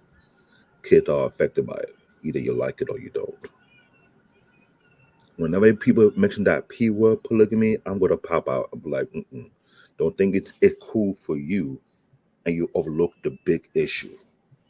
Kids are always affected by polygamy, either be negative or positive. I'll let you make it clear with them. Because for me, I'm not a fan of it. I see the horror behind it. I see the rivalry behind it, but it's what it is. You know what I'm saying? Other than that, if you want to look for me, like that, you can find me on YouTube based on this name, CBN Tech Talk. There you go over here. Hey, you ain't been on here on no win, Canadian. I know. Warren, you can right now just plug, man. I know. Nah. Start coming back up here. You can do all that, bro. My bad. I respect. They asked me a question, so I just say quick. I want to stay too long. I'm going over information, man. We're having a good conversation later on 5:30. So. Oh, you still talking? Yeah, I do what I got to do. Some people ask me for tech information. So Jollof. Leave it alone. The good Jollof, not the bullshit kind. The real Jollof. You put a couple no plugs in there, JR. I know he is. I'm talking. I haven't seen this guy on a Thursday show. I haven't seen him on no shows coming on. He come right up here on the Sunday show to slide on in with the plug. It is what it is. My bad. Nah, ain't Chicago, my bad, man. Up to Brooklyn, I'll show you the restaurant. All right, please. No. I just want you to start supporting, man. Just at least watch, come to the chat, drop in or something like that. Then it's an easier transition. I'll come back. I will come back. I'm gonna look for you. We Nigerian butter. You know me. Come on. We're gonna hold you accountable, Black David. I know you will, Hank. I know you will. All right, no excuse. I'm gonna go ahead and get you off. Appreciate it. All right, thank you, sir. I'm gonna go ahead and get these super chats real quick. My apologies, I know it's been long. Seeing y'all over there struggling over there. Marcus Evans, I believe honor is important as well. Salute to you. Joshua with the $100 said, so when a man cheats, he doesn't introduce evil into his family line. Men cheating will destroy your family, period. Hey, I just noticed you on here, bro. Appreciate you, sir. All right, thank you. I seen them doing like that. Who was there over there celebrating like that, doing a tease dance? You try to take your dance, ain't you, dog? I know. Bruiser telling facts. A woman want community D. Women want the men most women want. Men want the women that are inaccessible to other men. Men want loyalty and love from a value woman. Women want security and provision by a value man. Salute to you, sir. Thank you. I9 King Colin. That's the guy that just dropped down, destroyed ungrateful circumstances in 2023. Hey man, what type of profile picture is that, man? I don't know. I got off of it now. I know, yeah, quickly. Marcus Evans, $5. Mommy, was there something that wasn't supposed to be shown? No. Oh, okay. It looked like he was in Damn, Drake like mode. Just looked like he was on that's in Drake.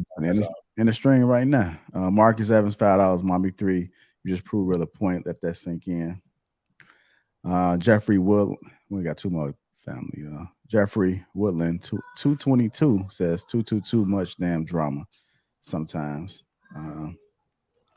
Hey, Kevin H999. I'm sorry, ladies, but y'all cannot lecture men about honestly in line when you regularly present as a visual lie. Why not wash all the makeup off, take off the fake hair, and then we can talk? Come on, Y'all cut it down in there. Don't make me take my belt off. Reason babies $85. Also, remember says, want to know how to not have someone respect you, lie to them unless they hoes. Hink, that ish is so hilarious. Let me see. I think that's it for right now. Hold on. Y'all heard what I said, damn it. Get out that toilet. Maybe get up from here. Hear what I said?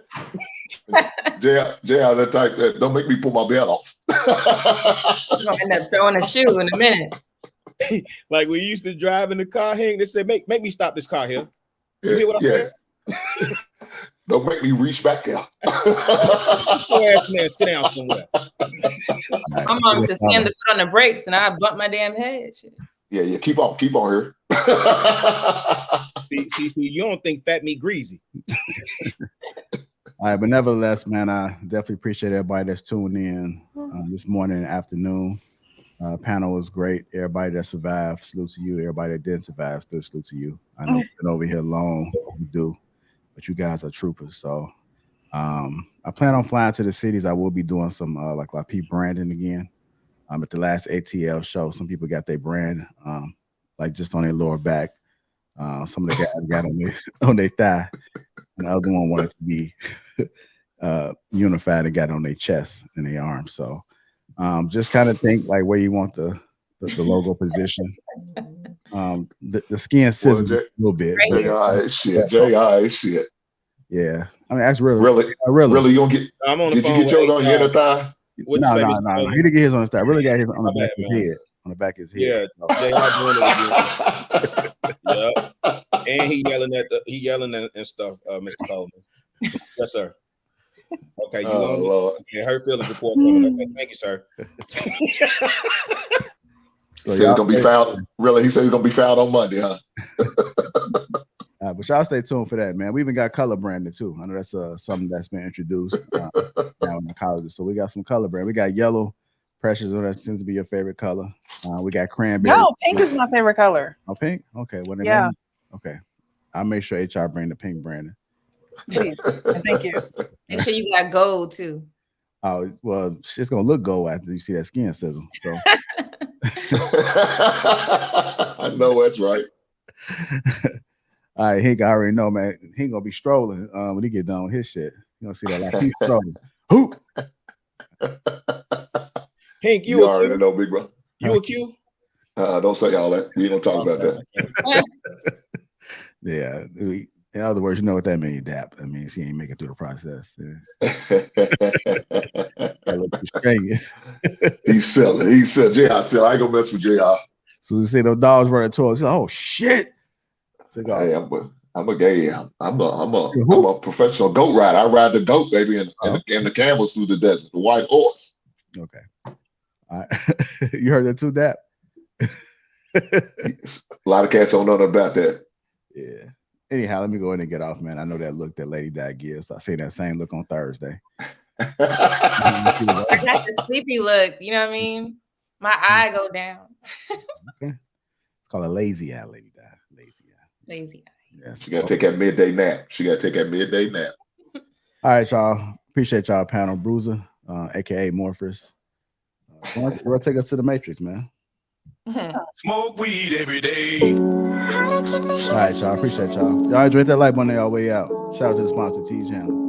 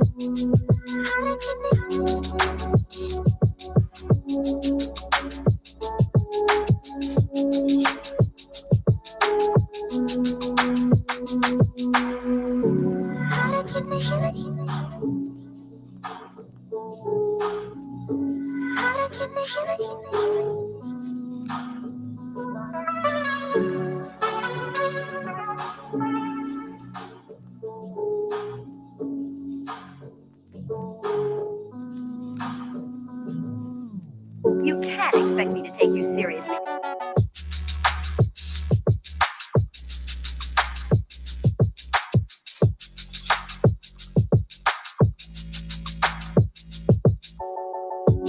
Appreciate all the support, y'all. Make sure you hit that like button on your way out.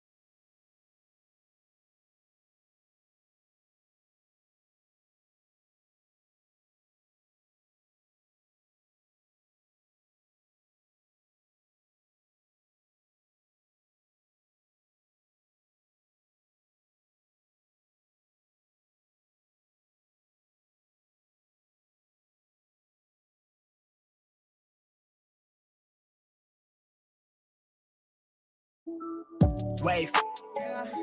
I'm in it for keepsake. In the field with the cleat lace. Beat fruit with the bare face and a slick tongue. That's what she say. She look good. She a big tease when she bite lip with the wink face. Hella bad when she throwing it back. She bring out my way for the team play.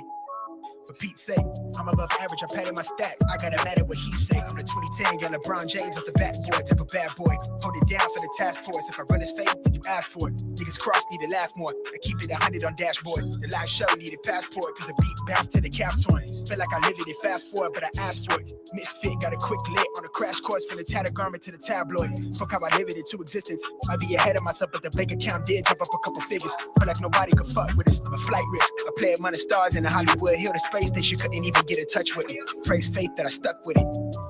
Wave. No, I really can't complain. Everything is straight. I've been on a wave. But everything I say turn into the real thing. I tell her run it up, cause you know it ain't a thing. We made it up the slums, words on a page. Everything is straight. I've been on a wave. But everything I'm saying turn into the real thing. I've been living like I'm famous. Like I don't show my face, cause I'm jumping on the stage. Like I'm living in a daydream. Lost in imagination. She only want me when she fake. She quick to tell me I'm a fake. She ain't told no lie, she love it when I catch my cadence. She gone off the deep end, pull up every week, and I hate to let her down, but I'm in a fast life, so they never slowing me down. Heartbreak, jumping on your nose, sleep out. How you switch up, you always help me down. Wonder why I turn into a cold of me now. It could be worse, right? I got where I'm at without no work-life balance. You tell me that it's love, but I'm knowing that it's madness. Swap with me, God, cut us from the same fabric. No, I really can't complain. Everything is straight. I've been on the wave. But everything I say turn into the real thing. Tell them run it up, you know it ain't a thing. We made it out the songs with the words on the page. Everything is straight. I've been on the wave, but everything I'm saying turn into the real thing.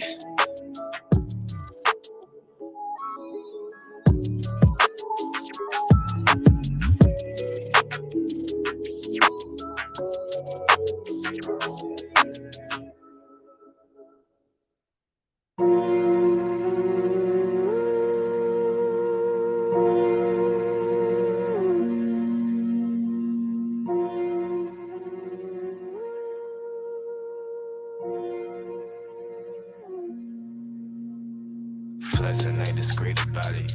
Extra, extra read about it. Say you wanna beef about it. We gon' come and see about it. Flexing ain't discreet about it. Extra, extra read about it. Say you wanna beef about it. Find out nothing sweet about it. Flexing ain't discreet about it. Extra, extra read about it. Say you wanna beef about it. We gon' come and see about it. Flexing ain't discreet about it.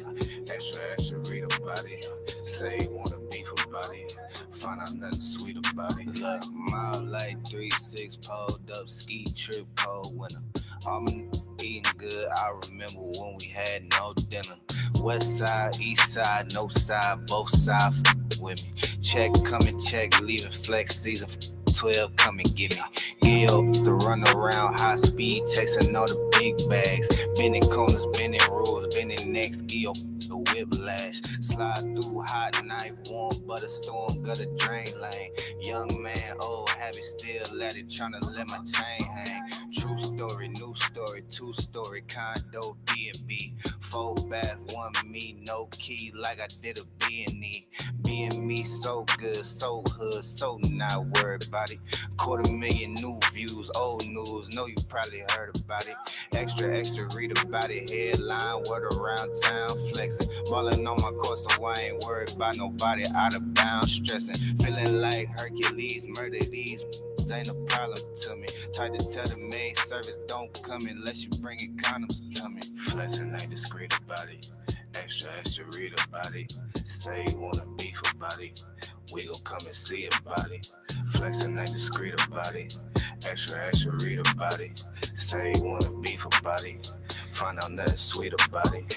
Moving, shaking, coming down to me. Stacking, racking, money, power flipping. Moving, shaking, coming down to me. Stacking, racking, money, power flipping. Moving, shaking, coming down to me. Stacking, racking, money, power flipping. Moving, shaking, coming down to me. Stacking, racking, money, power flipping.